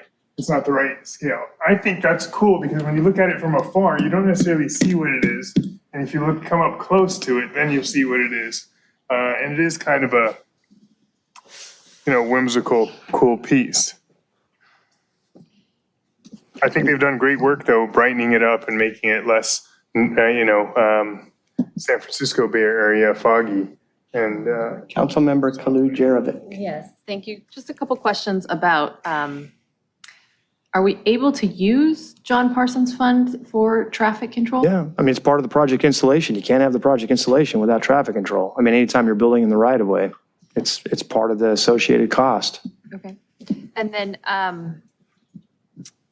I'm just concerned about the location only in, how are we going to protect it from graffiti or, it's so low. It's not up high, it's just so tangible. So in the other packet, in the attachment that came, he has the product that he's going to be using. It's the highest end anti-graffiti UV treatment. All you have to do is wash it off. I mean, it's described very well in that. Stands by this product. Oh, yeah. Okay.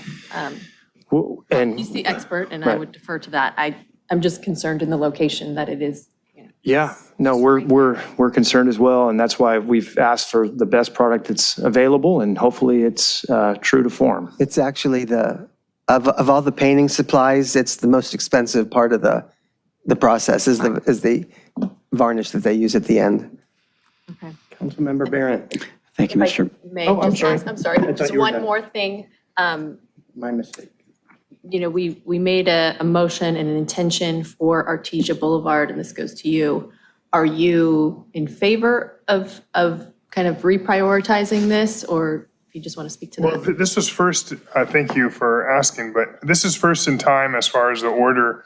They started this. I don't see the Artesia Boulevard stuff getting spent in the next 6 months, 9 months. It took so long to get this that I think the money is going to roll back in to backfill this $60,000 and won't be a problem. I tend to agree. I think the timing is such that the $400,000 you hope to spend there there's- won't be impacted when we actually get to the expenditure stage. We still have to, remember, go out and get the consultant to assist with that effort. That's probably 4 to 6 months in its own right. But it was 500,000 we hoped to spend there. Yes. Well, it was, but I think the final motion was 4 because that's all that we Okay, had got left. it. So, Well, yeah. We technically haven't made the appropriation Yeah. yet. So then, in the future, we're going to have to make that a big priority as we've got Gateway, and now we're doing this.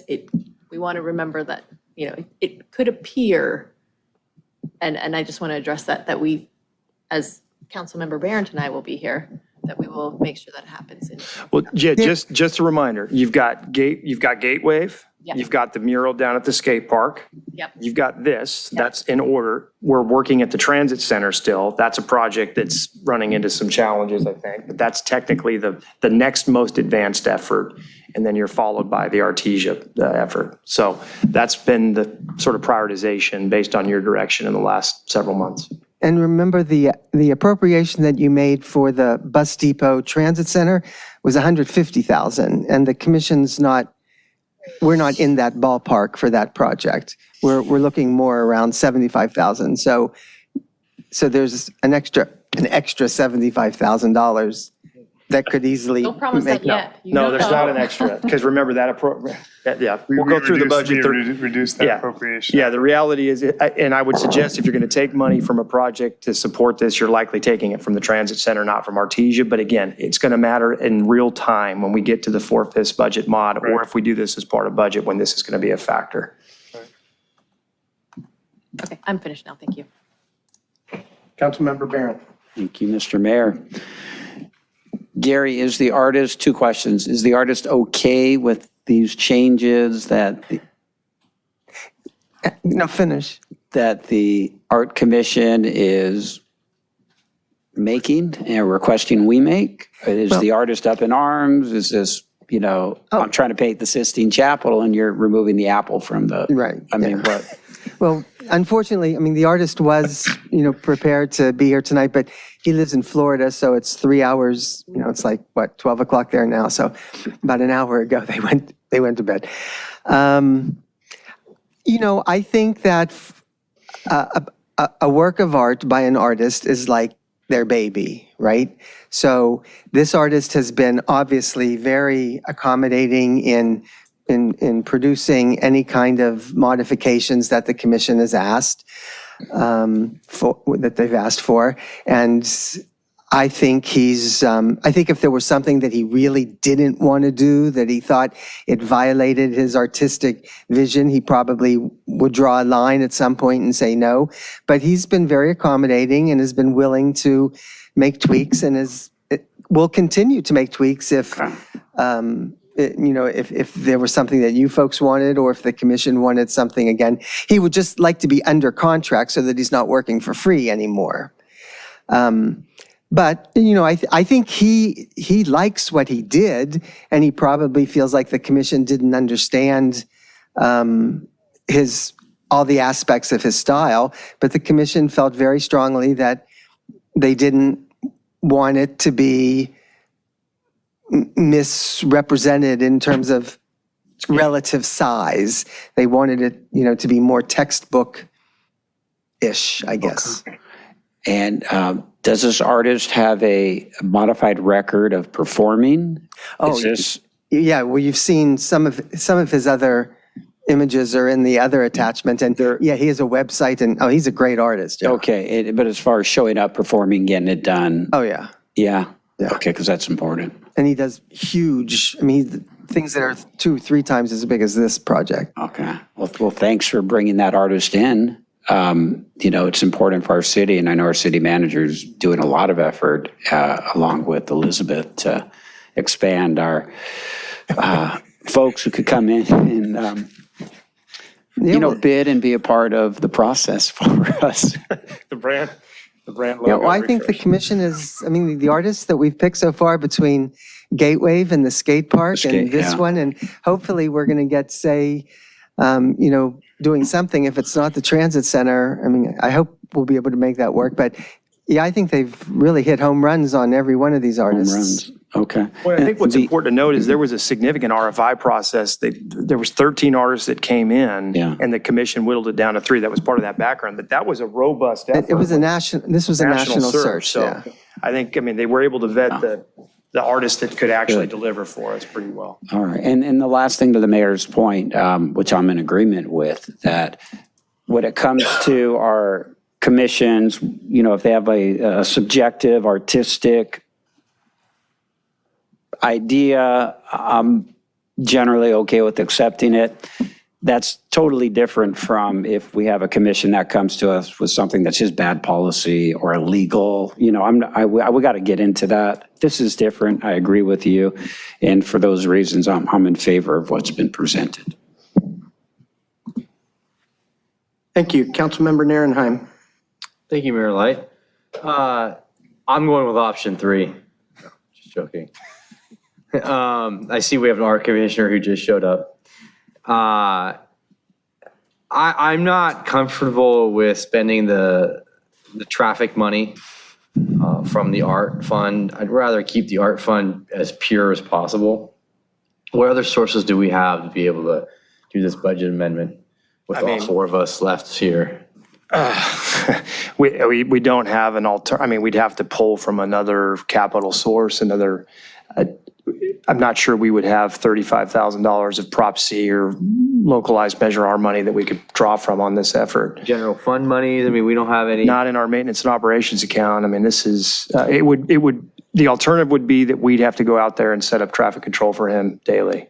That would be a big impact on operations. That's a huge operational impact. That's why you're getting the recommendation on the $1,600 a day. Yeah, I'll go with it if we have to, but I'm just not comfortable with it because I'd much rather be using art money fund for art money.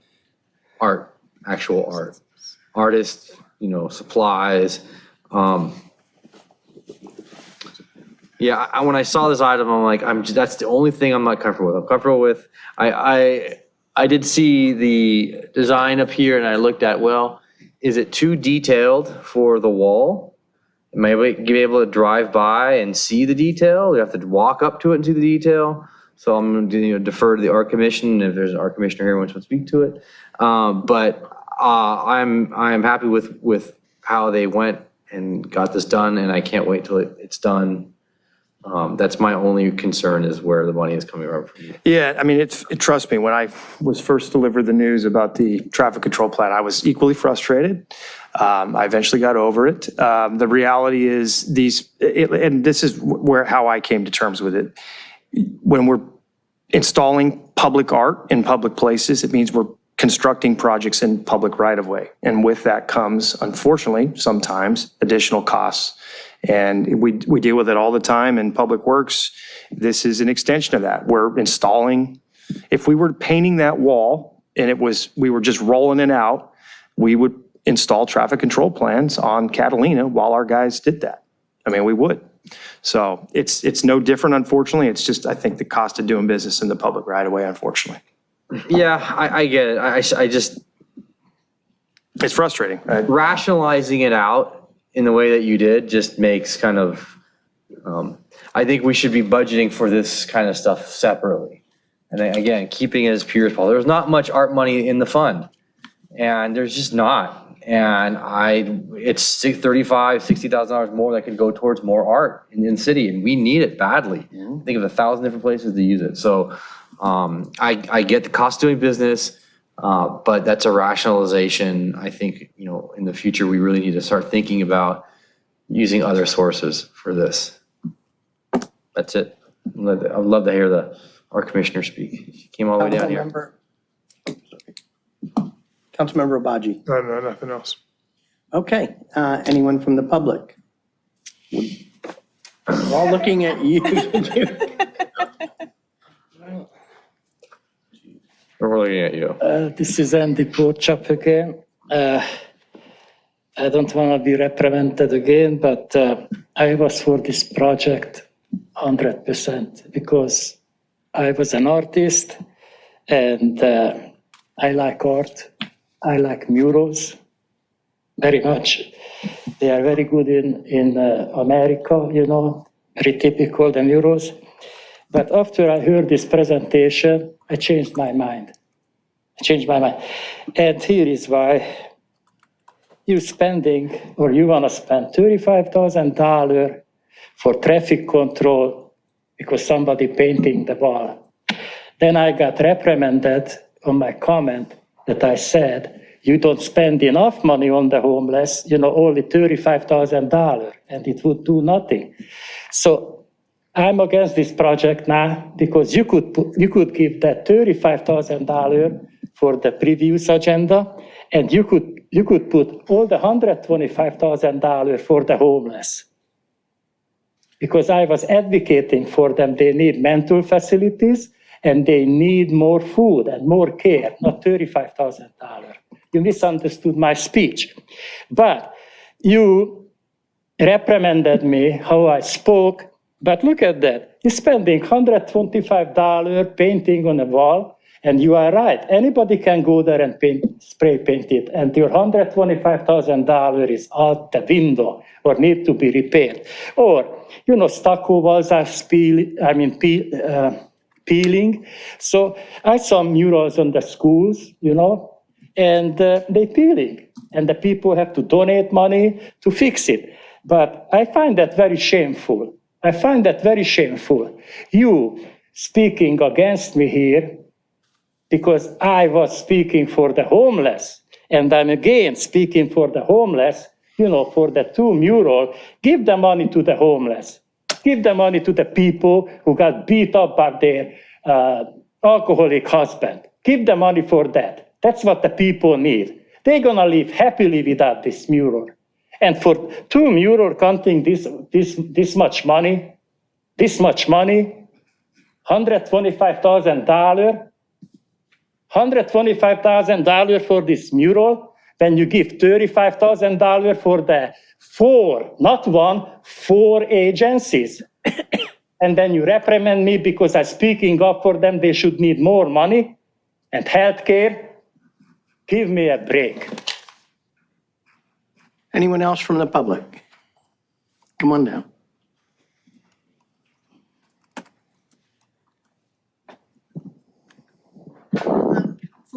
I'm Christina Kelly with the Public Arts Commission.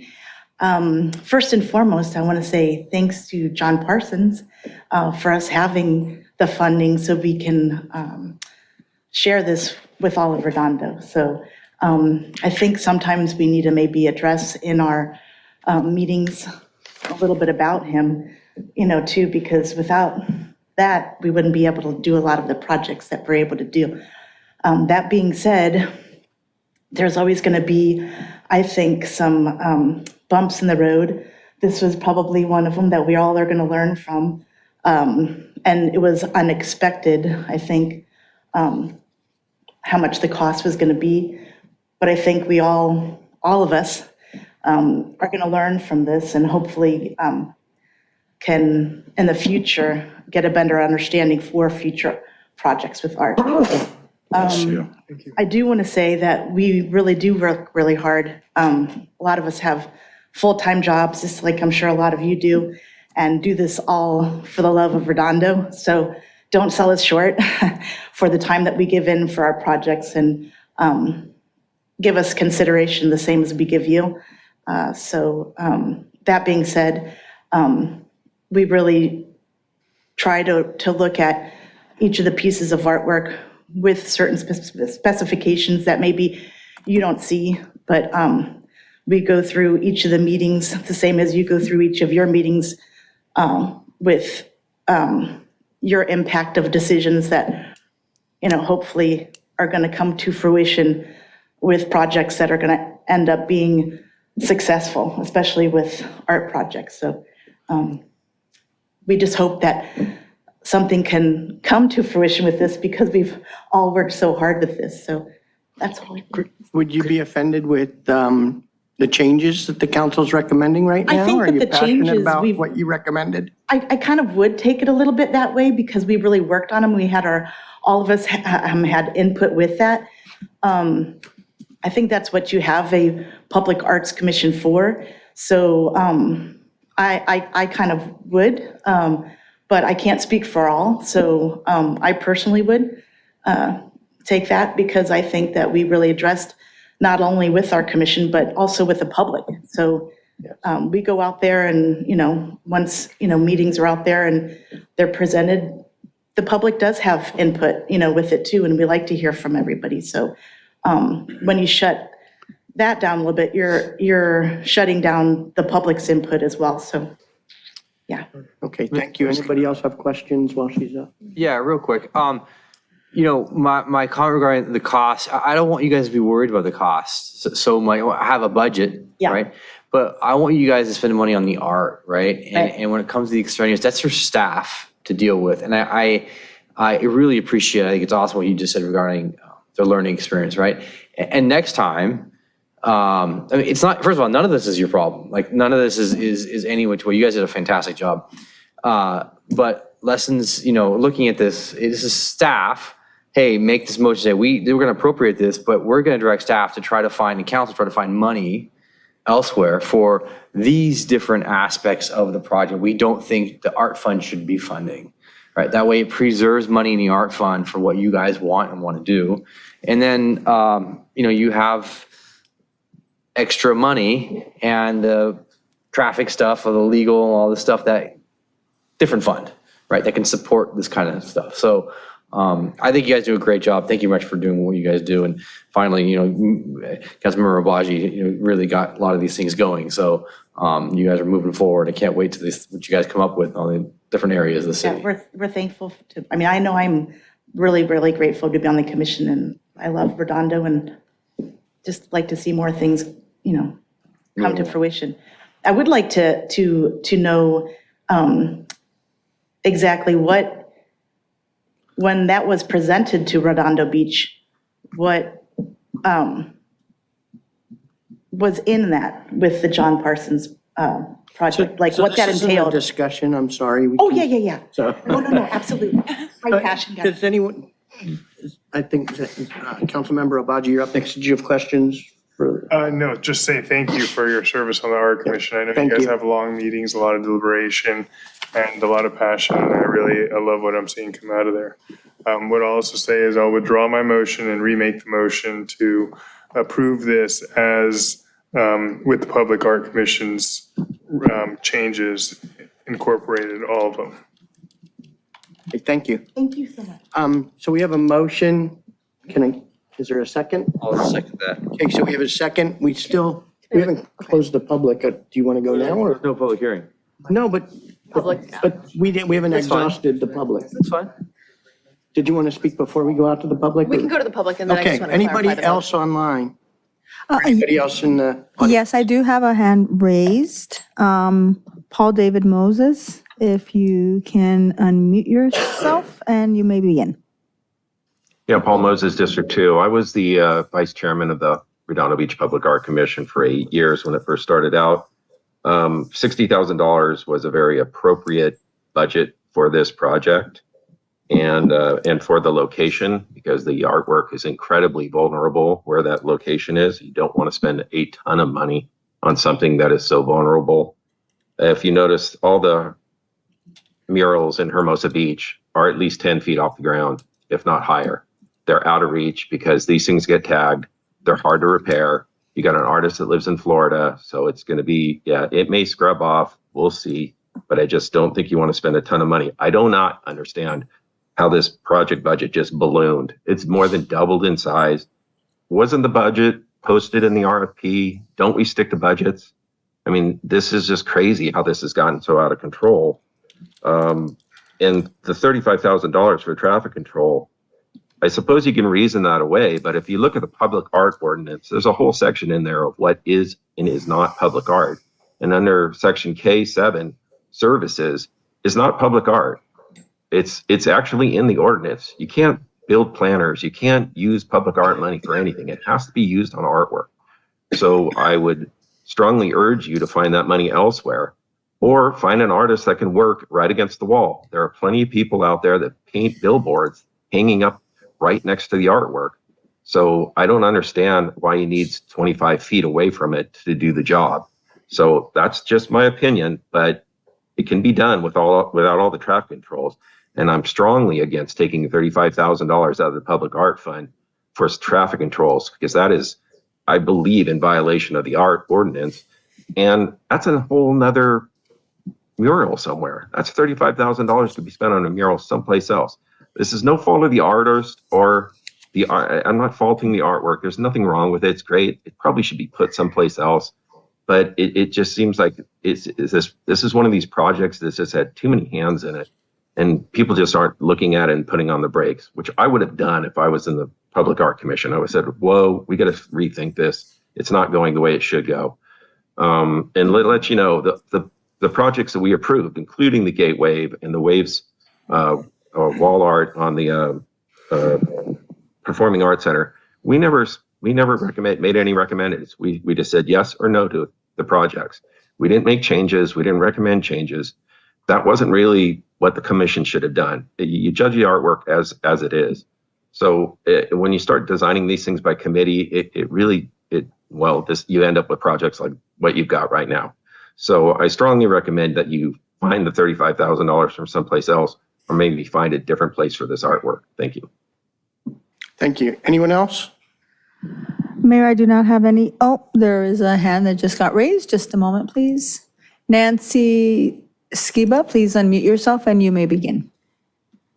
Hello again. I want to say that I support this art piece. It's really beautiful, but I think they should put it in a safer spot, a safer location, because that's really not a very nice spot to put something so beautiful in, considering that it's at ground level and it would be such a temptation to taggers. But also I think that the $35,000 going toward traffic control isn't the greatest idea. There must be another way we could do that, even if it involved volunteers. Okay, thank you. Thank you. Anyone else? Mayor, that concludes any more Zoom participants. And I do not have any e-comments on this item. Okay. Councilmember Kalajerovic, did you want to? I just wanted to clarify the motion. You're approving the art and the appropriation for funds will come at a different time. Is that correct? Let me take a look at what the motion, what the call for. And to return with budget modification. Yeah, the next steps would be to direct the finalization of the artist agreement, and then we would need to come back with the budget modification for the finalized cost. And again, the hope is we'll find a way to skinny down the ancillary expenses, but the budget mod will reflect however finite we can make that number. Sorry, thank you for that. I wasn't reading the text of the staff report. So approve the mural concept proposed by him for the site with the modifications advanced by the commission, and direct staff to prepare a contract with the artist, complete the design and installation of the mural, and return with a budget modification resolution to appropriate the funds needed to complete the project. And let me just also state that I am perfectly comfortable with using the John Parsons Art Fund for all the costs associated with this, because we have narrow sidewalks in Redondo Beach. We're not going to be able to put up art unless we're able to accommodate the expense associated with erecting the art. And if you cannot carry the expense of erecting the art, then we're not going to have any art. So I think that's the purpose of the art fund, is to ensure that we can proliferate art. So. So you want to appropriate these funds, but we're going to come up with the money. But we're going to still need a budget modification Yeah, it's resolution. going to have to come back. So You're not going to be voting on that This tonight. isn't going to need a four-fifths vote. No, another day we'll need a four-fifths vote. Okay. Councilmember Narenheim, do you second that amended motion? I do second that. I do agree to those amendments. Thanks.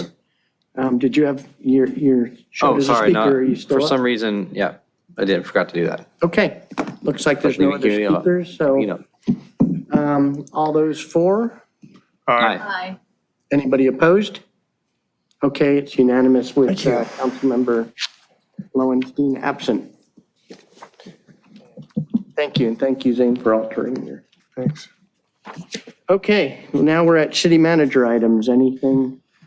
No, given the lateness of the evening, we can proceed with the next item and Okay, ready for we're going referrals. to P1, discussion and possible action to amend city's agreement with MRG to include additional services identified in their proposal. This is a referral from last meeting from the council, and it's what you have before you is a modification to include the city manager 360 feedback for 2150 and executive salary analysis for 1500. I'll make a motion to approve the contract amendments and the two items as requested by council. So we have a motion. Do we have a second? Second. So we have a motion and a second. Could I just hear that motion a little more clearly? Repeat it. I'm approving the contract amendment with these two items that are being added to the contract as. The 360 feedback and the assessment of similar pay. Appreciate that, thank you. Okay, so we have a motion and a second. Any I'm discussion? sorry, who made the second? As a Zane. second, Thank you. public comment. Okay, any public comment on this item? Mayor, I do not have any hands raised on Zoom, and I do not have any e-comments. Okay, I'm going to call the vote then. All four? Aye. Okay, that's unanimous amongst those who are here. So with council member Narenheim absent. Lowenstein. Oh, yeah. I don't know why I keep getting this. I'm sorry, Councilmember Obaji, did you want to speak on that? No, I was just going to let the public know what we've asked for is for the directors of the various departments to review the city manager, give us feedback on him, and additionally for the service that we are hiring to give us a bunch of comparators of how other city managers in other cities are getting paid, so we can adjudge any adjustment to the compensation of our city manager, if necessary. Okay, thank you. Going down to mayor and council referrals to staff. Councilmember Narenheim. Yeah, I'd like to make a motion to come back at sometime in April, second or third council meeting, to discuss AB 2560, which is the sister bill of AB 951, which is 2560. It will apply to the entire coastal zone regarding affordable housing. It's goes and get a staff report, and I actually forwarded the item to you guys last week. So this is, different than, Different what did what we we just do? discussed 26, tonight. well, we did 2230 tonight, 29. we did 2650? No, we did SB 950, No, 951 last week. no, Last week. no, I think we did, No, we did 2560, we did right? 2560. Alvarez. The Alvarez bill out of San Diego? Yeah, we already voted. Oh, then SB 950, wait, which one we did last week? 950? No, 2560. 2560. 560 Alvarez. Yeah, are you wanting to do 950 now? Is that? Not, yes, and Okay. 950 as well, sorry. Okay. Got it mixed up, all these numbers. What's the last name associated with that? Senator Wiener. Is this an SB then? This is SB 950. This is actually amending the coastal zone in San Francisco to remove or to make the coastal zone smaller, number one, make the appealable zone even smaller, and make all affordable housing projects within the coastal zone, all these areas actually by right. And there's actually some carve outs in there that applies to all in the entire statewide. And I don't want to get into it right now. It's really complicated, but I will forward that So we along. have a motion.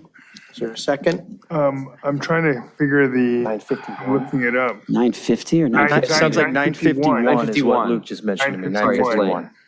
951. 951. 951, whatever it takes. I guess a question is, if it's removing urbanized San Francisco from the coastal zone, why should we be concerned about it? Fantastic question, because the plan is that they've clearly So been we get doing. into We're not that. supposed to debate it tonight? Well, that's the problem. Problem is So- the process. The You Manhattan support Beach it as says, a referral or not? How soon do you want it to come up? Come in our April. discussions? Do we have capacity to add that to the agenda? The third meeting in Well, April. we're getting pretty good at these First meeting reports. in I mean, May. First meeting in May, that's fine. whatever's, yeah, we could definitely do first meeting in May. Okay, I'll second it So a motion and a second, can we get a for vote? discussion. For discussion, yeah. You want to have this discussion? Everybody, Absolutely, this is Absolutely. destroying the. I want to hear the code ayes, I but don't know we're how not to going to debate it go ahead. tonight. Do we want to hear the, Ayes. Aye. any opposed? Pardon? I'm not opposed. But you're not voting. I'm aye, yes. Okay, sorry. 4-0, okay. Is it 4? Oh, I thought he did say aye. I'll be an aye on this one. This better be a real bombshell. It is. You may be wasting a bullet. I didn't know. Okay, anything else? Councilmember? No, I'm good, thank you, sir. Councilmember Kalijarovich. I do, in what we were discussing before, I would like to make a referral to address our chronically vacant properties that seem to be adding to blight and nuisance in our community. So I'd like to ask our city attorney, Mr. Webb, to research some cities with ordinances that are addressing this and to give a lot of time, come Commercial, back. residential. Specifically residential, but I'm open to both. Back the third meeting in July, just to give a lot of time. I'll second that. Okay, motion and a second. Anybody opposed? Just for, Aye. maybe we should include commercial property if we're. If we include She the commercial said property. commercial yeah. and residential. Yeah. That's what I heard. Including Yes. commercial? Yeah. But you said primary, okay, that's fine. Primarily residential, but includes commercial. Yeah. Okay, so All property. You've signed up for that? I'm unwilling to have a discussion. Talking to the gentleman behind you. it doesn't matter, it's a referral. The third meeting of July, yes. Yeah, third meeting in July. So let me have After the It's a year ayes. though, he's saying, as long as it's third meeting, July July. 25. Second meeting in April. Of next year. Yeah. That would be the. Okay, How did that come go? on, That's coming. let's try to get out of here. We're trying, I'm trying to. Enough of the frivolity. Aye. Do we- Aye. I'm an aye. Aye, 4-0. Okay, 4-0. Anything else? That's it, thank you. Councilmember Abaji. All right, I'd like to make a referral to have a discussion, no rush, can be maybe after the budget, to discuss renaming the Wiley Sump to the Wiley Nature Preserve, and any potential MOU opportunities, perhaps with SBPC, for rewilding or facilitating educational opportunities there. Discussion. Yeah. Did you say preserve or reserve? Preserve. Okay. Wiley Nature Preserve. Okay. Can we do How that about after appropriate budget? Yeah, that's what I agreement? said, so August or September. How about appropriate agreement with that? Because it may just be a right of Sure. entry.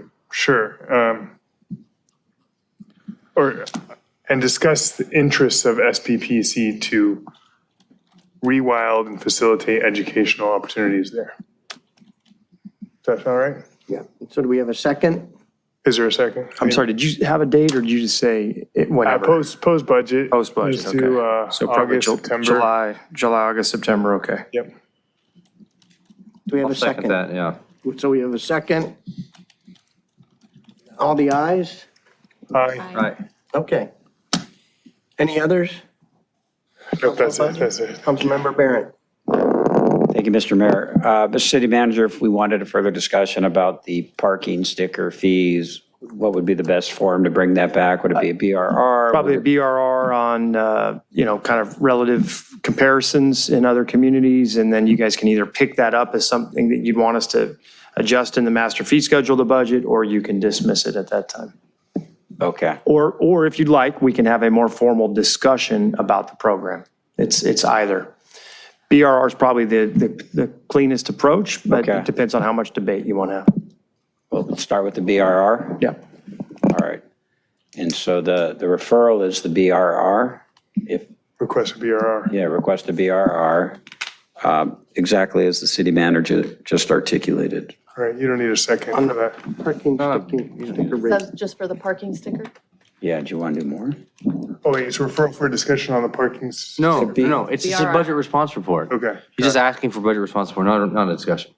On, on the Okay, parking got it, stickers. Sticker fees, we'll come back with comparative analysis. Yeah. Okay, do we have a second? You don't need a second for BRR, right? No, you don't need to. Not technically, no. No. No.